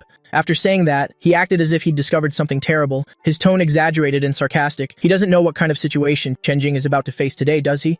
No wonder he can still happily go out for a meal. Sis, should we tell him? Suze originally thought that after he said these words I would show a doubtful or tense expression. Who knew I would still look at him with that same mocking gaze, as if watching a dancing clown? This gaze completely enraged Suzy. He looked at me hatefully and said, You still don't know that Chen Jing's variety show? Today was cancelled, do you? Not just today's show. In the future, whether it's filming or getting endorsements, as long as we make a move, she can forget about getting a single gig. I'd like to see how you use an empty shell to fight against Tianyu. Lu Xiaohua, who didn't understand the situation before, was immediately choked with anger upon hearing this, and was about to argue with the two opposite them when she was stopped by Yun Mengyao, who squinted at Suzy. I'm afraid you've forgotten the lesson from the Zheng family's party. A casual remark immediately made Suzy cover his face and step back in fear. Su Lingyan pulled Suzy behind her. Although Zizi's words are harsh, I'm sure you understand the principle. Today's suppression is just the beginning. If you remain stubborn, I won't be polite to you in the future. I couldn't help but laugh out loud, and here I was just praising you for being well-informed. To deal with my second-rate artist, you lost a first-rate one. Is this the suppression you were talking about? Then I hope you'll be even less polite in the future. Su Lingyan's expression froze. What do you mean by that? But I didn't want to say another word to her. I turned and signaled to Yun Mengyao and Lu Xiaohua, and the three of us walked around the siblings and left. Su Lingyan was in no mood to pursue the matter further, and took out her phone to call Kizan's manager. Suzy beside her was still consoling her. Sis, don't be nervous. He's most likely just trying to scare us. What level is Kizan at? Even if he can kick Chen Jing out, what could possibly happen to him? Su Lingyan ignored him, and after the call connected, she asked urgently, asking what happened to Kizan. Hearing the answer from the other end of the line, Su Lingyan's pupils suddenly constricted, and her phone slipped to the ground, shattering. The three of us had no interest in the siblings' reaction after learning the truth. This small incident didn't affect us in any way. After leaving the restaurant, Yun Mengyao and I took Lu Xiaohua to the lamppost next to the base. Lu Xiaohua held the gifts from the two of us, and looked at me hesitantly, asking, Brother, are you sure you're not going inside to sit for a while? Brother Hu and the others miss you a lot. Danzi hasn't even met you. He insisted on coming with me this time. I looked towards the base, my eyes unconsciously tinged with sadness. No need, you should go back. Lu Xiaohua was about to persuade me further, but I interrupted her. Then do you want to come with me to the Xia family's home to meet my mother and the others? After all, they can be considered your family too. Lu Xiaohua immediately shut her mouth. Attending the family reunion party was one thing, but meeting privately was the greatest trauma for someone with social anxiety. I smiled and patted her head. Go on back. This time Lu Xiaohua didn't say anything more. As soon as I got back to the car, Yun Mengyao clung to me. I didn't embarrass you, did I? I reached out and pinched her cheek, pulling it back and forth a little. Don't you have any confidence at all? Yun Mengyao grabbed my finger and bit it. In any case, she was your only family for your reunion. I still want to be acknowledged by her, so you won't be caught in an awkward position. My heart warmed. You did very well. Besides, you probably don't know, before you arrived, Xiaohua had all her hackles raised, looking ready to tear you apart at any moment. But as soon as you appeared, this child immediately softened her attitude. You didn't embarrass me. You made me proud. Yun Mingyao smiled. So do I get a reward? I raised an eyebrow. What reward do you want? Yun Mingyao didn't say anything more and just kissed me directly. Zhang Ting was already used to this, skillfully raising the partition. The amorous atmosphere in the back seat kept rising until Yun Mingyao melted like water in my arms. Tonight, are you staying at your place or coming to mine? After a pause, she added, I'm not staying at the Yun family home. I have my own place in the imperial capital. I smiled. They'll be home tonight so you can come over later. I looked at her and shook my head. Don't. My second sister has increased the number of bodyguards at the Xia residence recently. You'll definitely be discovered if you come. After hearing this, Yun Mingyao could only let out an aggrieved, oh, and accept the fact that she had to stay alone. That evening, I declined Yun Mingyao's offer to pick me up, and as I took my car keys to leave, I was wondering if I should hire a private driver. However, just as I stepped out of the main entrance of Xingche Entertainment, I heard a screech, and a luxurious convertible stopped right in front of me. The girl in sunglasses didn't even open the car door, but propped her hands on the back of the sports car seat and jumped out. Little brother, after a moment of shock, I was engulfed in a hug by Xia Xiao Xiao. Little brother, little brother, little brother. Smelling the cool pine scent on Xia Xiao Xiao, I thought to myself, the love for hugging must be genetic. No way, you flew back so quickly? Chen Jing, who had just returned from filming a variety show, saw the siblings hugging tightly. When Xia Xiao Xiao heard this voice, she immediately pulled me aside. Little brother, stay a little further away from this person in the future, okay? Chen Jing looked at us speechlessly. I asked with some curiosity, why? Aren't you two friends? Besides, I'm counting on Chen Jing to make money for me. After all, Xingche doesn't have any decent artists right now. Chen Jing is the face of the company. Xia Xiao Xiao was about to explain when she received a death glare from Chen Jing and immediately swallowed her words. Anyway, just stay away from her in the future. Let's go, we'll take you out to have fun. After saying that, without asking for my opinion, she pulled me directly into the car, started it, and with a roar, sped off and disappeared. Ding Luo watched the car's taillights shrink to a dot and nudged Chen Jing with her elbow. Do you regret it? Chen Jing shook her head. Regret what? I'm already very happy just being able to see him every day. Ding Luo looked speechless. You're hopeless.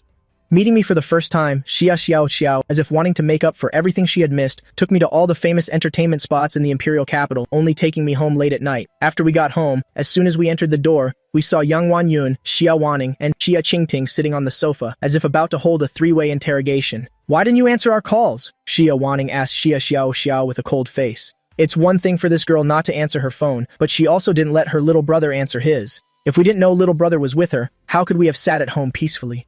Xia Xiao Xiao boldly pulled me to sit opposite the three of them. Then why didn't you all tell me about our little brother's return? If I hadn't found out myself, how long were you planning to hide it from me? Xia Wanning was at a loss for words and turned to glare at Xia Qingting. They were indeed in the wrong about this matter, but Xia Qingting showed no guilt at this moment, and there was even a raging fire of anger suppressed in her eyes. She snapped her fingers, and a subordinate immediately brought Xia-san forward. Xia-san's hands were tied behind his back, and his mouth was gagged, muffling his pleas for help to Xia Xiao Xiao. Xia Xiao Xiao was stunned. What are you trying to do? Xia Qingting let out a cold laugh. What am I trying to do? I gave you the death-sworn soldiers to protect you, and this is how you use them? Xia Xiao Xiao felt a little guilty. Who told you not to tell me about our little brother's return? You dare say mom and eldest sister hid it from me. Wasn't it you who cooked up this scheme? Xia Qingting looked at her with eyes that wished they could eat her alive. So what if it was me? You get tired of everything you do. You're already 22 this year and haven't accomplished a single thing. Little brother is already the president of you at only 19. You don't build a career? How do you have the face to be his older sister? Xia Xiao Xiao was stunned, looking at me in shock. Little brother is the president of you? I was suddenly dragged out as an example to lecture someone else, and the person being lectured was my own sister, which felt a bit awkward. Third sister is also very impressive. The others in the Xia family might not have noticed, but I knew that right now, Xia Xiao Xiao already held a certain status in the photography world. My one unspoken denial immediately made Xia Xiao Xiao feel ashamed. Xia Qingting ordered, I've already booked a plane ticket for you. Get back there tomorrow. Don't even think about coming home until you've made something of yourself. I won't. Xia Xiao Xiao hugged me tightly. I just got home. I need to at least cultivate my relationship with my little brother for a while before I leave. Xia Qingting glanced at her. Do you have the right to say no? I'm not negotiating with you. I won't. Xia Xiao Xiao still didn't compromise. Xia Qingting looked at Zhang Ying. Drag Xia-san out and chop him up.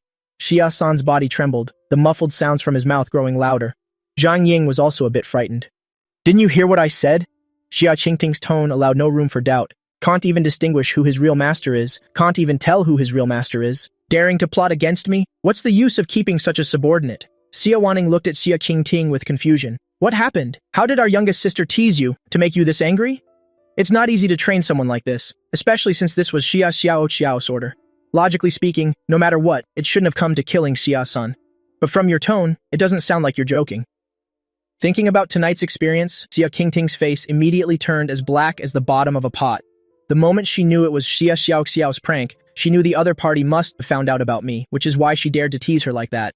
If you dare to tease her like that, you must be prepared to pay the price. She can't do anything to her own little sister, but can't she deal with a subordinate? Zhang Ying also thought of this, and her heart sank further into despair. Knowing it was useless to beg Xia Qingting, she turned to beg Xia Xiaoqiao. Third young miss, please say something. After all, Xia-san was working for you. You can't just let him die like this. Of course, Xia Xiaoxiao wouldn't just ignore him. Seeing that Xia Qingting was genuinely furious, with no room for negotiation in her eyes, she reluctantly said, "You'll go back, all right? But when I become famous, don't you dare stop me from coming home again." Xia-san breathed a sigh of relief. His whole body felt as if it had just been drenched. Xia Qingting had achieved her goal, so she didn't make things difficult for him anymore. Let him go. Xia Xiaoqiao hugged me tightly, refusing to let go. Little brother, wait for your third sister to make a name for herself, and no one will be able to separate us. I forced a smile and nodded. She talks as if we're a pair of star-crossed lovers being torn apart. Can you please remember that you're my older sister? Besides, after being dragged out to play all night, my bones are so tired they're about to fall apart. How could I possibly endure being with her every day? Xia Qingting also shot Xia Xiaoxiao a glare. It's getting late, scram and go to sleep. Little brother needs to sleep too. Only then did Xia Xiaoxiao reluctantly let go. In the middle of the night, I wasn't sleeping very peacefully. As soon as I opened my eyes, I was met with a pair of glowing, cat-like eyes. I was startled and instinctively used a grappling move to pin the peeper beside me to the ground. Little brother. It's me. I heard Xia Xiaoxiao's voice coming from beneath me. I was immediately stunned. Third sister, what are you doing here? As I spoke, I let go and turned on the light. Xia Xiaoxiao rubbed her bruised elbow, her eyes filled with grievance. I have to leave at dawn, so I wanted to look at my little brother a little longer. I was speechless. Although I had heard that the three Xia sisters doted on their little brother, this 2-day experience of meeting my relatives still exceeded my wildest imagination. Go to sleep, little brother. I'll watch over you from the side. I absolutely won't disturb you. I gave her a helpless look. With someone staring intently beside me, who could possibly sleep? I'm not sleepy. I cleared my throat and pulled a chair over for Xia Xiaoxiao. Let's talk. Okay. Xia Xiaoxiao crossed her long legs, sat on the chair, and rested her chin on her hand as she looked at me. What does little brother want to talk about? I casually picked a topic. Let's talk about our father. How did he go missing? Why hasn't anyone looked for him? I heard from Xia Wanning that our father went missing on the day I was born, but they never looked for him. Oh, him. Xia Xiaoxiao seemed uninterested, her tone lacking any respect. He's a scumbag. Why look for him? I was stunned. What do you mean? Back then, he had amnesia, and our mother took him in. She gave him a new identity and had him manage the company with her. In the end, she even gave herself to him and bore him 3 children. But what was the result? That ungrateful scumbag covered his memories on the day you were born, left a letter, and just took off. He said he already had a family and loved his wife very much. At this point, Xia Xiaoqiao let out a cold laugh. More than 10 years of our mother's companionship, plus 4 children, were all worth less than his old flame. He couldn't even bear to stay for one more day, leaving at the critical moment when Mom was giving birth to you. If it weren't for that, that day wouldn't have been so chaotic, and we wouldn't have lost you. Big Sis was only 9 years old then. It was hard for her to bear the responsibility. He and you went missing one after another, and a bunch of relatives took advantage of the situation, trying to seize the company. If Mom hadn't been strong-willed enough, I'm afraid she wouldn't have made it off the operating table. Tell me, a man like that, why should we look for him? Even if we found him, I'm afraid second sister wouldn't be able to resist killing our father. After hearing this, a shadow fell over my heart. I thought to myself, no wonder. With something like that happening, most people would probably just consider him dead. For their mother to have endured it all and carried the Xia family on her shoulders, it really wasn't easy. But for some reason, I felt that there might be more to this story. How could it be such a coincidence that I was born on that day and our father regained his memories on that very same day? Besides, people aren't heartless. Even if the father I've never met loved his former wife more, could he really be so cruel as to leave on the day my mother was giving birth? Thinking of this, I asked, have you all seen that letter? Is it in our father's handwriting? I know what you're trying to say, little brother. He wrote that letter, Xia Xiaoxiao said firmly. We Xia family members aren't to be trifled with. We checked the surveillance cameras afterward. On camera, we saw him with our own eyes writing that letter, then packing his things and leaving. My heart grew cold. I thought, if there's no hidden story, then this man is truly heartless to the core. I couldn't help but think of Su Lingyan.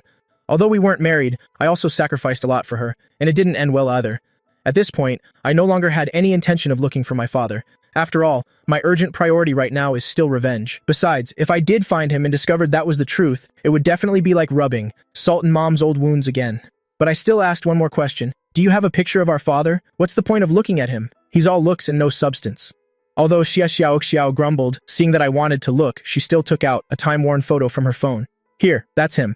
I took the phone and looked and was immediately stunned. I had seen this photo before. My SO7 once took an order to find someone, and the target was this very face. But the client was anonymous, as if they didn't want others to know they were looking for this person. And what was even stranger was that their mission had failed. The intelligence network of SO7 is so powerful that even the most heinous criminals that Interpol can't find would only take us half a month to locate. But this person seemed to have vanished from the face of the earth. We searched for a year and found nothing. So 7 even said that if this face was real, the person was definitely dead. Moreover, his body was either cremated or fed to the fish. In any case, we checked all the well-preserved bodies everywhere and still found no clues. The client didn't seem to care much about the result either. If we couldn't find him, so be it. Little brother, what's wrong? Seeing my reaction, Xia Xiao couldn't help but be a little suspicious. It's nothing. I handed the phone back to her. If father is dead, then there's no point in finding him anymore. Across the ocean, inside an ancient castle, a handsome middle-aged man sat up in bed and quietly made a call on the internal line beside him. Not long after, a butler in a tailcoat suit entered. My lord, what is it? The man listened to the thunderstorm outside the window and rubbed his itchy nose. Still, no news? The butler lowered his head a little more. This subordinate is incompetent. The man waved his hand wearily. You may leave. As soon as he finished speaking, he sneezed again. Who's cursing me? I practically stayed up all night talking with Xia Xiao. After arriving at the company, I yawned 6 times in less than 10 minutes and was stumbling as I walked. Just when I really couldn't take it anymore and was about to go to the lounge for a nap, there was a knock on the office door. I rubbed my forehead. Come in. Xu Feng opened the door and walked in. President Liu, there's trouble with Chen Jing again. My fingers paused. What's wrong with her? Xu Feng explained. Today is the opening ceremony for her new movie, but the director suddenly said he wants to replace the female lead. I frowned. Who's the new female lead? Wu Yanfan. After answering, Xu Feng paused for a moment and added, an artist from Tianyu, currently an A-list star. She lowered her own salary and approached the director to get this role. The last sentence explained why the director wanted to make the change. After all, compared to a second-tier actress, being able to hire an A-lister with a larger fan base for the same salary is an offer no one would refuse. As for why Wu Yanfan would do something that harms others without benefiting herself, the reason hardly required a second thought. It seems Su Lingyan still hasn't learned to behave herself. I grabbed my car keys. Give me the address of the opening ceremony. If it were any other movie, given the director's actions, it would be no great loss to just walk away. But Kang Yue is different. Based on my memories from my past life, I know this movie will become a huge hit later on. Even though no one thought much of it beforehand, and they even had to cut 10 episodes due to insufficient funding, it still became a massive success. It directly launched the struggling second-tier Chen Jing into the ranks of newly risen top-tier stars. Therefore, this movie cannot be given up, no matter what. Xu Feng hesitated for a moment. I know the place, let me drive.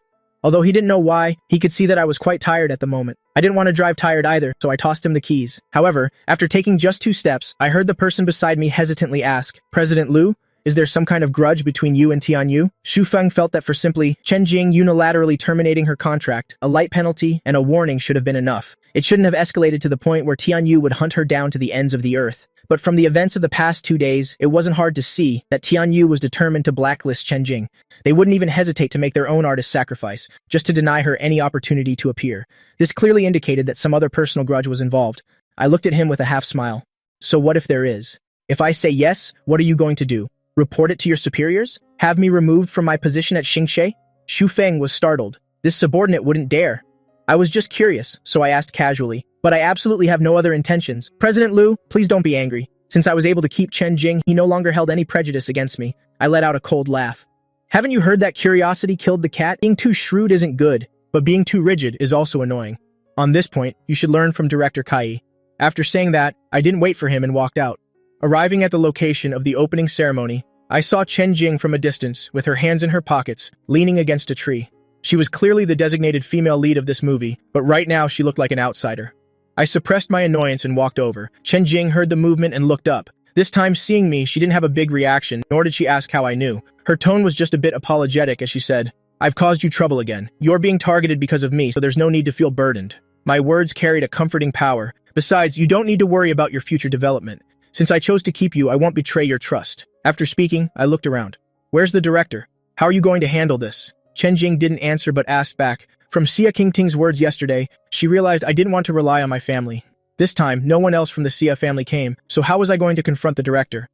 You don't need to worry about that. I didn't look worried at all. Just then, I suddenly spotted Ding Luo in a coffee shop across the street. The film's director, Chen Xinghang, was standing next to him on the phone, but he was frowning the whole time and didn't even glance at him. This time, I didn't need Chen Jing to lead the way. I just walked over. When Ding Luo saw me, he inexplicably breathed a sigh of relief. "President Liu, you're here." I grunted in acknowledgement. "Go comfort Chen Jing. Leave this to me." Ding Luo glanced at the still on the phone Chen Xinghang, nodded at me, and left.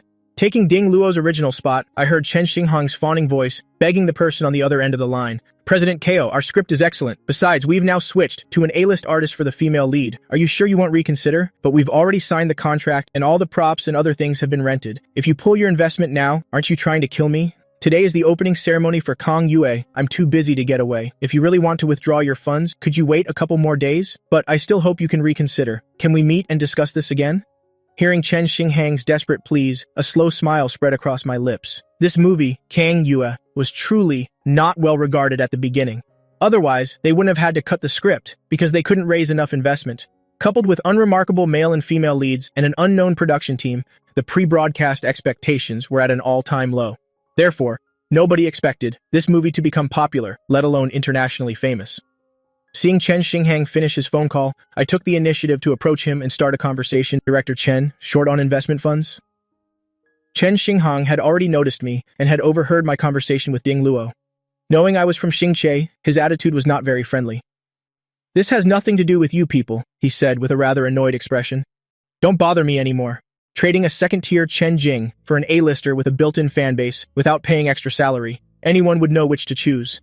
I thought to myself, this guy is quite blunt. "Director Chen, you're overthinking it. I just want to talk about investing with you. I know you're short on funds right now. Whatever you're short, I can invest that much. If you run out during filming later, you can also get more from me." Chen Xinghang was stunned for a moment, looking me up and down.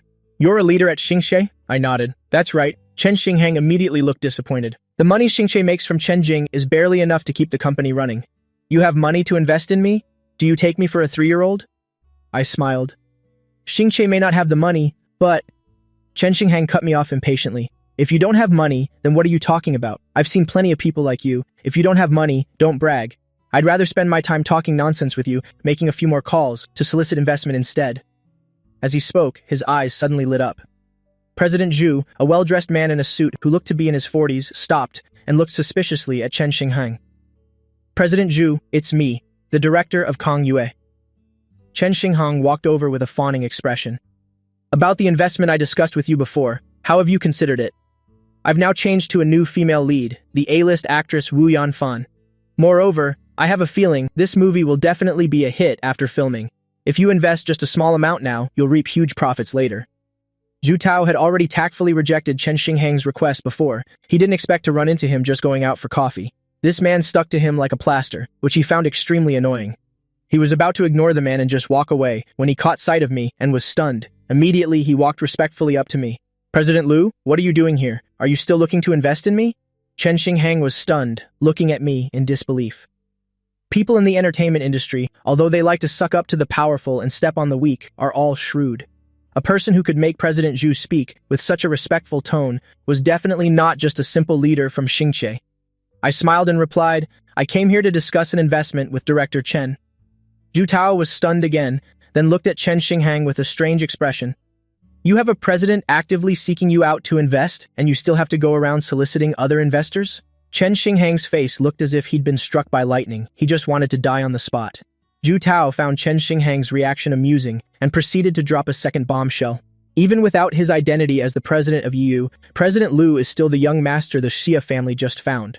If he's willing to invest in you, you basically don't need to go around looking for other investors anymore. He originally only knew me as the president of you. Although Zhu Corporation is indeed due, it has business with you. It was only after the Xia family's recognition banquet that he discovered this person was also the lost young master of the Xia family. That's enough. Seeing Chen Xinghang's devastated expression, I promptly reminded Zhu Tao to stop. Is President Zhu planning to get some coffee? Having been in the business world for a long time, the words and actions of both parties convey meanings that are easy for others to understand. Zhu Tao immediately showed his understanding and said, "Then you two can talk. I'll be on my way.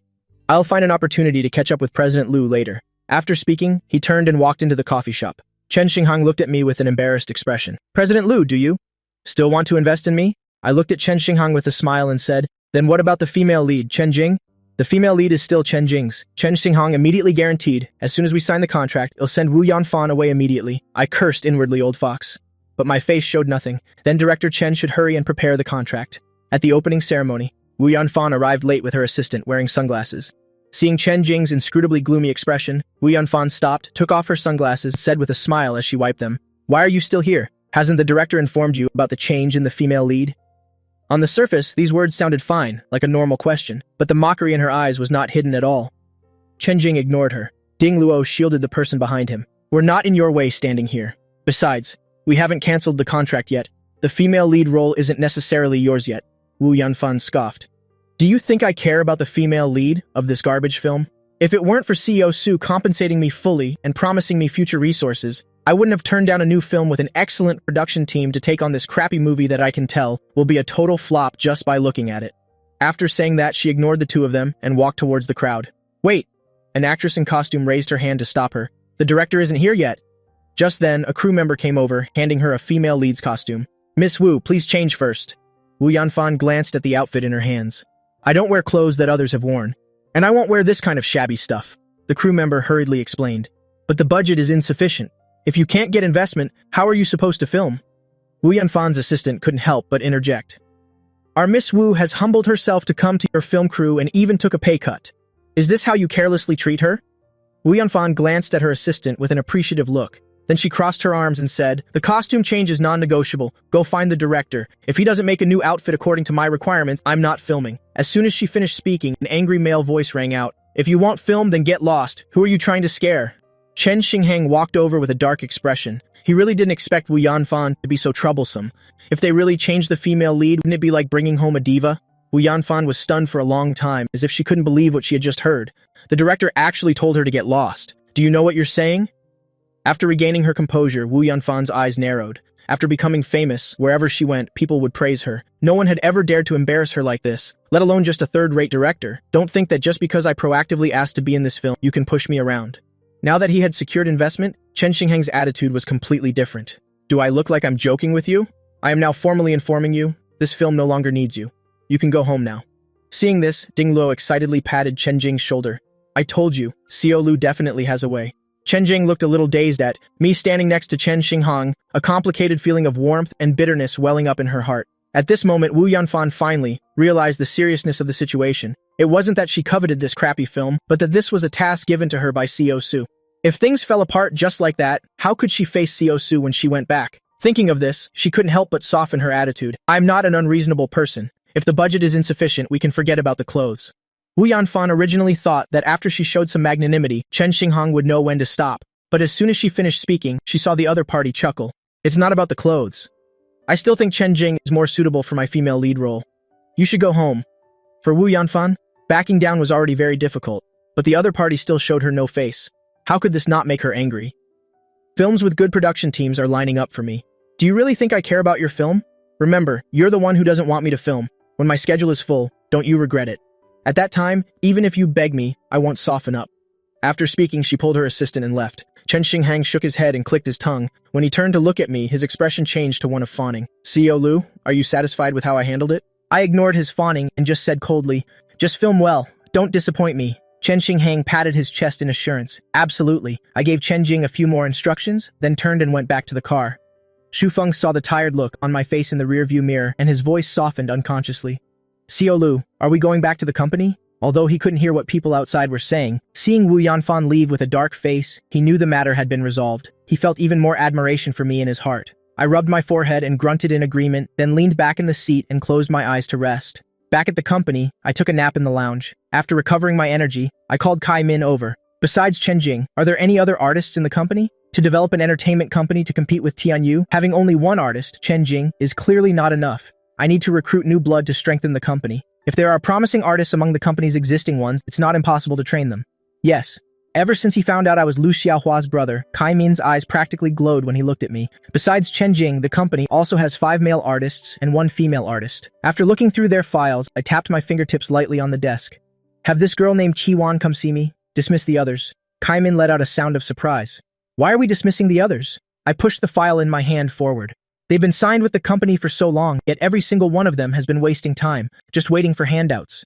Never mind that Xingshe is lacking resources. Even a large company wouldn't promote people like that. But this girl named Kiwan has no resources, no backing, not even a manager. But even when she's just playing an extra on a film set, she has never let herself stagnate. Although I didn't see this girl make a name for herself in the entertainment industry in my past life, I'm willing to give someone who tries hard a chance. Tiemin took the file and nodded. I'll get right on it. Not long after, there was a knock on the office door. After being given permission, a girl with a ponytail walked in with a timid expression. "Co Lu, you were looking for me?" I looked her up and down. To be noticed by an entertainment company, her looks were naturally impeccable. "Do you have any schedules recently?" At the mention of work, a light flickered in Kiwan's eyes.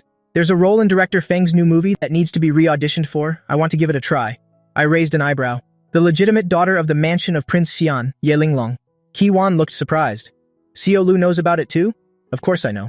Feng Yihong is the ace director of the entertainment industry. His films have always been the focus of major entertainment companies. Even a small role with not many scenes in his films can bring some fame." Just then, I glanced over and saw Yun Mengyao standing by the office door, looking at me with a dark, unreadable expression. I don't know how long she'd been standing there. I looked at her and asked, "Why are you here?" Yun Mengyao slightly parted her red lips. "To pick you up from work." She paused for a moment and added, "You can go on with your work. Don't mind me." So I really didn't pay any more attention to her, turning my head to look at Kiwan. "Act out a role for me." Suddenly called upon, Kiwan immediately got into character. She blinked, and in an instant, her expression changed, and she was in character. I raised an eyebrow, my gaze on Kiwan also becoming focused. After Kiwan finished her performance, my initial casual demeanor was completely gone. I didn't expect her acting talent to be so strong. I couldn't help but ask, "You're not professionally trained?" Kiwan nodded a little embarrassedly. "The tuition for art students is too expensive, so I became an extra. No wonder," I thought to myself. Someone with this much talent, if they had guidance, wouldn't still be unknown by now. Although when I was alive in my previous life, this person didn't become famous, I believe she won't be buried forever. I've found a treasure. You can go back for now. If there's anything you don't understand, you can come ask me. Having found this treasure, I was in a great mood, almost forgetting that Yun Mengyao was just looking at me with a strange expression. After Kiwan left, I cleared my desk and then walked out. "Let's go." But before I could even leave the office, I was hugged by Yun Mengyao. Sensing Yun Mengyao's strange emotions, I raised my hand and patted her shoulder. "What's wrong?" Yun Mengyao looked at me and asked, "Tell me, do people have past and future lives?" My body suddenly stiffened. In that instant, all sorts of chaotic thoughts raced through my mind. I didn't answer her question directly, but asked tremblingly, "Have you remembered something? Does she have memories of her past life?" My reaction undoubtedly confirmed the suspicion in Yun Mengyao's heart. She couldn't quite describe the feeling in her heart. It seemed even more uncomfortable than when she found out I was with Su Lingyan. "Is this the reason you always rejected me before and went all out to find her?" I was stunned. Her words didn't sound like she had memories of a past life, but rather like she had figured out my first life in ancient times. That's not right either. Even if she guessed I came from ancient times, there's no way she could connect it to Su Lingyan. Could it be that you've seen that film, Engxia Dynasty? At first, when I couldn't find Su Lingyan, I wrote the story of our first life into a screenplay and then found someone to film it. If Su Lingyan had memories of her first life, watching this film would let her know I was looking for her. I did indeed find Su Lingyan through this film. Only it wasn't because she had memories and actively sought me out, but because Suzy had a role in the film and I spotted her when she came to visit the set. If Yun Mengyao had seen this film, then everything would be explained.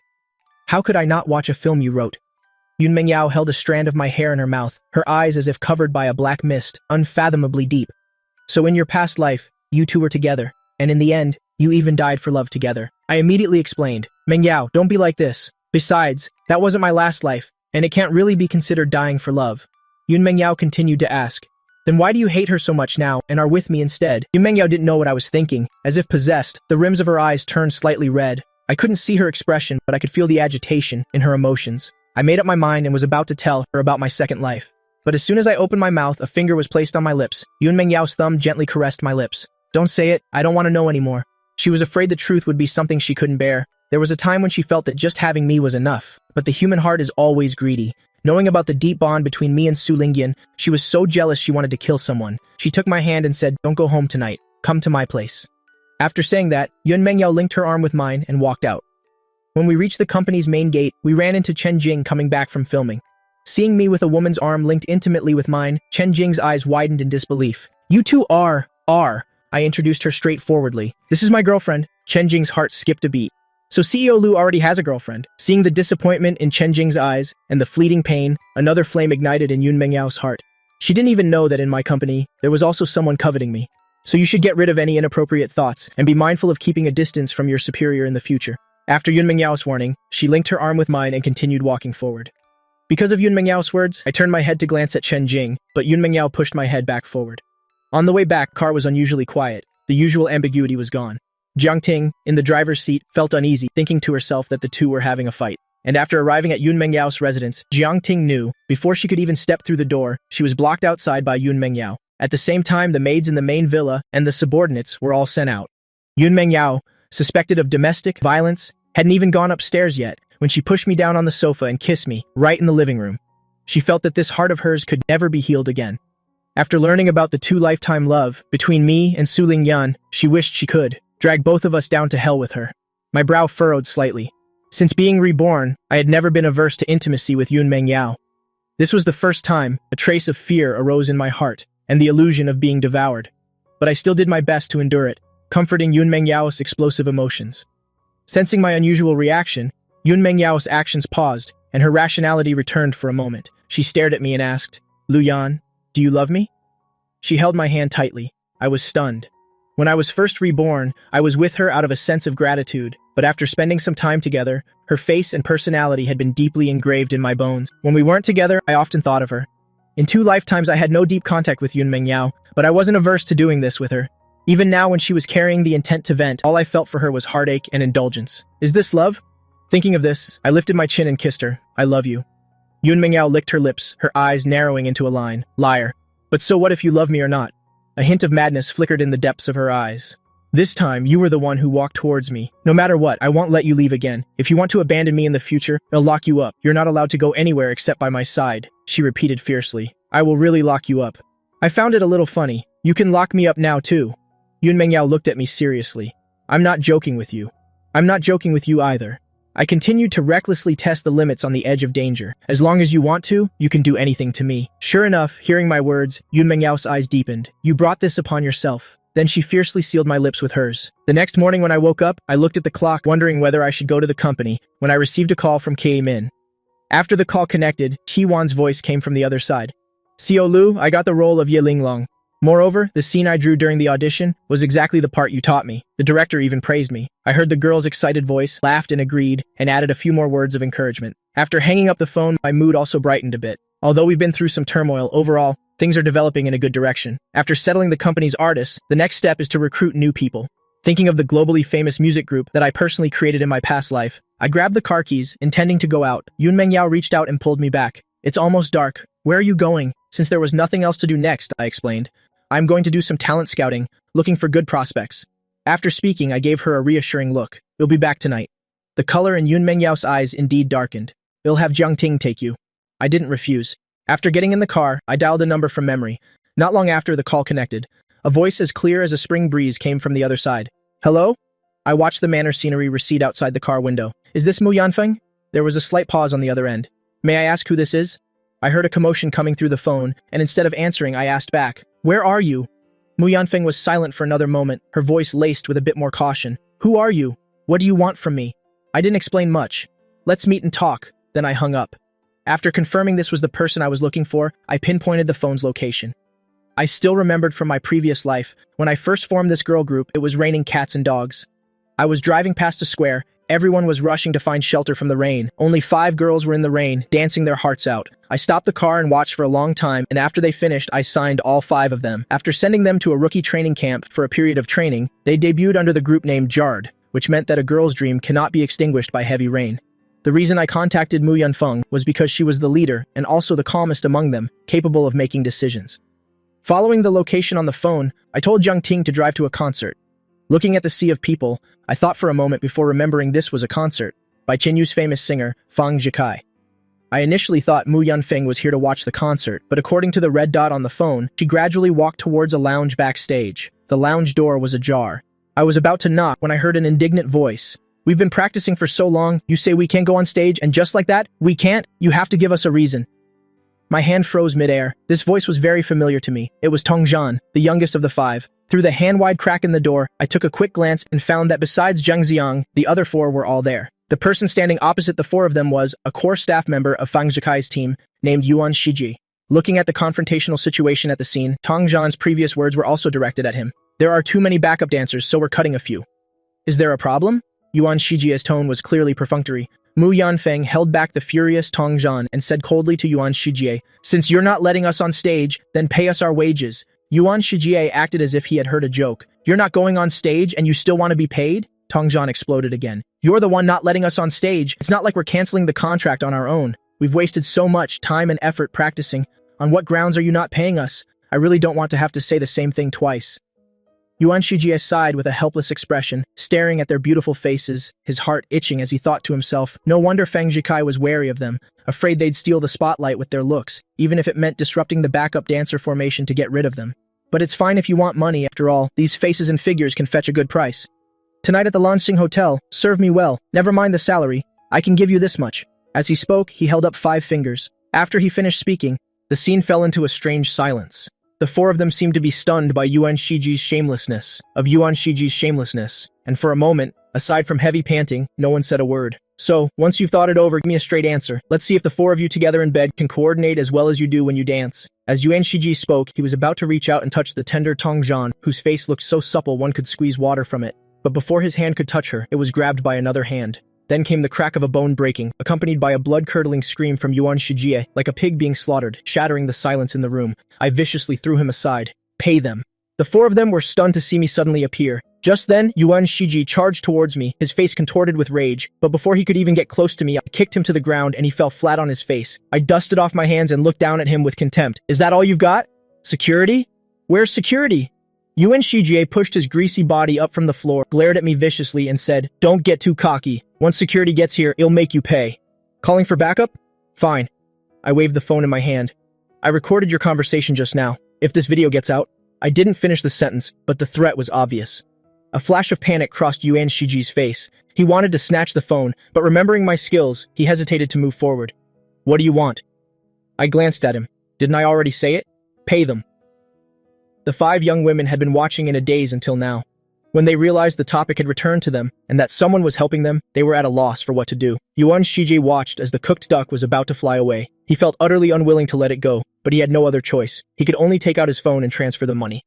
After completing the transfer, Yuan Shijie looked at me grimly and reminded me, "You can delete the video now, right?" I glanced at the 5 of them, asking with my eyes if they had received the money. After getting an affirmative answer, I smiled. But I never recorded any video. The 5 young women beside me burst out laughing, while Yuan Shijie, having been tricked, looked like he was about to vomit blood. "What the hell did you say?" I clenched my fist and raised it. "Do you want another beating?" The fat on Yuan Shijie's face trembled. He pointed a trembling finger at me. "You just wait." After saying that, he rushed out the door, venting his anger by slamming the door with a loud bang. After Yuan Shijie left, I successfully scheduled a time to sign a contract with these young women. Leaving the concert venue, I was about to get back into the car Jiang Ting was driving, when a black Hummer honked at me. Outside the car window, a spark of fire was burning, flickering on and off, illuminating Xia Qingting's face. "Little brother, your second sister is here to take you home." Recalling my earlier promise to Yun Mingyao, I asked hesitantly, "Second sister, why are you here?" Xia Qingting pretended not to understand what I meant, and didn't mention me spending the night at Yun Mingyao's place. "I'm here to take you home, of course." "Little brother, you've been out for 2 days. It's time to come home." I took a deep breath. I could only ignore Jiang Ting's expectant gaze and ducked into Xia Qingting's car. For the first time in my life, I had the illusion of being under house arrest. Jiang Ting quickly took out her phone to text Yun Mingyao. Mr. Liu has been intercepted by his second sister." Having picked me up, Xia Qingting was in a great mood. On the way home, she ordered Zhang Ying in the driver's seat to drive. Thinking of how Yun Mingyao would be hopping mad, Xia Qingting's mood was, needless to say, absolutely wonderful. The pent-up frustration in her heart gradually dissipated. But when she got back to the Xia family home and saw the person, sitting in the living room with Yang Wanyun, chatting away happily, Xia Qingting's entire demeanor soured. She told her not to climb over the wall, but her opponent was clever and had come right through the front door. When I saw Yun Mingyao, I was even more surprised than she was. But considering that the Xia family home was much farther from Fang Jikai's concert venue than Yun Mingyao's manor, it didn't seem so strange anymore. I just didn't expect Yun Mingyao to pull something like this. For a moment, I didn't know whether to laugh or cry. Xia Qingting looked at the time on her watch and her face darkened as she tried to shoo her away. "Miss Yun, it's so late and you're still visiting my home. Don't you feel you're being a nuisance?" Yang Wanyun turned her head and glared at her. "What kind of way is that to talk?" Seeing me, her expression immediately changed. "Xiao Yun, you're back. Come here to mom." Xia Qingting. Xia Wanning came out of the kitchen with a cup of coffee. As she passed by, Xia Qingting let out a schadenfreude laugh. "At someone else's expense. Don't you have any self-awareness? Even dogs would despise you in this house." Xia Qingting frowned. Is it illegal to hit your own sister? Although young Wan Yun had scolded Xia Qingting, Yun Mengyao still seemed provoked by her words and made a show of getting up. Then I won't disturb Auntie Xia's sleep any longer. You'll come again another day. Young Wan Yun was momentarily flustered. After glaring at Xia Qingting again, she turned to comfort her. Silly child, what are you talking about? We'll all be family in the future, so what's there to disturb? Just treat this place as your own home. I know you don't mind, Auntie, but I don't want to make second sister unhappy. Saying that, Yun Mengyao still stood up. As a result, she swayed a little as she straightened up. Yang Wanyun was startled. What's wrong? Yun Mengyao shook her head, rubbing her temples and said, Don't worry, Auntie. I'm just a little tired. You'll be fine after a nap. What has this child been doing to be this tired? The worry in Yang Wanyun's eyes hadn't faded. If you're not feeling well, don't go back. Xiaoyan, help Mengyao upstairs to rest. A cunning smile flashed in Yun Mengyao's eyes, but she asked in a weak voice, Is that really okay? Yang Wanyun gave her an affectionate, chiding look. What's not okay about it? I already told you, just treat this as your own home. Besides, you and Xiaoyan are already boyfriend and girlfriend. We don't need to be so formal. Having achieved her goal, Yun Mengyao stopped pretending and let me support her. I really admired this person's cunning mind, but I also played along and didn't expose her. This series of coquettish moves from Yun Mengyao made Xia Qingting's eyes widen.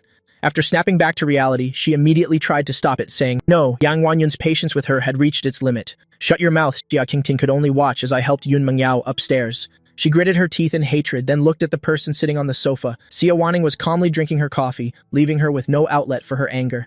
Are you dead? As the eldest sister, you didn't even step up to stop it and just let that scheming person waltz right into our house. Xia Wanning took another sip of her self-made coffee, not even sparing her a glance. You were all fired up, but what good did it do? You're still just as useless. Xia Qingting suppressed the urge to throw a punch at her sister and turned to Yang Wanyun. Mom, you've been so wise and brilliant all these years. How could you not see through that girl's clumsy acting? Stop making a fuss. Yang Wanyun rubbed her temples, a headache coming on, sighed. Xiaoyan's heart isn't at home. Instead of having him run out every day, it's better to let that girl come here. We've already missed out on 19 years with Xiaoyan. Compared to controlling their private lives, I'd rather be able to see Xiaoyan every day. Did you hear that? Xia Wanning smiled faintly. Do you think you're the only sober person in the world? Besides, you should take a look at your own conduct. Little brother and her are at least a legitimate boyfriend and girlfriend. Xia Qingting was aggrieved. Don't stop me. I'm running away from home. Upstairs, I helped Yun Mengyao to my bedroom and let go of her. Stop pretending. Yun Mengyao wrapped her arms around my waist. Was my acting that bad? I hummed in response. You don't really think my mom and everyone else couldn't see through it, do you? Yun Mengyao was silent for a moment. I know Mom is a good person. My eyes widened. You're already calling her Mom? Weren't you just calling her Auntie? Of course, I can't be too casual in front of Mom, but in my heart, I already see her as my own mother. Yun Mengyao walked to the bed and sat down. An hour of a spring night is worth 1,000 pieces of gold. We can't let down the opportunity Mom has given us. The next morning, a beaming Yun Mengyao went downstairs with me for breakfast. Xia Qingting had a dark look on her face the entire time. I'm not eating anymore. She then stood up and left the table, and no one stopped her. Yang Wanyun forced a smile. Don't mind her, let's eat. After breakfast, Yun Mengyao drove me to the company gate. As I opened the car door to get out, she pulled me back. Did you forget something? I hummed and was immediately pulled into a kiss by Yun Mengyao in the back seat. I was utterly speechless. Finally, I couldn't take it anymore and pushed her away. What's gotten into you? Yun Mengyao couldn't resist pressing against me for a moment longer.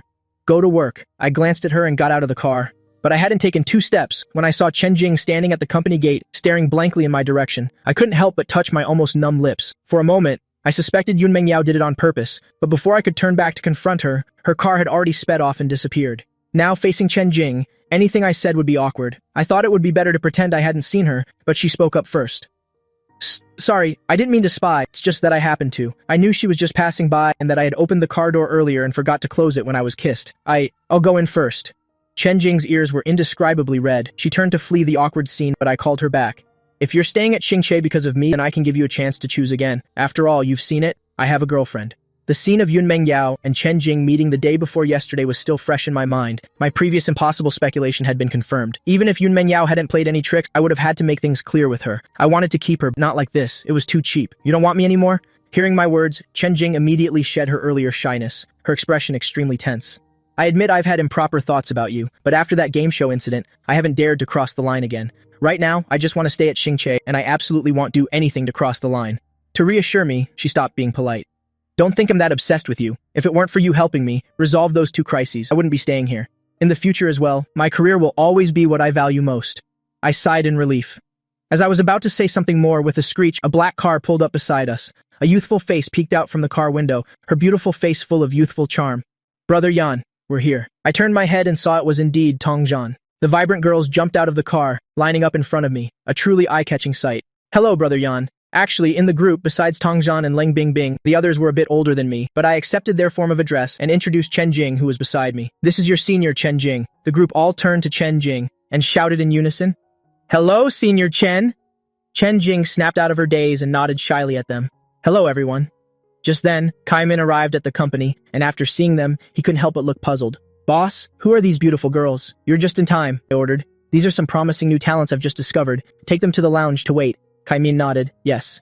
After they were led away, Chen Jing looked at me and asked, "I made myself very clear just now. You're not going to fire me now, are you?" "I have no intention of firing you." I rubbed my forehead and chuckled. "I'm desperate to keep you, I just don't want to do it that way. You should understand what I mean." Chen Jing snorted lightly, her tone arrogant. "If you want to keep me, you have to treat me well from now on. No matter how many new people you hire, you can't push me to the back of your mind." She knew I wanted to grow the company, so she couldn't be the only artist. But seeing a group of new people appear, calling me Brother Yan so familiarly, she still felt a bit uncomfortable. She knew she shouldn't have this kind of possessiveness, especially since I had a girlfriend, but she just couldn't help but want to capture a little more of my attention. I didn't know what she was thinking. After hearing her childish words, I smiled and nodded. "You're a founding member of the company and my sister's friend. Whether for personal or professional reasons, I won't neglect you."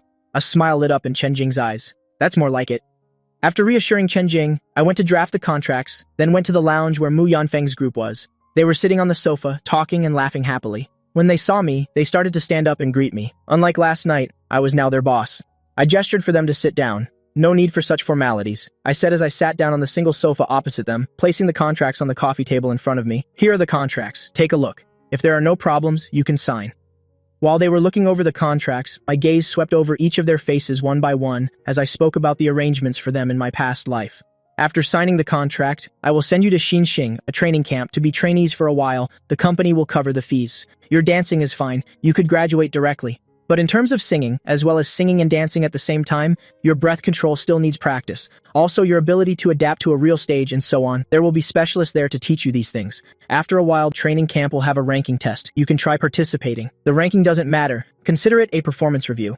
Although I said that, I knew their results were excellent. They were all in the top 10, even better than many trainees who had trained for years. Thinking of this, my fingers tapped lightly on the sofa armrest. "During this time, the company will fully prepare for your group's debut, including but not limited to composing, songs and choreographing for your debut song, hiring stylists, preparing for the next album, etc. After you finish the test, I will bring you back. We will officially debut when the time is right." After hearing my words and reading the contents of the contract, their expressions unknowingly turned serious. Before they came, they only thought of Xingche as a small company with few people. Although they were promised a group debut, they probably didn't have a clear idea of how to plan a girl group's development. But whether it was the content of the contract or the words I just spoke, it all exuded the working style of a large, proper company. Furthermore, if everything I said could be done, then there was no doubt they were being taken very seriously, with the goal of making them famous. I raised my hand to check the time on my watch and glanced again at the 5 silent people. "Any problems?" This time they didn't even exchange glances and all shook their heads in unison. I slowly curled my lips. "Then sign the contract. I'll take you to the Xinxing training camp later." After they signed the contracts, I kept my promise and took them there. On the way back, while passing the Tianyu building, I happened to glance over and saw a skinny man being thrown out. The file box in the man's hands fell to the ground and papers scattered all over the ground. I recognized the person who saw him out. It was the director of Tianyu's Human Resources Department. He was looking down from above at the man squatting, the man picking up papers from the ground, and sneered arrogantly. "The company has supported you for so long for nothing, and you still dare to ask for copyright. A useless person whose talent has run dry. Aren't you ashamed to keep living in the past? Do you really think the company can support you for a lifetime?" After saying that, the man stepped on the documents on the ground and returned to the company. The man stared at the footprint on the document stunned and sat down on the ground in despair. Coincidentally, I also knew this man. He was the once god-tier choreographer, Wei Jiaming. The reason I say once is because he hasn't produced any good work in 3 years. Everyone at Tianyu said his talent had run dry, but only I knew that Wei Jiaming had hit a bottleneck. In my previous life, when I was at Tianyu, I could still offer some help and guidance, helping him break through his creative block. Unexpectedly, without my intervention, Tianyu had kicked him out so quickly. I've long known that Su Lingyan is a person who only cares about benefits, right? Thinking of this, I opened the car door and got out. Wei Jiaming looked at me, suddenly appearing in front of him, his dazed eyes gradually focusing. "You are?" I picked up the remaining papers from the ground one by one, helped him put them in the file box, and said in a calm tone, "Haven't you heard this saying? If this place doesn't want you, another place will. There's no need to fall apart over a short-sighted, ungrateful company. Wei Jiaming stared blankly at my actions. After hearing my words clearly, his eyes grew even more dejected. But now I can't create any good works anymore. No company will take me. No company wants to take on a useless freeloader. By the end, Wei Jiaming's expression was almost one of anguish. It wasn't that he hadn't looked for other companies, but now he was even worse off than a nameless choreographer, and he faced obstacles everywhere he looked for a job. As famous as he once was, that's how cruel those who kick him when he's down are now. He couldn't see any hope anymore. I pressed my lips together lightly. Whether your talent has run dry is not for others to say. If you're willing, you can try coming to Xingche. Wei Jiaming was stunned. Xingche. Xingche isn't doing too well right now, but you don't need to worry about the treatment. It won't be worse than when you were at Tianyu. Wei Jiaming gave a bitter laugh. Right now, if a company is willing to take me, I would already feel extremely honored. How could I possibly be picky? It's just that now I can't choreograph good dances anymore. Are you sure Xingche will take me? Who says you can't choreograph good dances? I retorted. Didn't I say it already? Don't listen to other people's nonsense. You're just in a slump. Trust me, in my hands, you'll be even more famous than before. I wasn't doing charity. If Wei Jiaming were truly a hopeless ado, I wouldn't waste my time on him either. The reason I said he was in a slump is because the choreography for all of Jerd's songs was mostly choreographed by him, and I only gave him a few new ideas, and he was able to open up a whole new world. A god will always be a god. Even if he gets lost for a moment, he can still return to the top. Actually, with my past life's memories, I don't need him. I could also replicate all of that choreography. This is his glory. I don't want to and absolutely will not steal it. So even if Wei Jiaming had been fired from the company, I would have gone to Tianyu to poach him anyway. Now it just saves me some trouble. Wei Jiaming stared at me blankly. Everyone said his time was over. Even he himself was about to be hypnotized by these words and give up. Yet I said he was just in a plateau phase, like a lonely traveler walking a long way through the desert. When his body and mind were about to be exhausted, he suddenly saw an oasis. Although regarding what I said, that he would become even more famous than before, he still felt it was a slim hope. But Wei Jiaming also seemed to have been given a shot of adrenaline. His entire demeanor changed. It's just, who are you? How can you be so sure Xingche will need me? I extended my hand towards him. I forgot to introduce myself. Im Lu Yan, the CEO of Xingche Entertainment. Wei Jiaming was stunned again. He thought I was just some HR director. He never expected the other person to be the CEO. No wonder he was so confident when he said he wanted him. He was about to reach out to shake my hand when a sneer suddenly sounded from the side. Sister, so this guy who said he wants to use Xingche to deal with Tianyu is just picking up our trash. We turned our heads at the sound and saw Su Zi walking over with his arm linked with Su Lingyan's. When Wei Jiaming heard himself being compared to trash, he felt a surge of anger. But he wasn't stupid. He could tell that the target of this sentence was not him, but me beside him. Do they have some kind of grudge? I turned and stood up, looking at the two siblings with a smile. A pearl covered in dust, after a little cleaning, can still shine brilliantly in a different environment. But as for those blinded by profit, in the end, they probably won't even know what they've lost. Su Zi's smile froze on his face. Why is he always so calm? Clearly they're the ones with the upper hand, aren't they? Keep running your mouth. A guy who hasn't choreographed anything good in 3 years, only you would treat him like a treasure. But that makes sense. Your company doesn't have any decent artists to begin with. Every pot has its lid, a perfect match indeed. This time I didn't even bother with him, just turned my head to look at Wei Jiaming. Have you decided? Wei Jiaming had also stood up by now, and nodded at me dazedly. Su Lingyan stood beside them, looking at me with a complicated expression. Recently, she had been dreaming every night. Dreaming of things that had never happened directly with me, and also dreaming of the ancient story I had told her, fragmented, always feeling like she was about to grasp something, but could never quite catch it. Just as she was about to step forward to talk to me clearly, I directly led Wei Jiaming away. After returning to the company, I first had Wei Jiaming sign an employment contract, then had him sign a non-disclosure agreement, and then had someone make coffee, looking like I was about to have a heart-to-heart talk.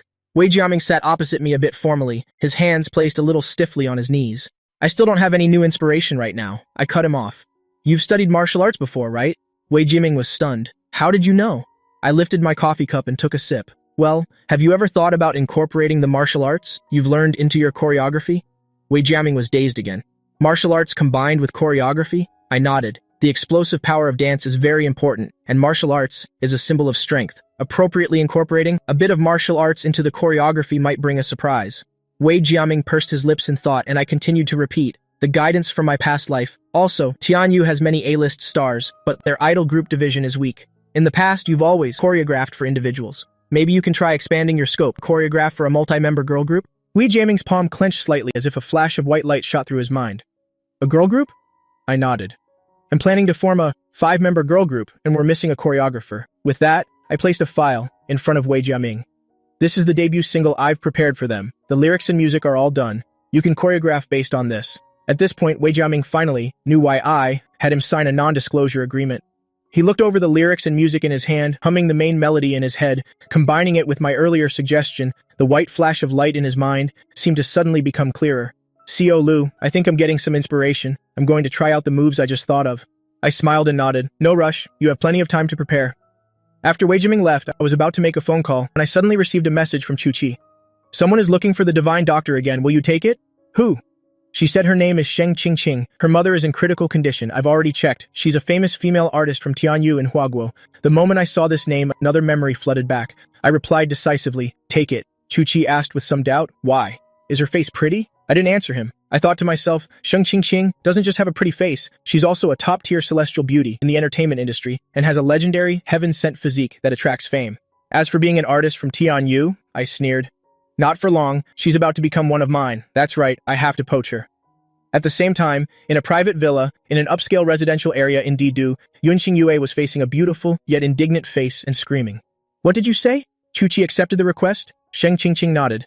Yun Qingyue was so excited she completely forgot that the other person's mother was hanging on by a thread. If I knew you'd succeed, I wouldn't have bothered my cousin. But Chu Qi even rejected my cousin's request.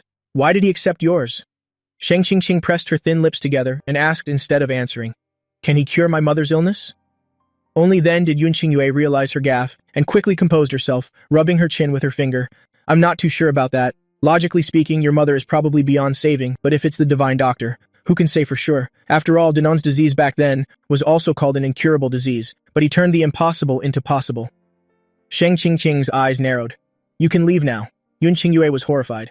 "How can I possibly leave? I finally have a chance to meet the Divine Doctor. I must stay here to admire his face. Besides, I have a few questions to ask the Divine Doctor." Sheng Qingqing looked completely unwilling. "What if you scare him away later?" Yun Qingyue said flexibly. "I can hide in the closet." The manager beside them couldn't help but click her tongue. Is this really the young miss of the Yun family? A shadow passed over Yun Qingyue's eyes, but it vanished in a flash. Compared to being the young miss of the Yun family, I am more of a doctor, okay? Your entertainment industry has the concept of idols. Our medical field is naturally no exception. To meet the Divine Doctor once, what's hiding in a closet? I'd even gladly hide under the bed. Sheng Qingqing and her manager were completely speechless. After confirming I'd take the case, I drove to Sheng Qingqing's residence. When I arrived, I carried my backpack to the outside of Sheng Qingqing's villa and reached out to ring the doorbell. Not long after, a woman in a light blue shirt with a shrewd face opened the door. I recognized this person as Sheng Qingqing's manager, Qingqing. After seeing me, Qingqing didn't immediately recognize who I was. She just thought this young man was truly handsome. "Excuse me, you are?" I cleared my throat lightly. "I just received the case dispatched by Chu Qi, here to treat Sheng Qingqing's mother." Qingqing was stunned at first, then looked me up and down in disbelief. I wasn't overly modest, just nodded slightly. Qingqing looked at me a few more times, then led me into the living room with a strange expression. Sheng Qingqing's first glance at me held the same doubt as Qingqing's. "You are the Divine Doctor?" I smiled. "If you say I am, then I am. As long as I can cure your mother's illness, that's all that matters." The suspicion in Sheng Qingqing's eyes grew stronger.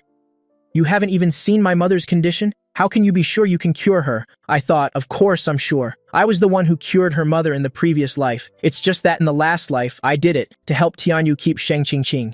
This time, it's to poach from Tianyu to steal her for Xingche. But of course, I wouldn't say these words out loud. I can. Besides, right now your mother can only rely on me to be saved, can't she? If other doctors had a way, you wouldn't have placed a request with Chu Qi. When Sheng Qingqing heard me mention Chu Qi, she calmed down a little. Besides, although she didn't want to admit it, right now she could only grasp at straws. Thinking this, she stood up and said, "Follow me." I waved my hand. Wait a moment. Knowing her mother would be fine for now, I planned to discuss the conditions with her first. Let's talk about the payment first. As soon as I said this, Qingqing couldn't help but frown, thinking to herself, is the Divine Doctor so worldly? Sheng Qingqing, however, remained expressionless. "As long as you can cure my mother, you can name your price for the treatment fee." I raised my index finger and wagged it. "I won't take a single cent for the treatment fee, but I want you to agree to one condition." Sheng Qingqing nodded. "What condition?" I didn't answer and asked back. "Your contract with Tianyu is about to expire, isn't it?" This time, before Sheng Qingqing could speak, Qingqing narrowed her eyes and asked, "Why are you asking this?" So it's true. I paid no mind to the thorns bristling all over Qingqing and continued on my own. Besides knowing medicine, I have another identity, CEO of Xingche Entertainment. Xingche Entertainment? A bad feeling rose in Qingqing's heart. That entertainment company under the Xia Corporation? It seems she knows about Xingche Entertainment. Compared to Zhang Xiang, her words were relatively tactful. I nodded, not looking embarrassed at all, then looked back at Sheng Qingqing, getting straight to the point and stating my purpose. My condition is that after your contract expires, you leave Tianyu and move to Qingche. Sheng Qingqing hadn't even reacted yet when Qingqing heard this and exploded. Aren't you just daydreaming? What is Qingqing's status now after her contract expires? Even if she doesn't stay at Tianyu, she would start her own studio. Why would she go to your small company? Seeing my outrageous demand, Qingqing's words became less polite. No wonder you said you don't need a treatment fee. If Qing goes to Xingche, the future profits she brings to the company can be compared to just a treatment fee. You've calculated it well. I wasn't surprised by Qingqing's anger at all, calmly resting my elbow on the back of the sofa. You're not wrong. After all, a merchant who isn't cunning is no merchant. But do you have a choice? My words have been spoken. If you want me to treat your mother, then you must move to my company after your contract expires. You have 1 week to think about it. After this week, even I won't be able to save her. Sheng Qingqing looked at me with deep eyes. Can you really cure my mother's illness? Qingqing said hastily, Qingqing, this person may not be reliable. Besides, we still have a week. Maybe we can find another doctor who can cure your mother's illness. I helplessly tapped my forehead. I don't think any doctor would promise for sure to cure a patient, but I said I can. If I can't cure her, you can do whatever you want with me. Sheng Qingqing nodded. I agree. Follow me. Qingqing immediately became anxious. Sheng Qingqing gave her a cold glance. Can a career be as important as my mother's life? Qingqing immediately fell silent. I glanced at Qingqing with a half smile, then followed Sheng Qingqing upstairs. Yunqing Yue was currently hiding in Sheng Qingqing's mother's wardrobe. Hearing the door open, she stealthily pushed the wardrobe door open a crack. The next second, a familiar face, so familiar it couldn't be more so, came into view. She had vaguely heard that the divine doctor was a man, but knowing the divine doctor was a practitioner of traditional medicine, she thought he must be at least in his 50s. After all, traditional medicine is incredibly profound, and even after studying it until now, she felt she had only learned the superficial aspects. So who could tell her that the divine doctor was a young man, not even 20 years old, and also her cousin's boyfriend? No, it's not necessarily him. Maybe he's just Sheng Qingqing's friend, here to visit the sick. Just as Yunqing Yue was about to console herself with this thought, she saw Sheng Qingqing say to me, This is my mother. How do you plan to treat her? I was about to answer when I heard a thud as someone rolled out of the nearby wardrobe. Yunqing Yue scrambled for a moment before struggling to her feet by holding onto the bedpost, then waved at me with an embarrassed expression. Yunqing Yue straightened her messy hair. So you are the divine doctor. Haha, no way, this kid is too much of a freak. Is there anything you don't know? Although she didn't attend the Xia family's reunion party, she later heard about my glorious deeds at the party. Now, to discover I'm the legendary divine doctor, is there anything this kid isn't good at? Thinking of her own heaven-defying younger brother, Yunqing Yue couldn't help but sigh. Freaks really do attract freaks. The moment I saw Yunqing Yue, I understood what was going on. While thinking with a headache that I had truly brought trouble upon myself, I waved my hand. Since you're here too, come and give me a hand.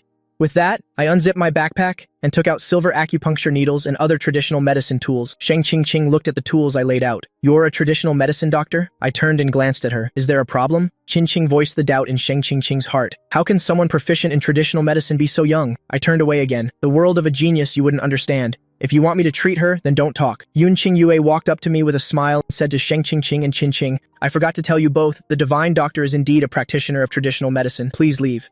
Sheng Qingqing knew these words were directed at her and Qingqing, and although she was still worried, she still pulled Qingqing out. After leaving the room, Qingqing put her hands on her hips and said to Sheng Qingqing, You don't actually believe that a kid who's good at traditional medicine can cure your mother's illness, do you? But he is the divine doctor recognized by Chuqi. Sheng Qingqing looked at her expressionlessly. Besides, just as he said, I really don't have any other choice, do I? Qingqing, but if he can cure your mother's illness, are you really going to a third-rate company like Xingqi? A person cannot go back on their word. Sheng Qingqing looked nonchalantly towards the wall at the end of the hallway. Besides, I was never interested in the entertainment industry to begin with. It's the same wherever I go. But you were born for this line of work. Qingqing also looked in that direction. I just like car racing, but I can't become a professional racer, can I? A person has to live. Sheng Qingqing said nothing more, just withdrew her gaze and looked towards the bedroom door, as if looking at an operating room with its red light on. About 2 hours later, with a click, the door was opened from the inside. Wiping the sweat from my forehead, I said, Your mother is awake. Qingqing's mouth dropped open in shock. Sheng Qingqing's clear, glass-like pupils also widened slightly for a moment. Her mother had been in a coma for half a month. She originally thought that even if I managed to save her, it would take a slow recovery, but he said she was already awake. Before she could react, Hong Jinghe's slightly weak voice came from the room. King? Is King out there? Sheng Qingqing walked into the bedroom. Mom. Yunqing Yue was sitting by the bed, taking Hong Jinghe's pulse, while sighing in admiration. Amazing. Truly amazing. Hong Jinghe's complexion, which was initially pale with a hint of grayish blue, had now regained some color. She took the hand Sheng Qingqing offered and looked at me with a kind gaze. It was this child who treated me. Truly, a hero emerges from the young. The young man is handsome too. Qingqing turned to glance at me. He was indeed handsome, and dazzlingly so. At first, when she didn't know my identity, she had thought, if she didn't already have Sheng Qingqing under her, she would definitely have recruited me into the industry. But remembering my purpose for coming here, her mood soured. Now that I've cured Sheng Qingqing's mother, it meant that Sheng Qingqing had to leave Tianyu for Xingche, and since she had worked so hard to cultivate such a famous artist, she would definitely have to follow. In other words, I would be her superior from now on. Hongjing, he didn't sense Qingqing's turmoil at all. The more she looked at me, the more pleased she was. How old are you this year, young man? Do you have a girlfriend? Sensing the thoughts of the person before her, Yun Qingyue immediately exclaimed inwardly, "Damn it!" Before I could open my mouth, she hurriedly said, "Auntie, he already has a girlfriend. It's my cousin." Hongjing, he let out an "oh," her tone clearly a little disappointed. Sheng Qingqing pursed her lips and held her hand. "Mom, you just woke up. Don't think so much. Get some rest. I have something to discuss with them." After saying that, she tucked her mother's hand into the blanket and turned to look at me. "Is my mother's illness cured?" I handed her a prescription. "Just follow this prescription to get the medicine. 1 dose every morning and evening. Take it for a week and she'll be fully recovered." Sheng Qingqing took the prescription and nodded at me. "Let's go outside to talk." Several people left the room. On the way back to the living room, my footsteps suddenly stopped, my gaze fixed on the wall at the end of the hallway. This is... Yun Qingyue followed my gaze and saw the wall at the end of the hallway. A huge photo was hanging there. On the left side of the photo was a person wearing a helmet, dressed in a racing suit, completely covered up, with only a pair of eyes visible. And standing to the right of the racer was a slightly immature-looking young woman. From her familiar features, it wasn't hard to recognize that this was the big star Sheng Qingqing next to me. And Sheng Qingqing, as the idol of tens of millions of fans, looked like a crazed fan in front of this racer. Her eyes were full of adoration as she looked at the other person, a stark contrast to the cold, indifferent face she showed to the camera. "This is a photo of Qingqing and that person from many years ago, the racer she idolizes," Qingqing explained. Knowing I was about to become her boss, Qingqing's tone with me was much more polite. I said, "Oh," as the corners of my mouth slowly turned up. I didn't notice this photo in my previous life, so I didn't know Sheng Qingqing was a fan of mine. For Sheng Qingqing, racing is quite private. She doesn't want outsiders to pay too much attention to this secret hobby and joy of hers. I was about to urge them to leave when her gaze fell upon my eyes. She suddenly stopped, turning back to look at the eyes in the photo. Seeing this, Qingqing couldn't help but ask, "What's wrong?" Sheng Qingqing turned back to look at me and asked hesitantly, "Do you have any sisters or younger brothers?" Before I could answer, Yun Qingyue answered for me. "Lu Yan is the young master the Xia family just found. He has 3 older sisters." Remembering what Sheng Qingqing's mother said, she added what sounded like a casual warning. "Lu Yan and my cousin are freely in love, and the Xia and Yun families are longtime family friends of equal social standing. If nothing unexpected happens, Lu Yan will marry my cousin in the future." Sheng Qingqing didn't have any reaction to my identity. After all, the person next to her was the young miss of the Yun family, and she had even less interest in what Yun Qingyue said afterward. To be precise, besides racing, she wasn't interested in anything else, including the entertainment industry she was in. She mentally reviewed the 3 young misses of the Xia family, found that they were all very different from the person she was thinking of, and immediately reverted to her initial cold demeanor. "Let's go downstairs." In the living room, Sheng Qingqing looked at me expressionlessly and said matter-of-factly, "I promised you and I won't go back on my word. After my contract expires, I will automatically come to you. Do you need me to sign a guarantee?" When Qingqing heard this, she knew the matter was settled and didn't interfere anymore. I smiled and shook my head. "I trust you. I still have faith in Sheng Qingqing's character." Sheng Qingqing grunted in acknowledgement. "Then you can go. Since this is a transaction, I want to say thank you. Before my contract expires, I am still an artist of Tianyu. I hope you can understand this point." From the moment she started shooing him away, Qingqing had been frantically signaling, and after she finished speaking, she just felt a mouthful of old blood stuck in her chest. She had already decided to switch companies. The person in front of her was her future boss. Who treats their boss like this? Not only failing to suck up to him, but also rushing to offend him. Sheng Qingqing didn't seem to sense her manager's worried heart. Although she didn't say much, it wasn't like she didn't have reservations in her heart. She had no interest in the entertainment industry. She felt it was the same no matter where she went, but she hated being threatened. I used her mother's treatment to threaten her, forcing her to switch companies, which made her very uncomfortable. She would fulfill her promise, but she couldn't bring herself to be pleasant to me. The moment I saw the look in Sheng Qingqing's eyes, I knew what she was thinking. But so what? I liked that she found me an eyesore, yet couldn't do anything about it. I just don't know if this person, if she finds out I'm her idol, will still have this attitude. "You can rest assured about this before your contract expires. I won't bother you," I said and stood up. "I'm off. Goodbye, little fan." Wait. Yun Qingyue heard the hidden meaning in the two's conversation, felt like she couldn't interject, but seeing I was about to leave, she couldn't sit still either. "Let's go together." After finding out I was the miracle doctor, she had too many things she wanted to ask. Leaving Sheng Qingqing's villa, Yun Qingyue was quick on her feet and jumped into my passenger seat. Luyan, how did you learn your medical skills? They're so amazing. I pondered for a moment. My medical skills were learned from my master in my ancient life. If we're talking about a miracle doctor, I think my master was the real one. Even in ancient times with backward medical conditions, my master could still create one medical miracle after another. Besides the voodoo arts of the southern border, my master knew almost everything, and he poured his heart into teaching me. Of course, these things I would absolutely not tell Yun Qingyue. Get out of the car.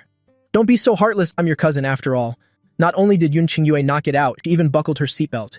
If you don't want to talk about this, I'll change the question. How did you perform the surgery for Danon syndrome? I've simulated it thousands of times and failed every time. Of course she would fail, I thought, because I didn't just use a combination of Eastern and Western medicine, but I also used internal energy, which is an absurd concept in modern society, so I couldn't tell her about it either.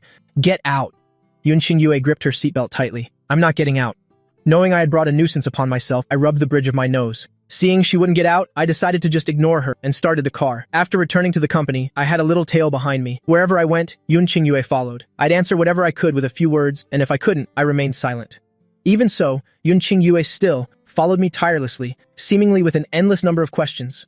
When it was time to get off work, I walked out as if I'd been liberated, intending to go our separate ways.